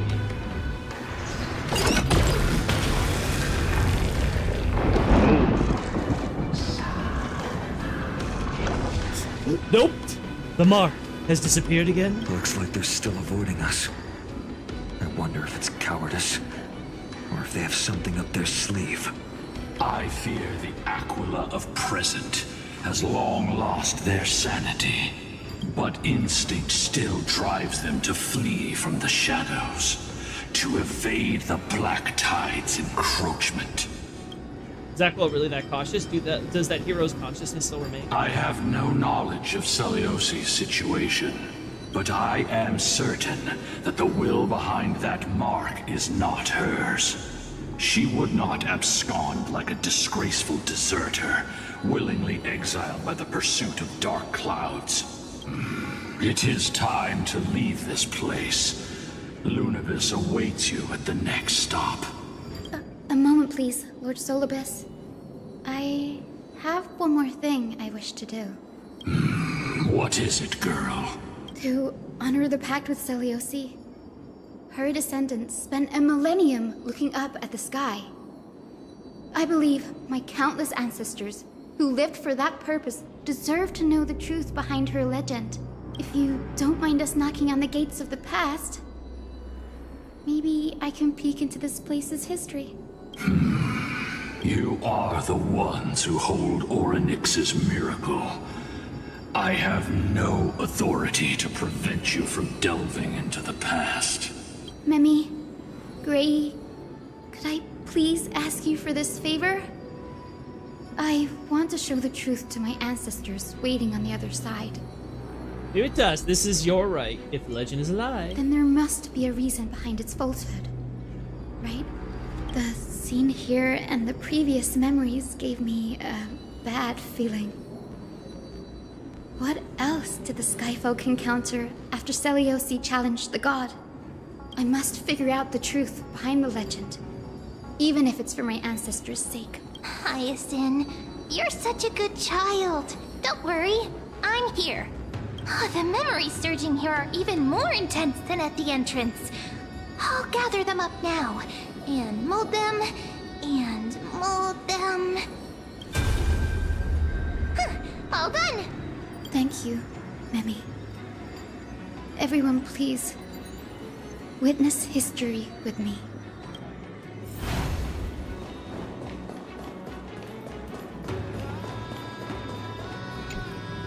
Daughter of Dusk, have you finally gone mad?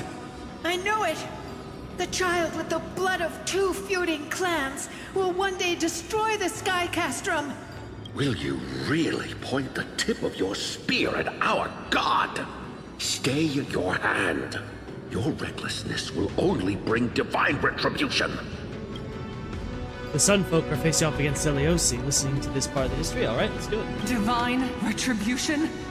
Those innocent children of the Earth were sentenced to total annihilation by the god above, while they had nothing more than mere curiosity for things that lie beyond the sky.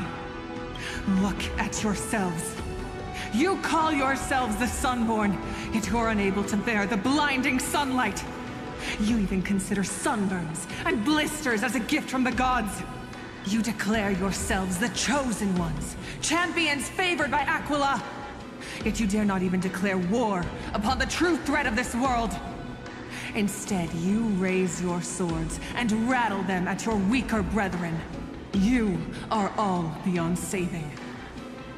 My father was also a disciple of the sun, but he taught me resilience and justice and guided me towards the light.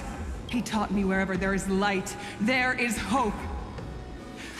Wretched people. I see no hope left in any of you. Even a shadow has more dignity than you lot. Even so, Daughter of Dusk. Even so, you should not shatter our faith. Not just our faith. Aquila forged the sky. Nay, they are the sky itself. If they fall, what will this world turn into? A prophecy echoes from the horizon's edge. It heralds the advent of a new age. One not ruled by the Titans, but created by mortal heroes. I choose to believe in that prophecy. I must believe in any sign that promises to break the chains imposed on us by the old era. Any sign that will lead us to a new chapter of the world. If you wish to stop me from slaying the god, you'd better muster your courage and draw your bows. Let's see if I will be pierced by a hail of arrows first, or if you will be burned to ash by Solibus! How can we even fight you? You're the powerful Day Thunder Knight, a warrior goddess capable of trampling all lands. Isn't someone calling another human a goddess kind of sacrilegious? You know, just my thought. What type of god is that? Some type of Gwyn figure? No. This is the. Actually, I forget. Is Celio? She's supposed to be a Chrysosaur? I can't recall that. I am not a god, but the only mortal in this cage who is brave enough to defy the Warden. The Sun Folks in the memory fall silent. Their expressions are ashen despite being under the bright sunlight. See, you are all truly weak beyond measure. The hunting ground beckons. Come, Solibus! The hero Celiosi, disillusioned by the Sun Folk's deeds, decided to sever the source of it all. The god they so blindly placed their faith in. She was brimming with compassion at that time. Her words were bursting with anger, but her heart had nothing but mercy for the children of humanity. At that time... We should get going, Hyacinthia. Lunibus is waiting for you all. Aquila has fled to the other end of the fortress. Let's chase after them. Oh boy. Lunibus will lead the way.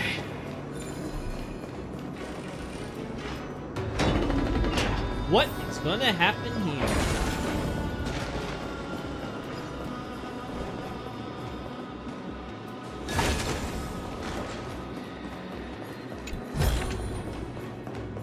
I mean, in JRPGs, most gods are powerful beings that have been deified. Not divine inherently. I think the big question that this arc of the game is asking is, what constitutes divinity in the first place? That was something that was in Herta's trailer, right? When she was asking Noose, the god of erudition. Lady Lunibus, we're here. Aquila, Even though they have been corrupted by the Black Tide, they still maintain a connection with their kin in this fortress. They're behind us as well. Maintain formation and don't get surrounded! You think to hinder us? Imprisoned Titan. Biden, you're becoming a bit of a villain. Then we will make you understand that resistance is futile. Biden, are you okay? Lurk. Ouch, ouch, ouch. Just a graze.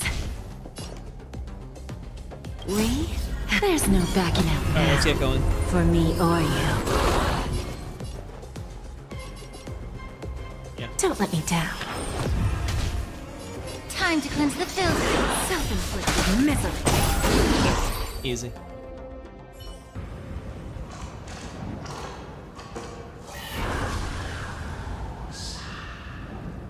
The mark of manifestation. It fled to the other side of the mural. Don't stop. Follow it to the Titan. Even if plunged into madness, Aquila is still the Sky Titan. We mustn't let our guard down. Heroes, over here! Let's keep going, and aim for the next West Wind compass.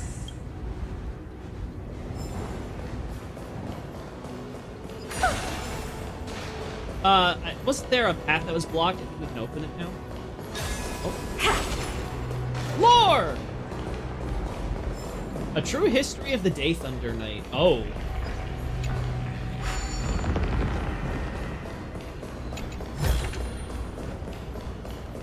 Alright, so it's all unlocked.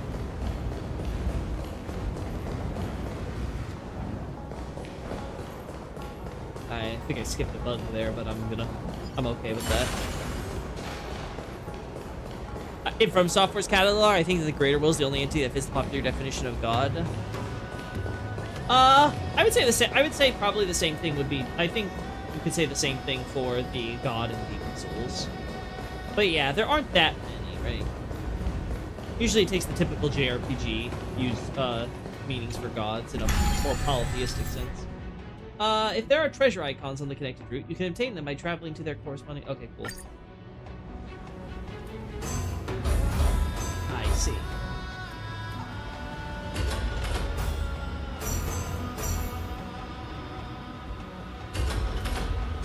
There we go.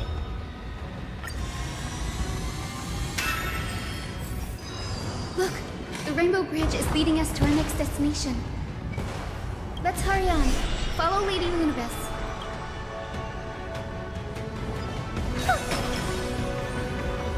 Miss Hyacinth, how are you so certain that you could free Solus from suffering? My apologies, Lady Lunibus. I was not all that certain. But if even the healer loses hope, then how will the patients repossess their hope for life? What a kind answer. I didn't realize. I thought that was part of the OST, but no, it's the sound. Wait. I love this OST, but I have to hear this. Because that's just cool if they actually went that far.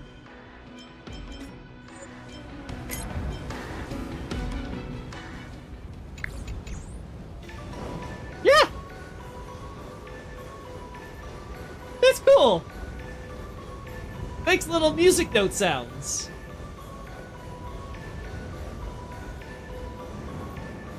That's cool. I like that.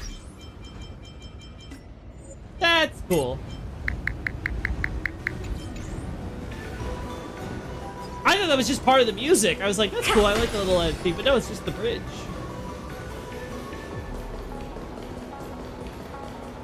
Alright.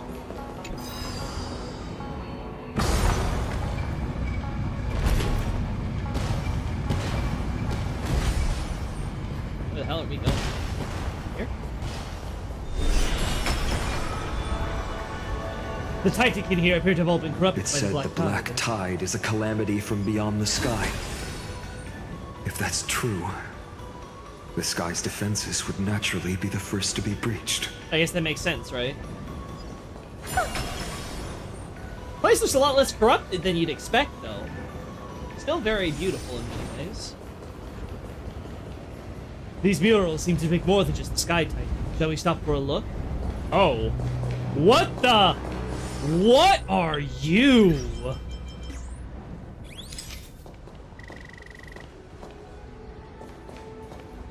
I have to say that almost kind of looks like Lygus, but no, because Lygus still has like a face, quote unquote, there. Which Titan is this? It doesn't seem to match any of the Amphorian myths I've read. Maybe the ancient sky civilization had a completely different interpretation of the Titans from ours. But I agree with you. This figure looks way too alien. Oh. Oh, are we gonna learn that there's like an alien race that's monitoring it and Lygus is just like their robot that's like managing the simulation? Oh my. Yeah, I noticed it too. I thought so too, but I thought it was just coincidence, right? Because I was just like, oh wow, the song is like, the beats are matching to my steps. I just didn't realize until later. I'm like, oh wait a second, it's really just matching my steps. And then I stopped and I didn't hear it anymore. I was like, that's okay. Like I'm not crazy. That's too convenient, right? Anyway. Oh. No question about it. This mural depicts the Eye of Twilight. What a big eye. Do they really look like that? Doesn't look very foreboding. Do they really look? Perhaps this could be called concept art? Aquila's most common form in the myths. Isaac, you're not supposed to break the fourth wall. That's my job. Giant eye in the sky. Let's go.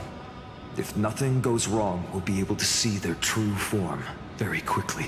Yeah, you're really hyping this up. Gusa's Chalice of Plenty. This mural depicts its breaking. Oh. Though the conflict between sky and ocean wasn't particularly severe, it is obvious that Aquila's people weren't exactly cordial to the latter. And this is Georios or whatever? Georios, Aquila's nemesis. Unlike the three titans of creation that coexist in mutual benefit, the sky and the earth never ceased attacking each other. And yet somehow that wasn't the creation, the beginning of strife, I guess. But when the Twilight Courtyard left the Sky Civilization and came down to the mortal realm to live, they discovered that the Earth also possessed a gentle, benevolent side. Whether between people, cities, and gods, I suppose that all conflicts stem from misunderstandings.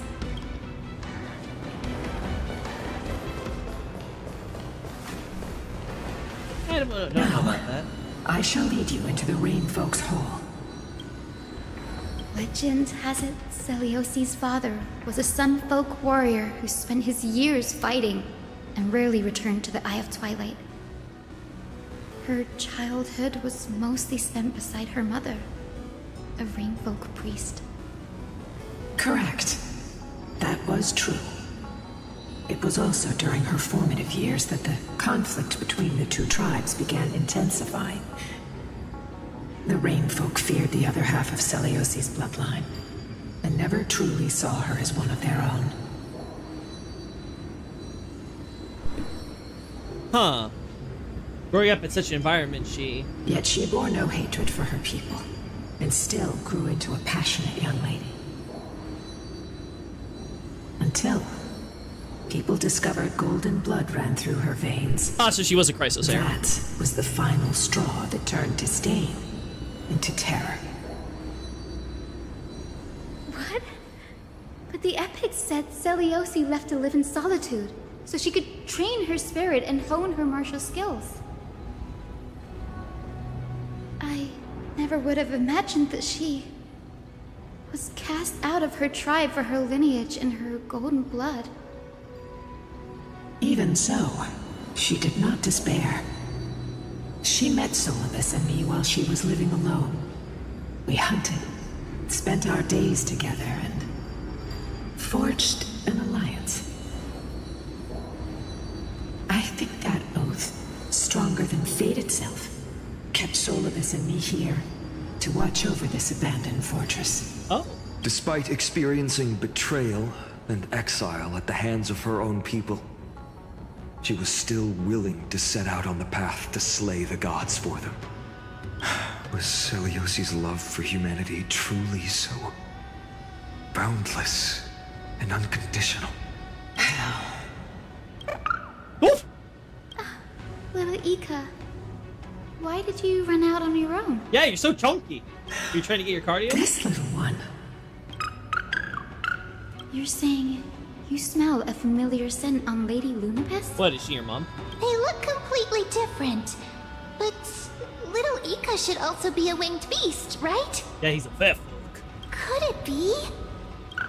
Those wings do not support that chunky frame. Truly, a miracle of fate. Perhaps we did leave something behind for this world. Seliosi. Lady Lunapest? Is little Ika your... Please press on, flame-chasing heroes. I can sense it. The radiance of Aquila shines ever brighter. I feel that the alien race will help humanity ascend into godhood. I don't know about that. I don't have faith in that. If they're imprisoning a Lord Ravager here, I get the feeling that there's something else going on. I'm still thinking this is somehow gonna tie back into the Mechanical Emperor Wars. I can't imagine that all that lore we had leading up to this story arc isn't gonna come into play. Like, I'm wondering, like, could the Black Tide somehow be the anti-organic equation? And it's like, in the simulation, it is breaking down. Because didn't we learn, I'm pretty sure we learned, like, there's stuff where it could jump and stuff like that, right? Where it could go from digital, from the organic, like, into organic to the digital and stuff. I just keep thinking about all that. I'm like, could it be that... Like, could it be that somehow, like, the Titans are all, like, great machines that were fighting Where the did war, the and all of it Skyfolk somehow go came together that way? After Seliosi challenged the god. I guess we'll see. Just... The Master once spoke of the olden days when those who dwelled in the sky lived alongside winged beasts, journeying through life together. What enviable bonds they share! I have wings too, so why wouldn't I count as a winged beast? And you? Would you be my master? No. Ah, damn. Damn, I screwed that up. Let me do this. I gotta... Can't have me skipping dialogue. It's just big bone. I don't think Ika's big bone. I think he's just a fat fuck. I have no faith. Yeah, this should be fun.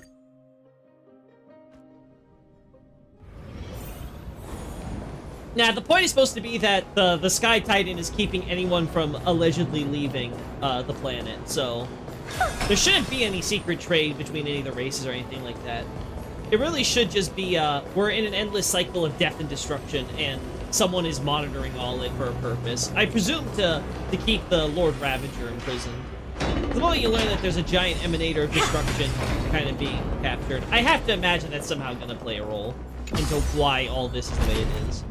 Like I said, though, I gotta think that somehow it's all gonna tie back to Rupert and the anti-organic equation. Like, the Titans are gonna be, like, godlike machines that we're fighting, and then someone created this, somehow all this world got, like, digitized or something. Like, I don't know. There's just so many things that just rub me wrong about this entire scenario. I feel like there's gotta be something to it. Aquila. They are indeed here. The celestial globe is right ahead. But there are black tide creatures guarding it. That's fine. Looks like we can't skip this fight. Let's go get them. It's another one of those devices that can enhance prayers.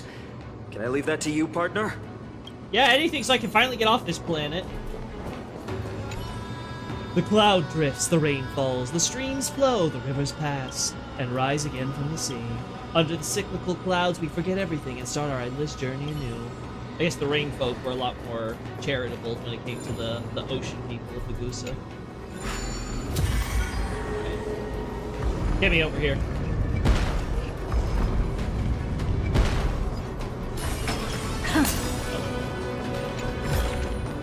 Incense ascends.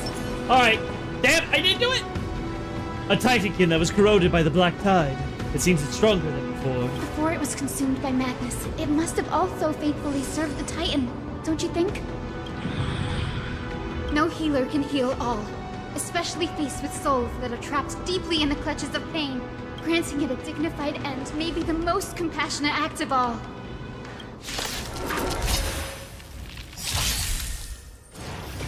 Could they be harvesting them for resources? I don't think so. Look, Herta VIP. Like, all this feels like a terrible tragedy. Like, oh, none of this should have happened, but someone did something to cause this to end up in some weird, like, cyclical loop. I don't know. I'm feeling like I always deliver. Something's, someone created the fire linking system on this planet. Essentially, there's something that's keeping this world trapped. I just don't know what it is. Time to cleanse the filth. The truth burns. Everything in this world is bleeding. Let's play. Can you find the answer? Sparkle, let's go. I didn't get to use my Herta's technique beforehand, but I think we can still win this match. Bending the rules. There's no backing out now. It's not perfect, for me but I or think you. Like that, huh? Oh, so close. Fun. Be of your body and mind. There we go. Misery. There we go. Curiosity. Endless riddles. Nothing but a void.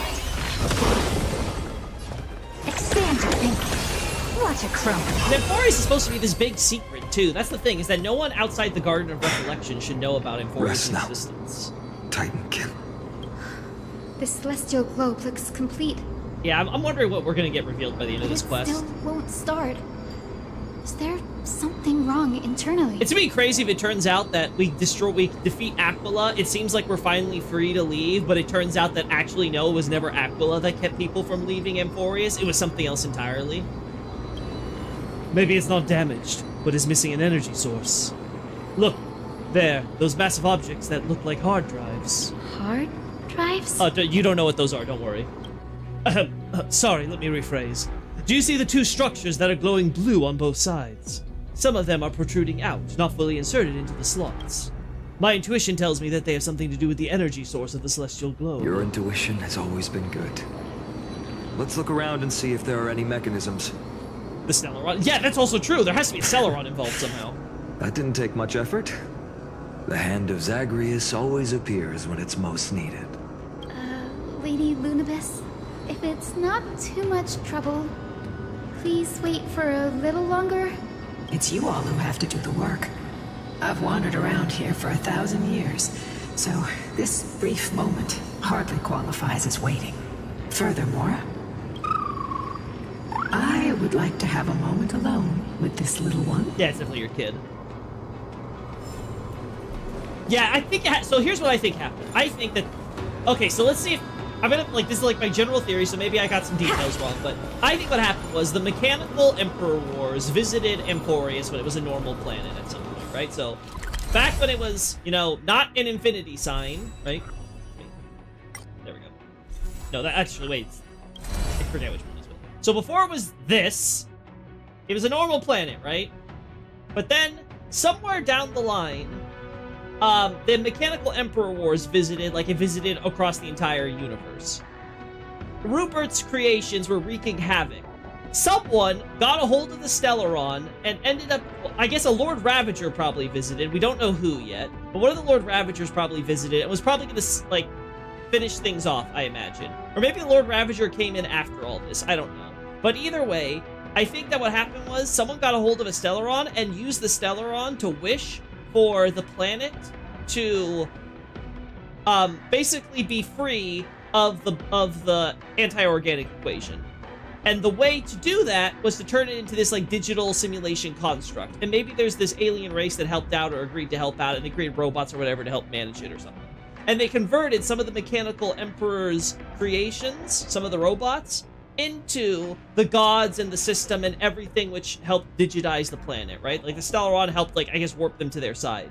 But then the Black Tide came because the anti-organic equation didn't disappear and ended up figuring out how to cross over from our, normal flesh and blood world into the digital space. Because I remember Herta had the same thing happen where it was they were showing off how the swarm disaster, some of the insects from that catastrophe, how they also had bugs that somehow evolved into digital entities that were able to infect software and therefore devour all that too. So the propagation was able to cross over, so it didn't just propagate in a biological sense, it even propagated in a digital sense and infested that side of things. So we learned that the bugs aren't just actual physical bugs, they can be computer bugs too. So I'm thinking maybe something like that has happened, and that's why the black tide appears like that digital thing. Because it's not actually a physical tide, right? It's not an actual, like, cloud or haze or ocean or what have you.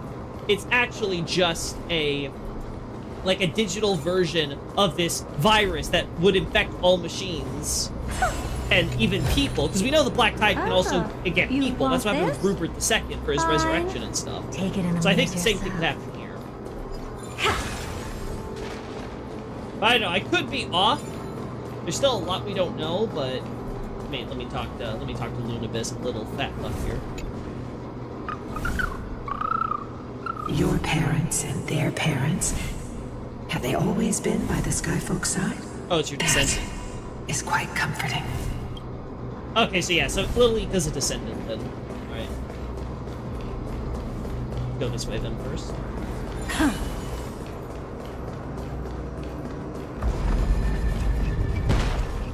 Maybe the hand of Zagreus can help us with the hard drive back to where it's meant to be. You're an expert at that, Kaelis. Am I? Yeah, we don't need to go here yet. Nope. Yes.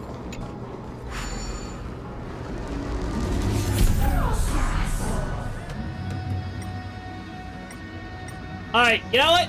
I'm pretty sure this is not how tech support works, but... Is it? That's certainly pretty crude and simple. Yeah, I know, don't worry. I'm sure. Should we go look for the next one? Maybe. Speaking of, are there any coins? Any coins of whimsy around here that I should be aware of? I don't see. Maybe I'm blind, though. I am going to be blind. Oh, there's one. How many do we need? 5? There's 5 in here? Oh, no. Oh, that's... Okay, no. For a second, I thought it was affecting me. It's not. Or at least I don't think it is. Right, that's 2.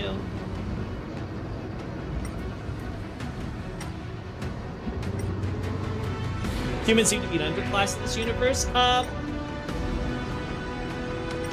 mean, I suppose if you can compare to the Titans and their Titankin, I suppose, yeah.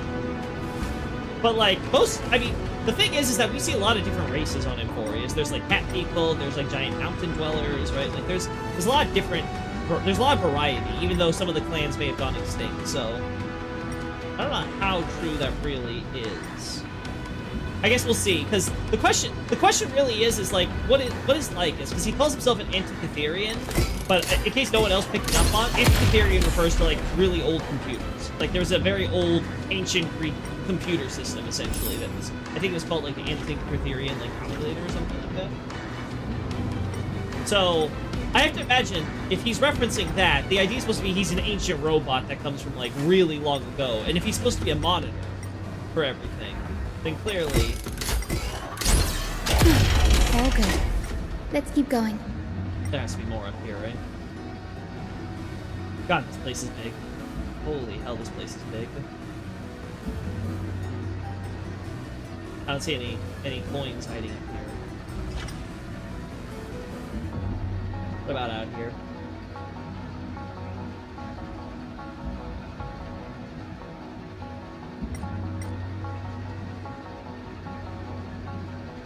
God, it's gonna annoy me so much that I'm not gonna be able to find these other 2 coins. Why couldn't it just be 3? Come to think of how will people react when our world gets digitized as well. I hope that day doesn't come in my lifetime, at least. Let me get buried in the earth.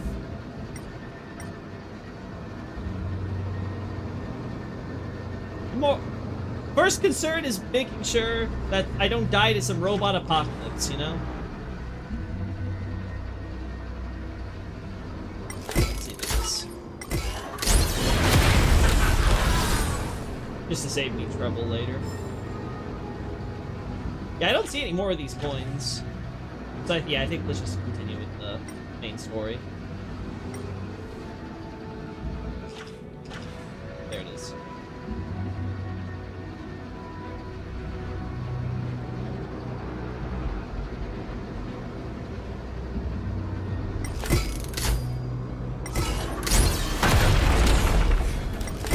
Oh, no, you don't.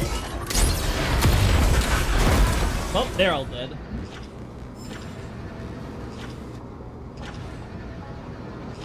Yep, and nothing else I see. Okay. now. It's reacting. Looks like my As guess is right. expected, Grady is getting more and more skilled at handling the hand of Zagreus. Let's go. We should return and check on the celestial globe. I don't know how skilled it requires me to just be able to punch things until they go inside, but you know what? I'll take it. I'll take the compliment.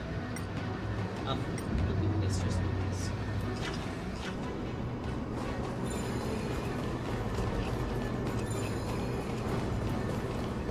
Can I use you? Yes, I can. Come on, come on! Come on. There we go.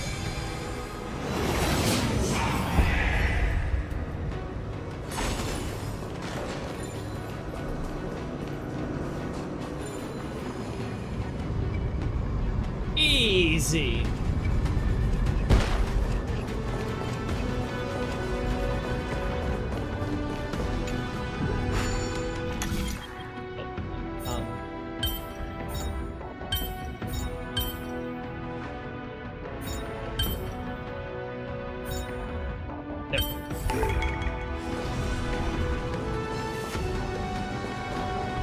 Yeah, nothing else there, okay.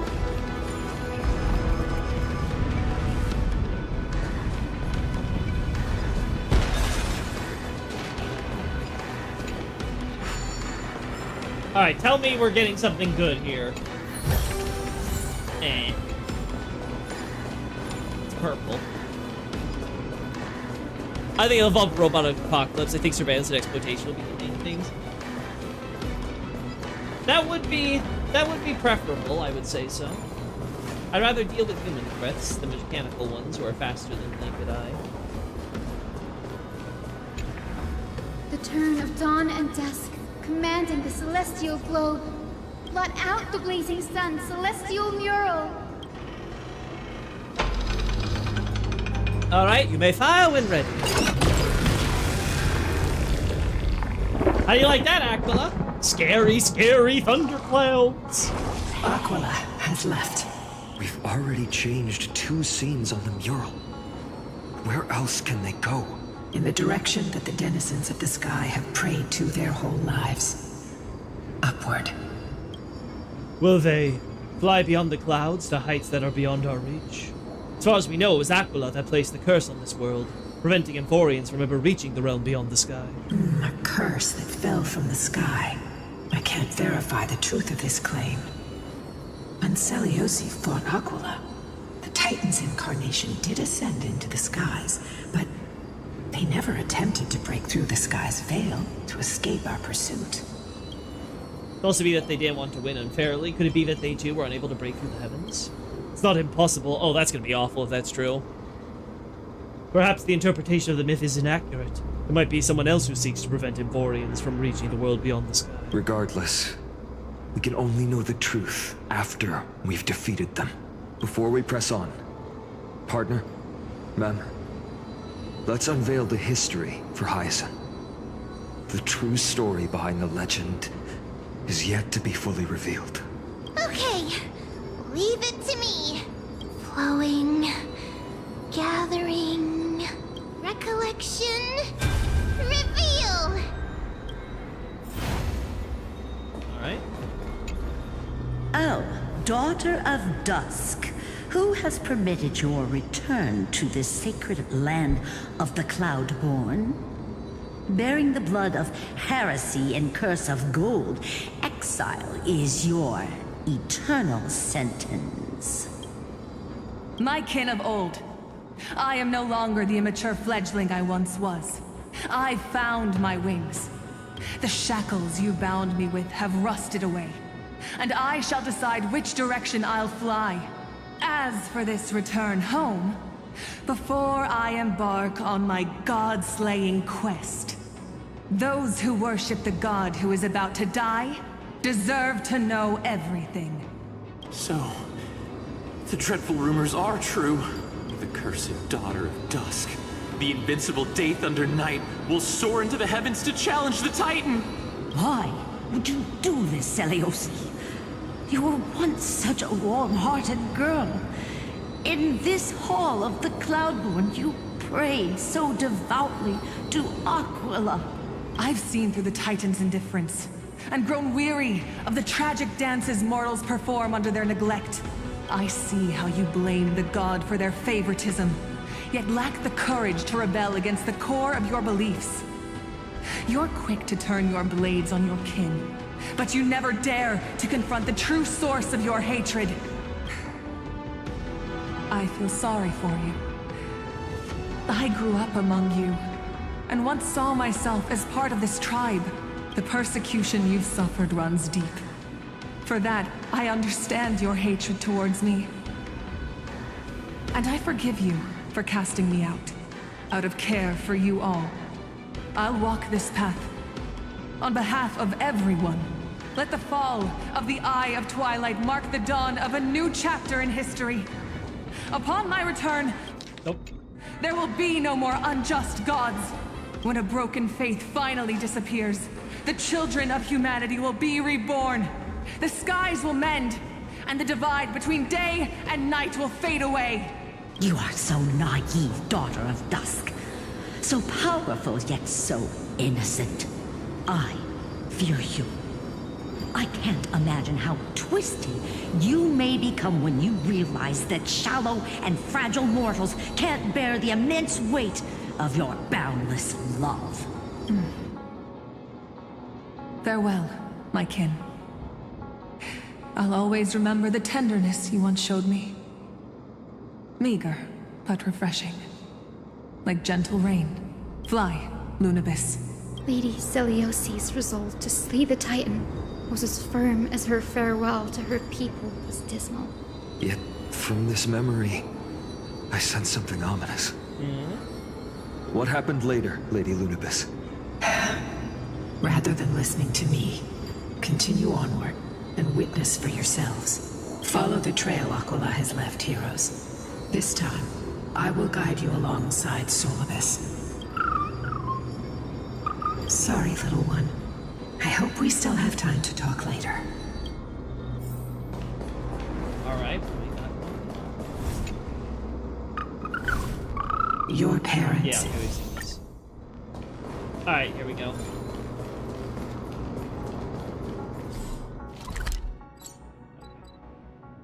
Is that it? Alright. Oh no, we want to go this way.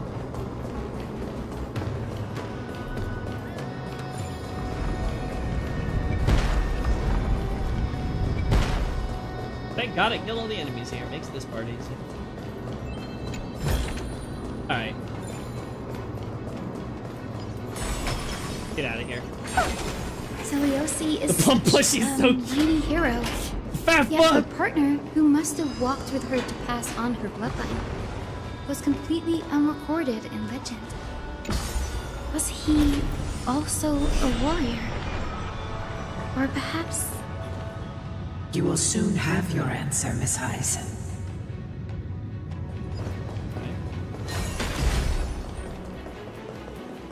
Lord Solibus is waiting for us.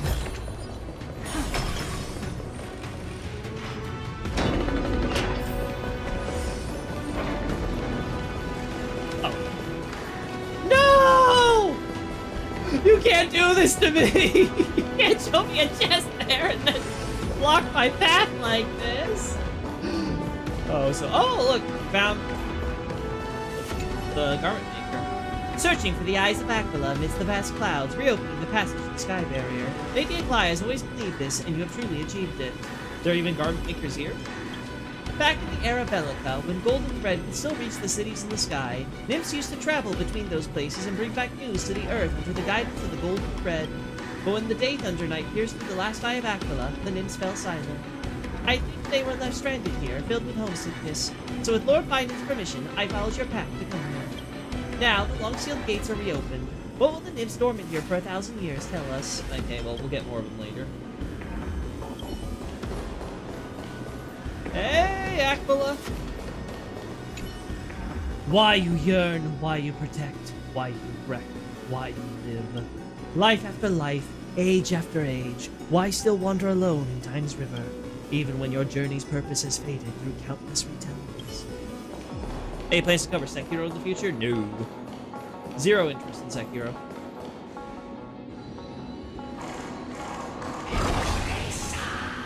There you go, God. They soared toward the mural's dome. I remember that place. I remember too, Solibus. Alright. What exactly happened there? At the celestial mural's dome, we dealt Aquila a fatal blow. The sunlit wings set the Titan's wings aflame. The moonlit plume sealed the divine body. The battered hero of the sky pierced the last monstrous eye. It seems that the legend describing the decisive battle was true. But some things cannot be recorded. They were only witnessed by us. Would you mind sharing more, honored ones? After Aquila's defeated scream, we looked to the ground. The people who watched us fight. We saw the expressions on their faces. Old and young, adults and children alike. They all shared the same expression. Pure, unshakable terror. Our victory brought no cheers or celebrations. The terrified crowd became chaotic, screaming and trampling each other when they realized that their centuries-old faith had been overturned by a cursed child of two clans. They regressed into senseless beasts that devoured their own kin. No, that would be an insult to beasts. Solibus and I have never witnessed such madness. Not even in the wildest corners of Amphorius. This outcome was foreseeable. Seliosi was indeed naive. Their faith drove them mad. Interesting. What is it? The lore, lack of replayability? No, I just don't think that I'm needed there. I think by virtue of it being a game set in quote-unquote Japan, it has more than enough translation attention, and I don't feel like I add anything to the conversation, make the analysis. Because again, the entire purpose would be simply to highlight any translation inconsistencies. And from what I can tell, it seems like there's been more than enough attention given to the game on that front, as well as all the historical context by people who are probably far more qualified than I on that area. So I do not feel any compulsion to go to Sekiro and be like, oh, I'm going to now analyze this entire game as well. Maybe somewhere down the line, if we don't have any other games I ever want to do, and I ever finish with, like, you know, Bloodborne and Dark Souls 2 and 3, and God forbid, Elden Ring, maybe. But, like, no, it's not a priority. Anyway, Pedro. Seliosi was indeed rather naive. This doesn't align with the historical records. According to the legends of the Sky People, Aquila, gravely wounded, was determined to fight to the end. To prevent Aquila from using the sky of Amphorius as a weapon to crush the earth. The hero Seliosi chose to sacrifice herself, sealing the Titan in the process. Legends and epics have always erased the cruelty, the bloodshed, and the cries of the commoners, while glorifying the heroes and their triumphs. You'll witness a side of the legend that's never been told, young Hyacinthia. With a truth hidden for a millennium before you. Can you still walk with the same conviction? It will be a harsh truth. One that is bound to shake your beliefs. Are you ready to face it, Miss Hyacinth?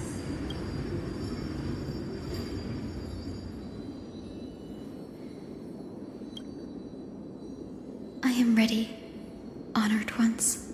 No matter what the hidden history holds, the spirits of my ancestors will urge me to make the right choice. This mission is far more important than my personal feelings or biases.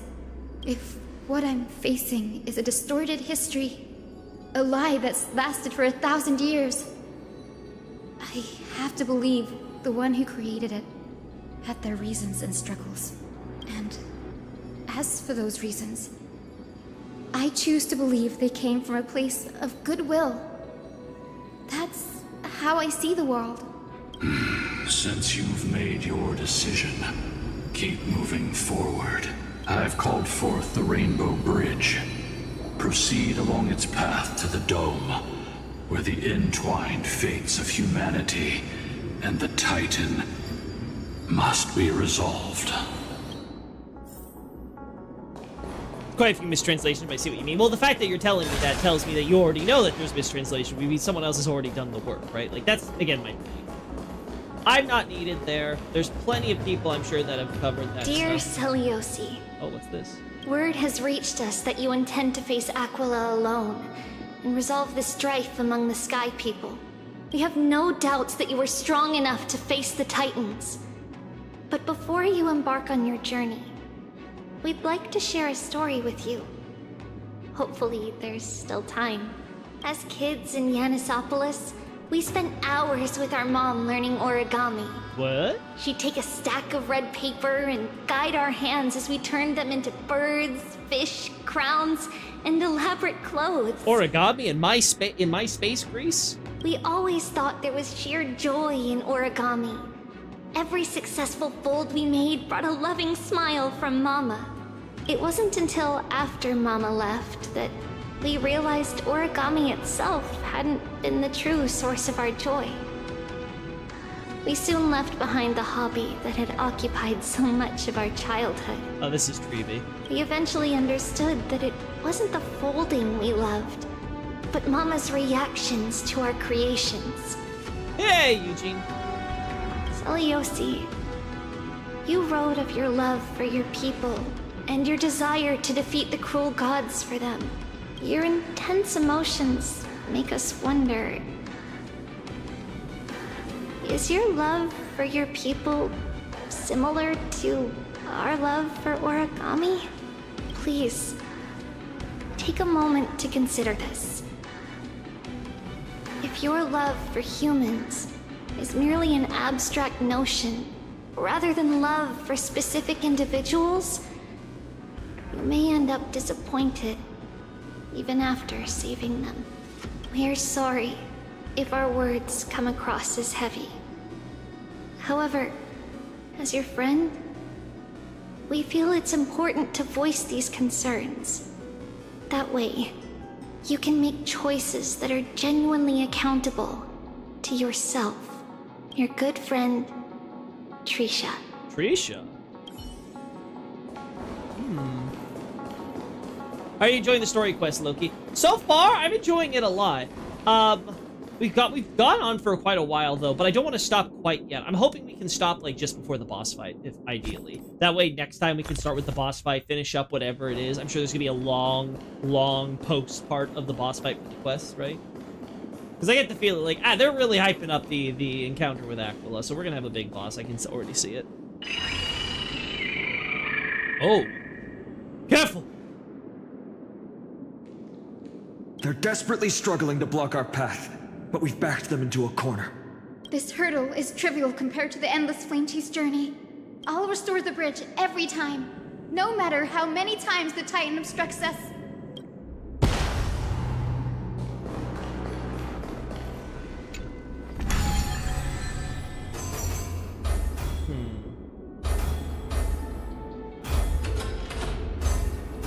How am I gonna get to that chest? Is it gonna be something as simple as this?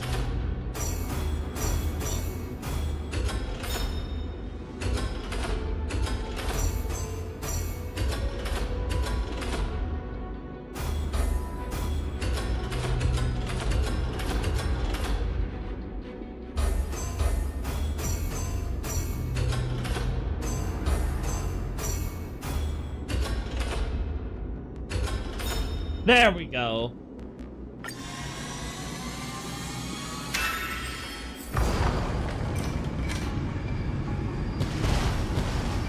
The miracle she never stopped dreaming of is just one step away from becoming reality. Honored ones. How did Lady Celiosi become so powerful? Talent and rigorous training. Those sound like essential traits for every successful individual. She resolve goes beyond mere stubbornness. Continue forward along the Rainbow Bridge, heroes.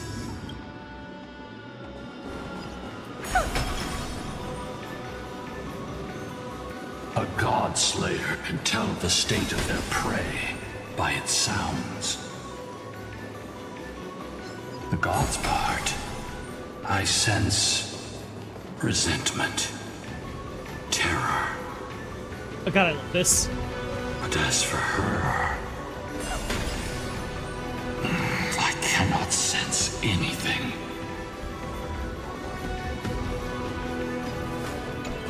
Here we go.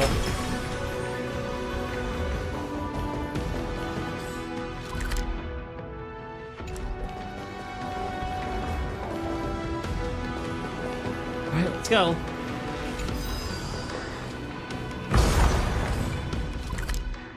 We've gone there. We've gone there, and now we're about to go up. Alright, so I think we're gonna Already seems aware of their fate. We won't make them wait for too long. A Titan shall get Dawnmaker to have its first taste of blood. Biden, you are... That sword you wield. It seems familiar. Oh? Are you sure about that? This is only recently forged. But you copied it from... Perhaps. Is this the dome of the Celestial Mural? It's truly marvelous. The dome still displays a vivid sun. By also covering this mural in clouds, we'll leave Aquila with no place to hide. Exactly. Employ the tactics you've mastered to expose them. And... Hyacinthia, we will heed your wishes, channeling our strength to reveal Aquila's true form. My wishes? It's been 1,000 years. Without our pact, Lunabus and I might have dissipated like everything else here. Our pact requires us to await the return of the Sky Folk to their ancestral lands. To complete the mission of reclaiming the Titan's core flame, we will carry out your will, Miss Hyacinth. As faithfully as we kept our promise to Seliosi. But first, we shall reveal the whole truth of history. We will reveal all that befell the Skyfolk after Seliosi initiated the Flame Chase journey. As it should be. Be careful. There are multiple threats. Soldiers tainted by the Black Tide. Oh, what? Do they continue to defend the realm of the Sky Titan after all this time? Perhaps they are protecting the truth slumbering here. Aside from the descendants of the sky named in the pact, no one else is entitled to access the memories here. I'm increasingly intrigued by what happened next. Let's deal with these fallen guards first, then. Embark on this final lesson in history! Dawnmaker feels lighter in my hands. Oh boy. I feel that I can do more than just cut down evil with this blade. With golden flames, I can forge a new dawn! Biden, are you sure you are Let's play becoming a for a villain? while. I'm becoming very scared for you, buddy. You're sounding very villain. Oh! That assassin! Allow me to purge the root of the problem. Not gonna give it up. Yeah. Bending the rules, are we? Oh, a duel!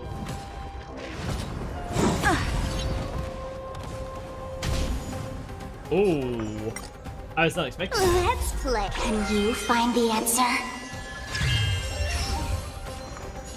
Feeling spiffy? Expand your thinking. Lose some, win some. Yeah. Curiosity. Endless riddles. Nothing but a void.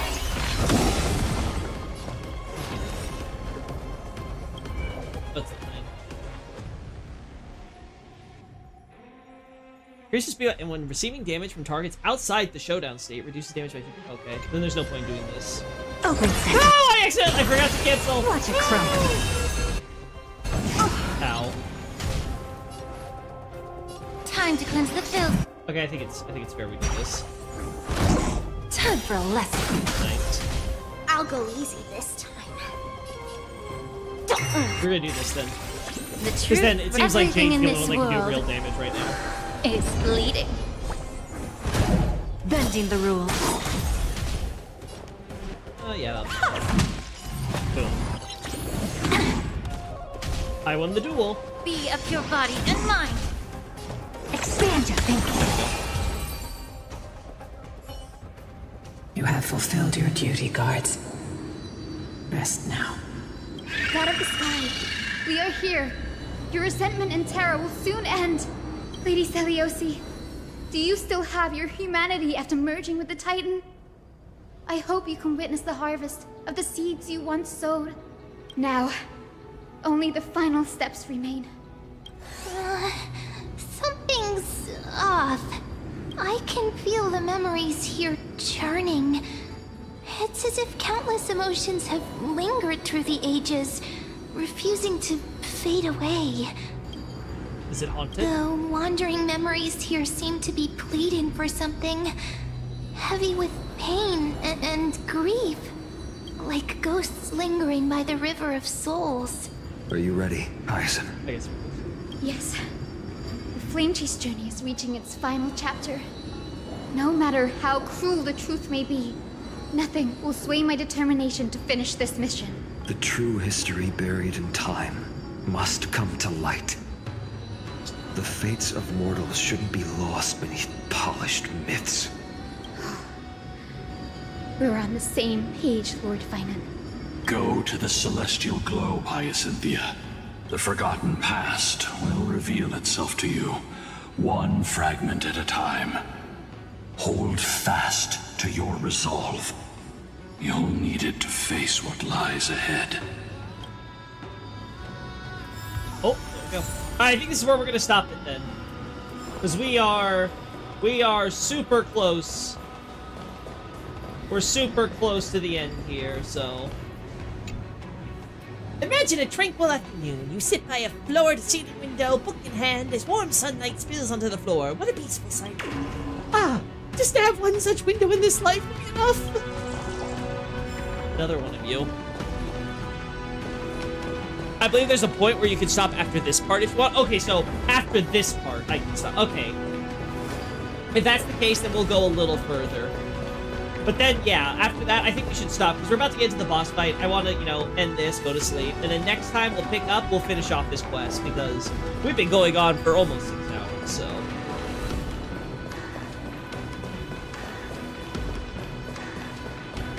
Alright, let's go. Alright, this is our last chance to... The turn of dawn and dusk, commanding the celestial globe. Embrace the clouds, celestial mural.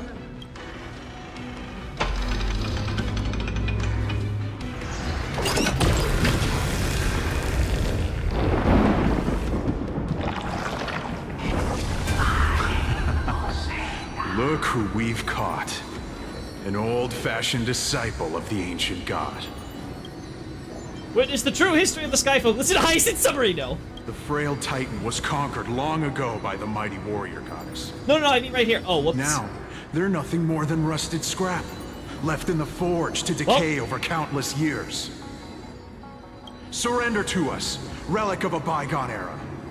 We'll reshape your clouded mind and grant you a place alongside your kin in Celiosi's glory. Your so-called reshaping is nothing more than torment, both in body and mind. Yeah, okay. No. I'd rather die than give in to hypocrites like you, hiding behind empty faith and wielding power as you please. Take a good look at this pathetic fool. Do you see it? What a laughable hypocrite! You're one of the Sun Folk, aren't you? When you oppressed your own under the guise of faith, leaving countless souls to suffer endlessly under the scorching sun. Did you ever consider that even the fiercest sun could one day fall? I once thought... Spare us your empty excuses, relic of the old world. I'd rather die than give in to hypocrites like you, hiding behind empty faith and wielding power as you please. You've already sentenced yourself. All we're doing is following through. Do it. Make it clean. A single sharp cut across the neck. No. No! No!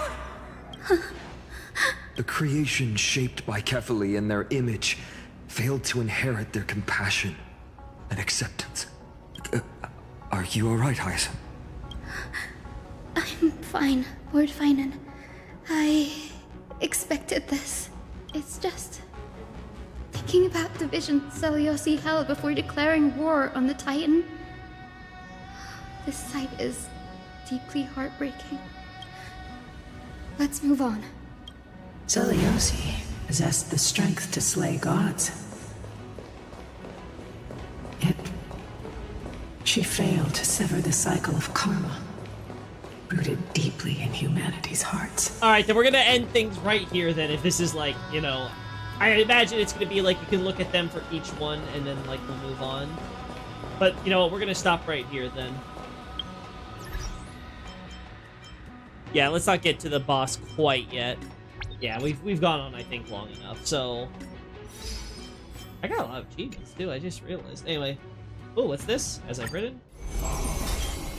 This should be narrated now that the voice actor is back, right? I saw you were smiling when I got here. Ah, is it because of your day off? Got it in one, didn't I?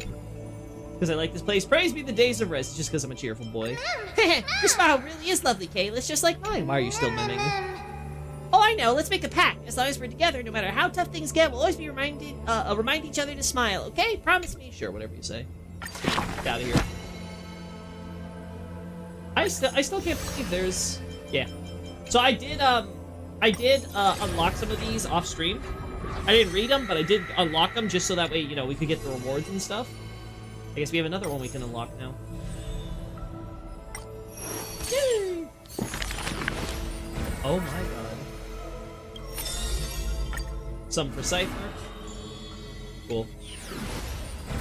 One day we'll sit by the campfire and just listen to lore about all the different Chrysos heirs. One day that will be us. Also, as if they couldn't make it any more obvious that Cyrene is Mem with the cards. Yeah, because I'm sure that there's going to be so much shit happening after Aquila dies. Like, I can only imagine we're going to get into some mind-numbingly crazy shit after. Yeah, we'll look at that later.